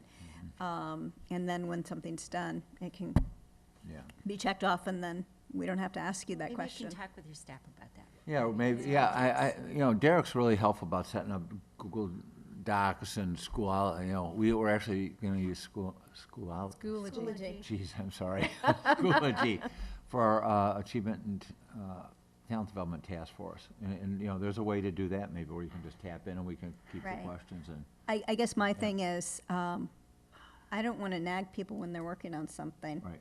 And so if I know that they're working on it, then I can go worry about Yeah, something no, else. I think that's a great point. I think it's very helpful. I think I want to comment after listening to your points, Mr. Dauber, about the communications, the positive, negative, neutral. There's a psychological benefit for people to see that the loudest voice isn't the only voice. And it's really easy to complain everybody's negative when you're not seeing that there's other stuff going on. So I think your point about shouldn't we be tracking whether the press we're getting is accurate, I think that's important, because if it's consistently not, then we're probably not doing a great job of communicating the messages, or there's some disconnect somewhere. But for going back and helping people do their job effectively, I think there really is some benefit in people knowing that there are positive things being said, just because they're not hearing them, because you tend to have an overly over-focus on something that's bad. People just tend to do that. And we could all argue with Tabitha on whether her things are positive, negative, or neutral. And maybe all we really need to know is keep track of how many positive articles there are, just so that people know that there are. But I do think there's some benefit in management back to our staff on this. So I do want to actually pursue this question a little bit, but is it timely for me to do that? Yeah, or do you well, have other- I'm actually thinking that what we need to discuss, if it's really changing a goal that we set at the beginning of the year, then we should discuss it at our January goal setting, or our superintendent mid-year evaluation meeting. That would be the time to adjust goals. I mean, if Dr. McGee feels strongly that something doesn't need to continue right now and we're all okay with it, then that's fine. But I think if more discussion needs to happen, we should do it in our January 20th meeting, which is coming right up. So is that a closed session meeting, though?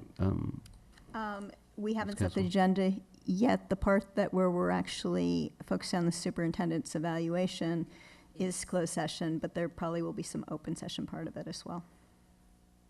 So just, if I could. Yeah, Well, you go ahead and say whatever. Yeah, I'd like to take a minute, because I Just one think sec. there's some. Can I extend this meeting? It's past 11. So You may make a motion and to do what that. would you like it to be extended It to? should probably be 11:30.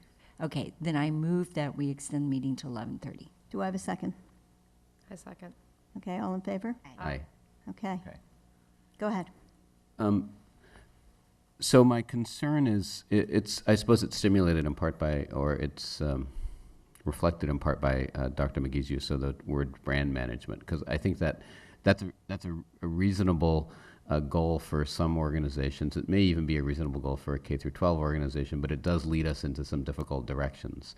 So, and I don't want to criticize Ms. Kapler-Hurley's categorization, because I think she's doing the job that we asked her to do. But so, for example, in categorizing items based on whether they're a win, lose, or a tie, we have items about suicide categorized as a tie. Articles about the election categorized as a loss, presumably because of some of the content of that reflecting on the district. I don't think that's the kind of communication that we want to be doing, either outwardly, since ultimately these documents will become public, or I think probably internally. So I just I certainly agree with Ms. Caswell that it's useful to let people know that their work is appreciated in the community. So circulating positive stories about the district internally, I think is good for morale. I think also circulating occasionally stories that are more critical is also useful for a reality check about how things. And I think that the sort of ultimate principle here is that sort of our performance is going to drive our perception. And if we focus on performance, then perception will follow. And that's kind of the basic crank that we're trying to turn. So in terms of this, I think that this moves us into territory that we don't really want to be. So I would suggest, and I can make a motion if you like, that we discontinue this particular instrument. This overall goal of letting people inside the district know that they're appreciated and that there's positive news stories, I think that's useful, but I think we should pursue it with other means. And I think you bring up a very valid point where if we're categorizing accurate as positive, you can get into a situation where not very good news is counted as a positive because it was accurate. And so we probably need to separate the two of those. And so I agree with you on that for sure. Since the superintendent isn't reporting back on this, on his whole report until the next quarter, and we will have our January 20th meeting before that, do you think that would be a time where maybe you even have some thoughts on this that you could bring forward? I mean, some ideas on a measurement tools? that Sure. might be I think there's two things that I would say. One is that I think that it would be wise of us to discontinue this particular practice, because I think it's, as the examples that I cited, it's already leading us in directions that I don't think are particularly useful. And I'll respond. I wanna respond. second, I think it's I would certainly be happy to bring forth ideas about alternatives at our January meeting. Yeah, I'm open to other alternatives, but I think it's mistaken to say that it's taking us in the wrong direction, and because we do have our vision's our brand, our strategic plan is our brand, and we need to define who we are and what we do, and be true to it. And and these goals matter. I mean, you were at the League of Women Voters. This is and people do believe what they read in the papers, and if we let ourselves be defined by others and don't put out this and don't talk about this and don't share stories related to it, I think we are doing a disservice to our students, to tell you the truth, and to our leadership team. So that said, I'm open for options for other alternatives. I don't disagree with any of that, Dr. McGee. I'm really more focused on whether this particular activity is sort of prudent or not, or positive or not. In terms of, I agree with all of what you just said. I think these are great goals, and we should communicate about them, as vigorously as we can. So I will make sure this is something that we're covering on the 20th. Okay. Okay, thank you. Anything else? No, thank you. Okay, I actually appreciate the transparency of bringing this forward once a quarter. Thank you. You're welcome. Okay. First interim? Next, first interim, Ms. Mack. Or, I'm sorry, Dr. No. McGee. At this point, have at it. So this item was discussed by the board at the last meeting, and so it's returning for action at this meeting. The only change we have in this report is the inclusion of the state form that's called Criteria and Standard, and they're on page 11 to 13. We did not change any numbers in this report compared to the last presentation. So having said that, I do have a quick update on property tax revenue. We had a quarterly meeting with the county, with staff from the county assessor's office and the county controller's office last week, and at the meeting they provided updates to us for the current year. So the amount of tax refunds this year so far is doing better compared to last year at this time. So the amount of refunds is lower so far this year compared to last year at this time. So because of that, they felt confident to reduce the amount of reserves in the countywide tax refund reserve.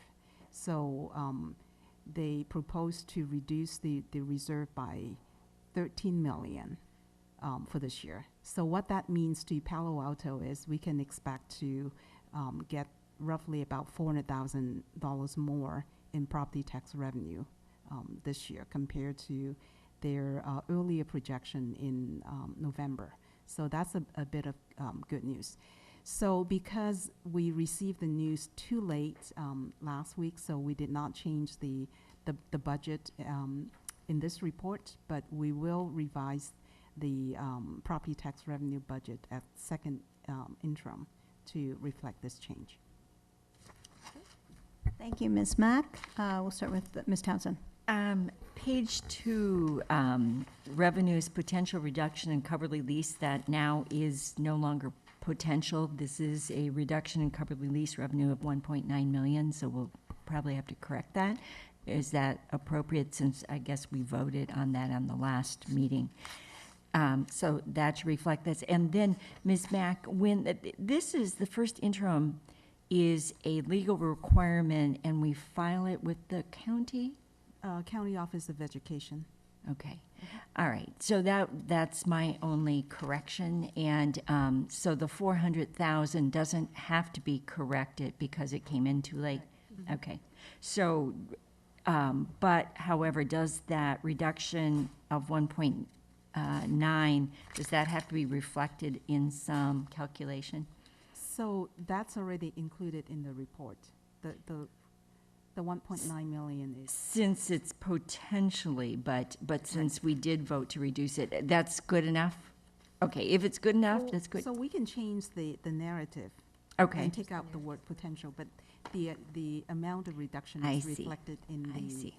Okay. Budget. I see. Okay, no other questions. I asked my questions last time around, so thank you. Ms. Godfrey? I have a question on page 4. The big place where we have expenditures that are down is in personnel. And sometimes that's, you have newer personnel and salaries are lower, and it's just a forecasting anomaly. But sometimes it's unused growth teachers and temporary unfilled positions. Some of those things are real impacts on kids in classrooms. And some of them are, we didn't need as many teachers because we had fewer classrooms. So do you have a feeling for like what the effect on our kids is from temporary unfilled positions and unused growth for teachers? So first of all, with teachers, we typically, would hire the teachers before the start of the school. So, so this year, the unfilled position, a good example would be the director of assessment.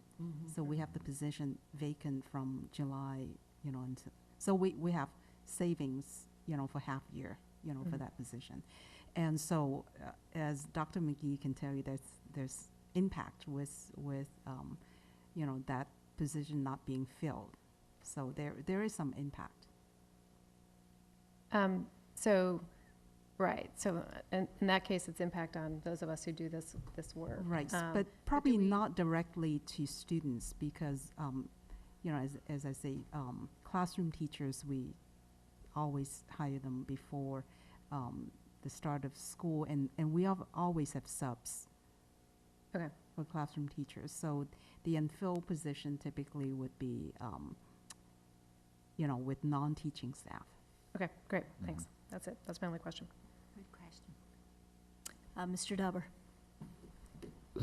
I just had one, I suppose, kind of process question, which is on page 8, you say that at the second interim report in February, we'll be likely proposing additional staffing for program and expansion and enhancement. Is that, on what basis will we be, who will be proposing that, on what basis, and do you have a sense about the scope of that or the scale of that? Hopefully it's our superintendent. It's Dr. McGee, okay, so we is Dr. McGee, good. And what, how large I suppose this is a question for Dr. McGee, is do you have thoughts along those lines, or do you have a method that you're going to use to make those recommendations, and how much in rough terms are we talking about in terms of money? Well, so we go through a whole process with the staff. Actually, we started that today, and we'll work in January and come forward to the board. So with that, and we keep within parameters. I mean, we shared today about how much would be available for. Okay, I think I missed that number. So we don't have a number yet. So in the last couple of years, we have implemented a process where we'll get input from leadership team, from PTA, and also from our 2 employee groups as to what are the critical needs in districts. And based on all those inputs, we'll have the discussion with the whole leadership team, K-12 principals and our administrators, and then we would prioritize the needs, and then from that, cabinet will also weigh in and prioritize and make the recommendation to the board. And so when we have a draft recommendation, we also share that information with a PTA, PI, and our 2 union groups as well. So we have used this process, for a couple years already. I see, okay. And do we typically then expend all of the difference between our budgeted amount and our actual revenues, or how does, because in that case, we wouldn't expect to see general fund increases at the end of the year, right? Or, So I would say we typically look at our needs and also, you know, what's available. Now, bear in mind, this year we have not completed our negotiations yet, so you know, that's another expense there. so would we typically have completed those by February or not? I don't know what the history is.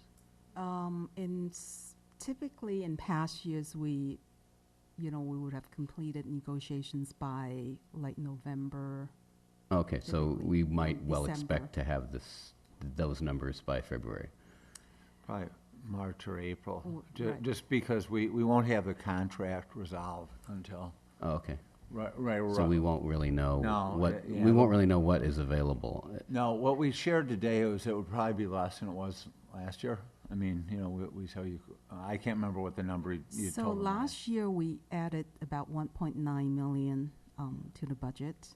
And this year, because we haven't finished negotiations yet, Right. and the property tax growth this year actually is a little bit lower than last year. So, I mean, logically, you would think the amount available this year will not be as high as the last couple of years. As the 1.9 it was last year. Okay, Right. okay, Right. great, Those thank were you. that's how we Right. framed it. And today. also plus the fact that we have already, you know, added programs the last couple of years. So we have, so I mean, logical thinking, our critical needs are going down, not as pressing as like 2 years ago. So we had a situation where we'd cut a bunch of programs because of the economy.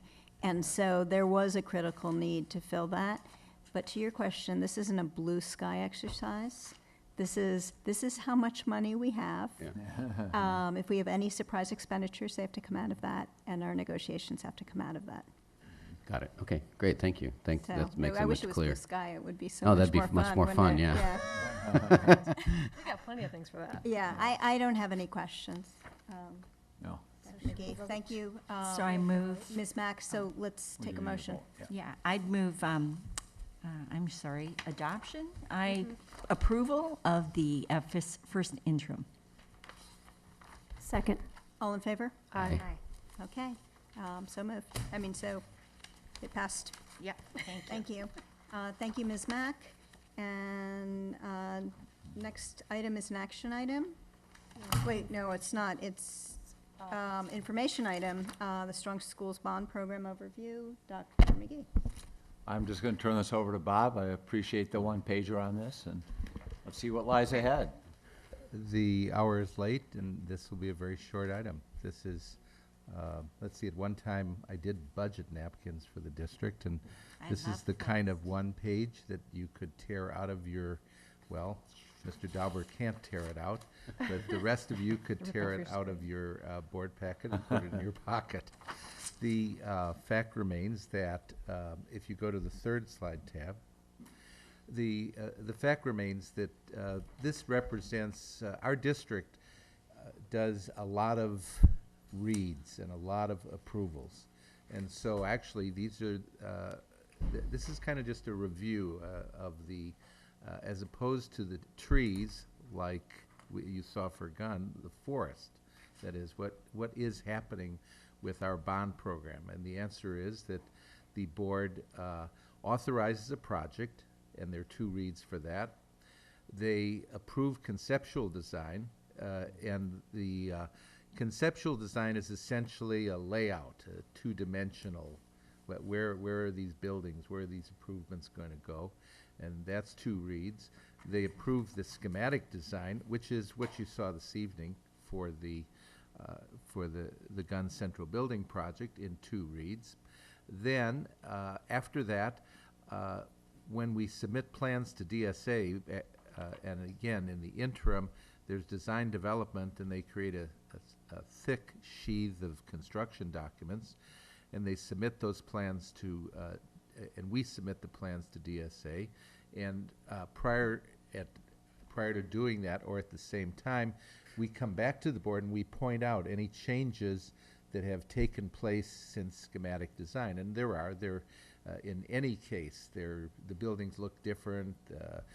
Bathrooms were mentioned here, and so there'll be more bathrooms or more public spaces and so on and so forth. Then after that, there are 2 more reads to authorize bidding when the plans come back from DSA, and then, in fact, there's an award of contract and construction proceeds. So with that, you have a chart. And these are the items that are currently on deck. We have a mature bond program. This is a 2008 bond, and so if you looked at the list of items from a couple of years ago, the active items, there would be a lot more, or even last year, a lot more. We actually only have 5 active items at this time. And what are they? Well, if you spend any time passing by the site of the new Palo Theater, you'll see that that is well under construction, and we anticipate it being ready in March of 2016. And then they'll be move-in and occupancy after that time. And so that's one project that we have going. It is, by the way, as you can see from the chart, the only project that's under active construction at this time. The Palo New Gyms project, we're constantly revising, and we now anticipate, by the way, that this project will start construction not on March 1st, but on April 1st. This project is different in that the architect is hired by the donor, and so we do not have direct control over that architect and his time. And then in addition, the construction firm is the firm that the donor preferred, which is Vance Brown. This donor's contributing $24 million, and we'd estimated in June that there could be another $12 million of cost, maybe more.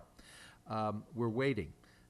That is, the architect only this week has transmitted the biddable plans to Vance Brown, the contractor, and the contractor now does his bidding. We'll be seeing those results, but this contract will bid to get bids from his subs and then come back to us. We'll be doing some negotiation and understanding of price, and then after that, we'll be coming to the board. Again, we anticipate that construction there will start on April 1st.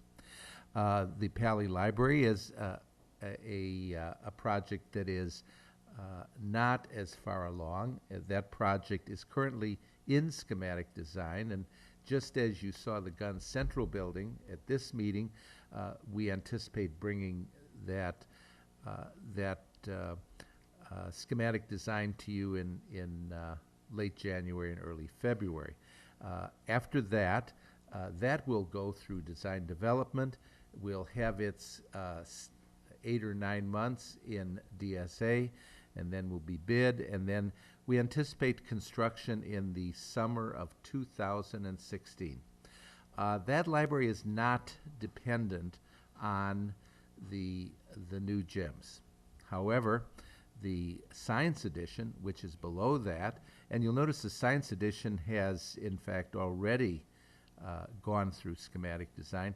The science edition is, why? Because that project adjoins the new gyms, and in fact, there probably won't be an area to start it and without the contractors interfering with each other until those new gyms are finished.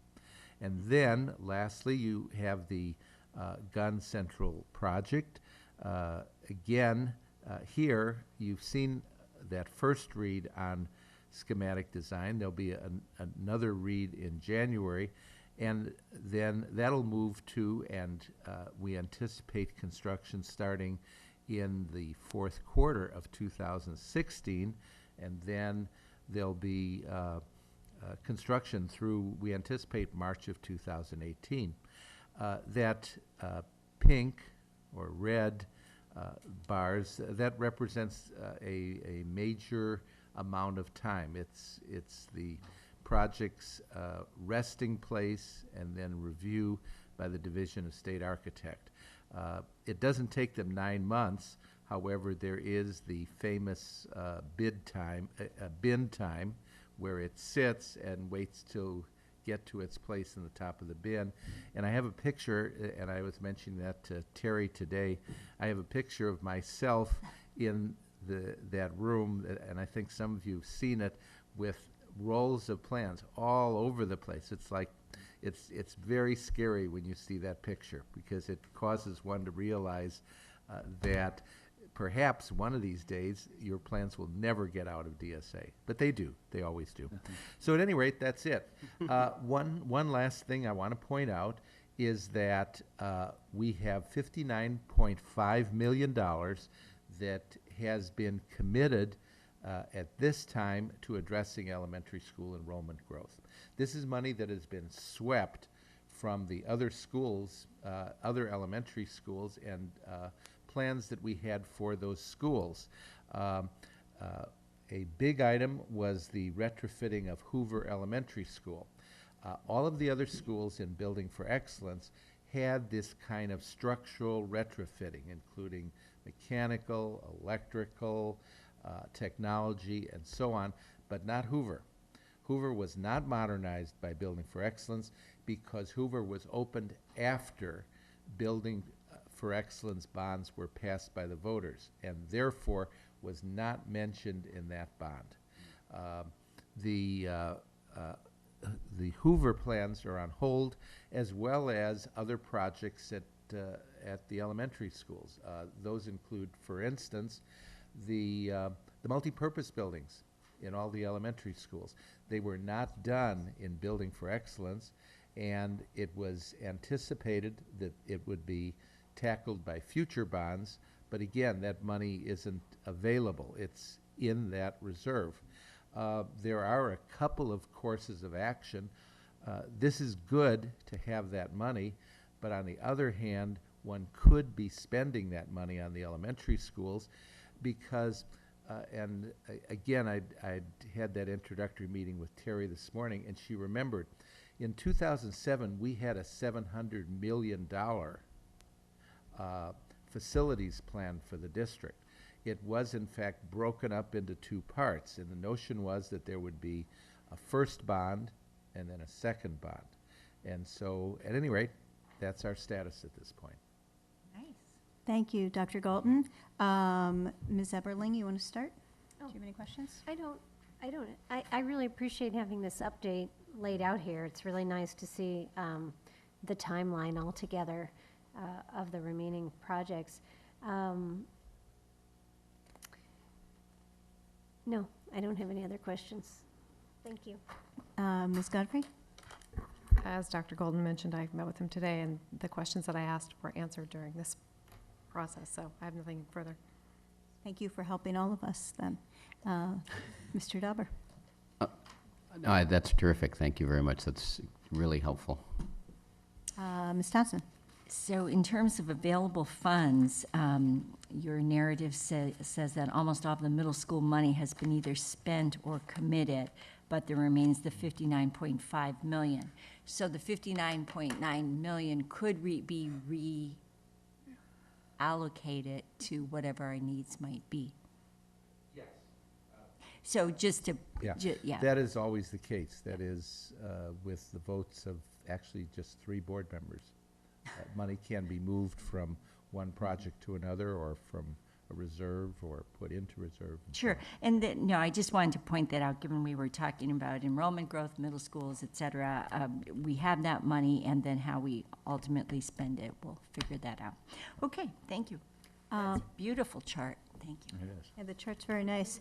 I just wanted to make sure that the community gets this question answered about the portables at Gunn and Pally. The portables at Gunn and Pally will be removed. Yeah, I know you answered this question for me, but I'll let you say it rather than me. Oh, sure. The portables at Pally are there to use as swing space and, in addition, as science space. And so they'll be taken out after these Pally projects are finished. And then the portables at Gunn will be taken out after the Gunn Central project is done.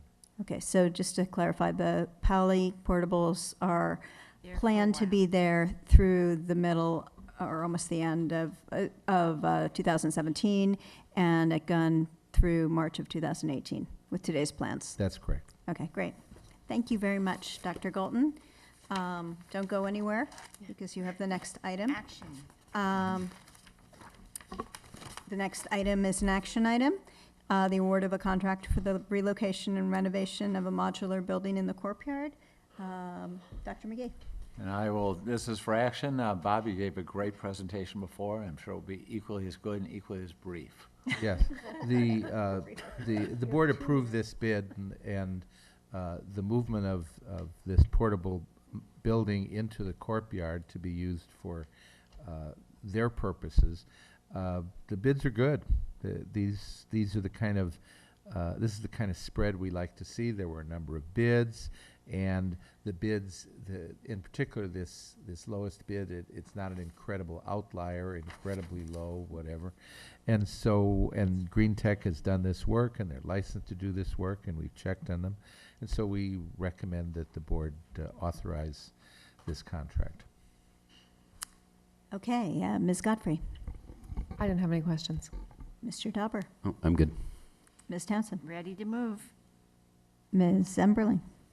I move that we award a contract for the relocation renovation of a modular building in the corporation yard as stated here in this item.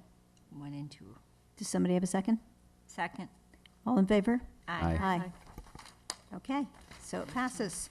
Our next item, and we need another motion to extend the meeting. 15 minutes, maybe? Does somebody want to make a motion? I move that we extend the meeting until 11:45. Do we have a second? Second. Okay, all in favor? Aye. Thank you. So the next item is an information item on the Office of Civil Rights update. Dr. McGee. Good. In the interest of time, I will not repeat what's in the packet, but there's a reference to Sally Dunaway of the Office of Civil Rights based in Washington, D.C. regarding our PENDA FOIA appeals. And a board member asked that I bring those FOIA appeals. So here's one copy for each of you. Thank you. And we have a copy for the audience, and it's redacted appropriately with names missing.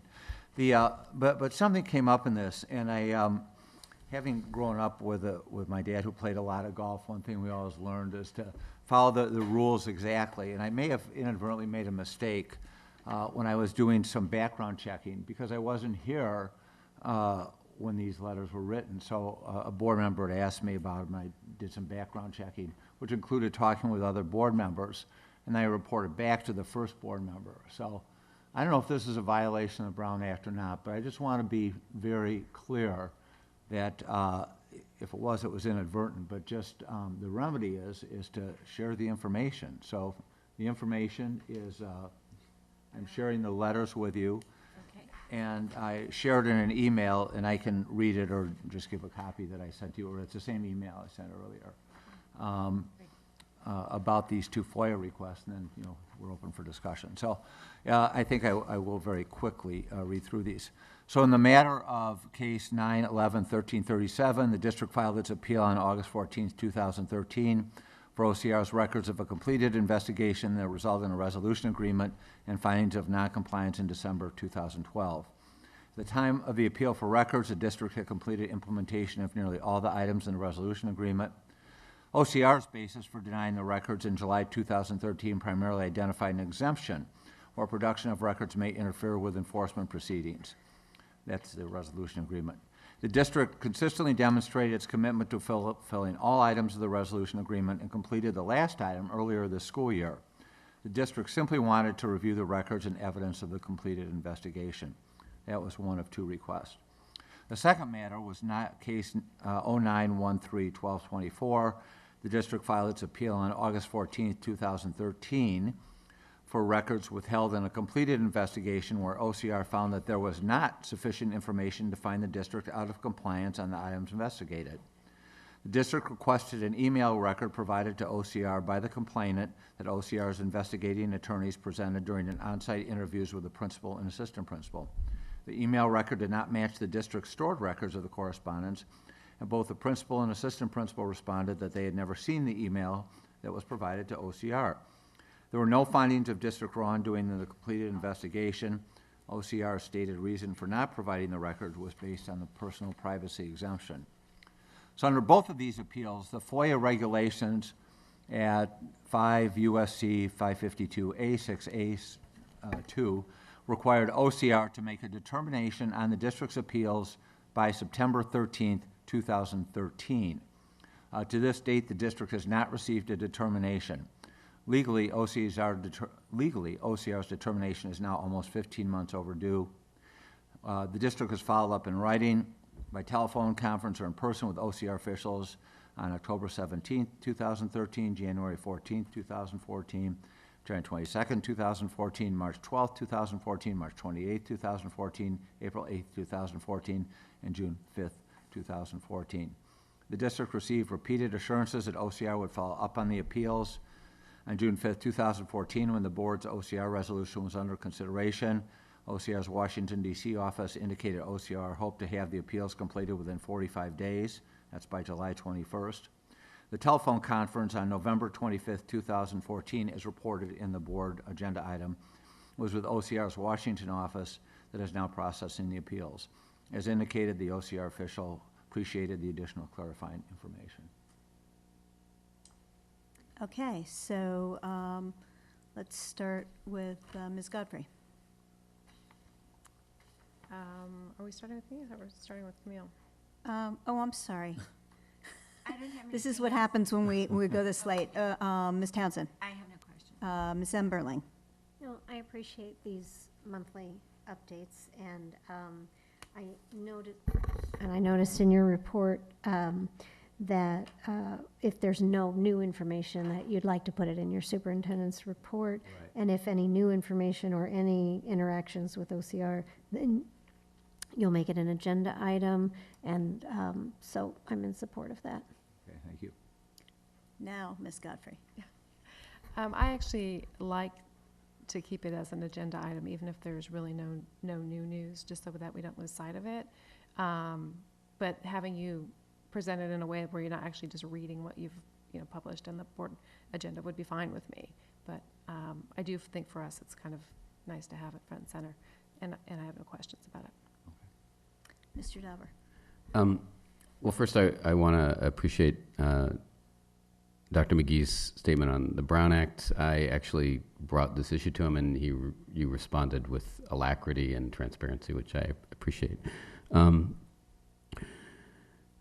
I had a couple of questions for you. The first question is on the board's resolution of June, and specifically the activities that were authorized under the effective clause, the two activities around revisiting the initial term in case and making the advocacy around changing OCR's investigative procedures. Do you expect to spend any more staff time and money or legal fees on those activities, or do you? It looks to me as if those are complete, but I want to I'm not verify that with you. I wouldn't recommend reopening a closed case. Let me put it that way. That's a board decision, but my recommendation would not, if a case is closed, I think it ought to just stay closed. And do you see any further activity on the advocacy piece of this? Just to get a response to the letter from Arnie, I sent him a personal letter, and I thought I knew him better than that. I have yet. So I don't think legal expenses will be required, but I would like to get a response from him. So thank you. The other issue, and this was the issue that precipitated the communication that Dr. McGee referred to, was my expressing was my suggesting to Dr. McGee that given the fact that these FOIA requests that are being reported on in this item concern closed cases, that I didn't see any particular benefit to continuing to pursue those and to expend legal fees and staff time on those. And so this has now arrived at the board, so what I'd like to do is to raise that with my colleagues and suggest to you that that there's no benefit to the district, in my view, in continuing to pursue those FOIA requests. That in the first case, they bear on the Terman case, which is long closed and which I think Dr. McGee just reported that we've completed the resolution on. In the second case, it concerns a case that was actually decided in the district's favor. We are, however, as you can see in this report, continuing to expend legal fees on responding to OCR on them.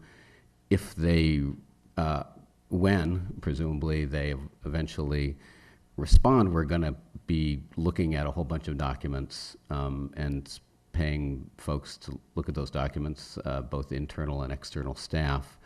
I also think that it, one thing I've heard from Dr. McGee, and I heard from many members of the community over the last several months, is that there is a real benefit in drawing a line underneath these closed cases and moving on. And really the last piece of that is these outstanding FOIA requests. And that I think that the right thing to do, and I hope that you'll support this, is to withdraw those two pending FOIA requests that relate to closed cases, and to thereby not expend further money and also not incur the future engagement with all those facts in those cases that we're going to when those documents come back. So I'd like to get your action to that. I'm happy to offer a motion to that effect. Because we have an agenda as an action item, I don't think we actually can do that. What we can do is we could agendize this discussion and then take it to action. But Camille, do you want to Yeah, I think you're correct me if I'm wrong on No, this? that's correct. It's listed as an information item. So Dr. McGee, we actually had a conversation on this topic. I don't know if you want to weigh in or not. No, it's really the board's choice on this. I mean, I wasn't here when they were filed, so I'm just going to leave it at that. No, on the question of whether we can have this, whether a motion is in order at this point, whether we can act. I'm not, that I don't know, but it doesn't mean we couldn't make an agenda item for a future meeting, too. Okay. And maybe, I would, actually, my recommendation would be at 11:45 at night. We'd probably make a better decision and have a higher quality discussion where we make this an item at a future meeting. And of course, that's up to the agenda setting piece, but Yeah, I think discussing it this time of night. I actually think that if we haven't agendized this, we can't, as an action item, that it's not a good idea for us to Okay, move so forward. can we? You can discuss it. You can't have a motion. Yeah, we just can't have a motion on it. Okay. Right. Would you like to? Yeah, I'll respond. No, I want all the information for various reasons, and even moving forward, I think this is important information. I think the reason we asked for it, it was important, and I continue to think it's important. And frankly, I do want to know more about the Terman case, so I'll just put it out there. Ms. Everling, would you like to opine? So, yeah, I'd love to opine at 11:45. Yeah, if we're going to have a deeper conversation about it, I would not like to do it at 11:45. I don't like to have any serious conversations at 11:45. But I do have to say, just based on all my years in journalism, that Freedom of Information Act requests are to promote transparency. And there have been so many closed doors to us in terms of getting information about processes and procedures and moving forward with these cases that, to me, we've already done all the work. The only thing we would get, by doing nothing is more information. So I wouldn't move forward with just saying, let's, make the effort to withdraw these requests. I would say if they're going to comply, then we'll just get more information in terms of understanding process better. And if we don't, then they'll say no, and then we can make a decision as to what we want to do now. So those are my 2 cents. Ms. Godfrey, at 11:45, do you want to opine? I'll opine quickly. I agree that we're not in a position to make a decision on this at the moment. I also agree with Ms. Emberling's thought that if it's not a lot of effort on our part, to just let it ride and see if we get information back. More information is better. I'd like to understand better when we do discuss this at a future meeting, what we had intended to do with the information that was going to come back. So that will help me assess how much time, energy, emotional energy is likely to go into it before I decide what we want to do. But in general, if there's more information and there's not going to be a lot of energy and money put into what happens with it, then I'm fine with getting more transparency back. Okay. I'll quickly opine and say that I would agree with Ms. Emberling. I believe we made this request for transparency's sake, and I don't see that changing. And I don't see a reason to expend a lot of effort and time on it. But we were told when we made this request that we couldn't make it until after they were closed. So, I mean, we could make it, but they wouldn't give it to us till after they were closed. So, but certainly if you would like this agendized, we can talk about that. I'd appreciate that. Thank you. Okay.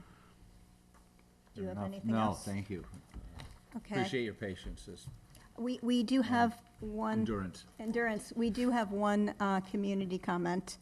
Mary Ellen, would you like to come up?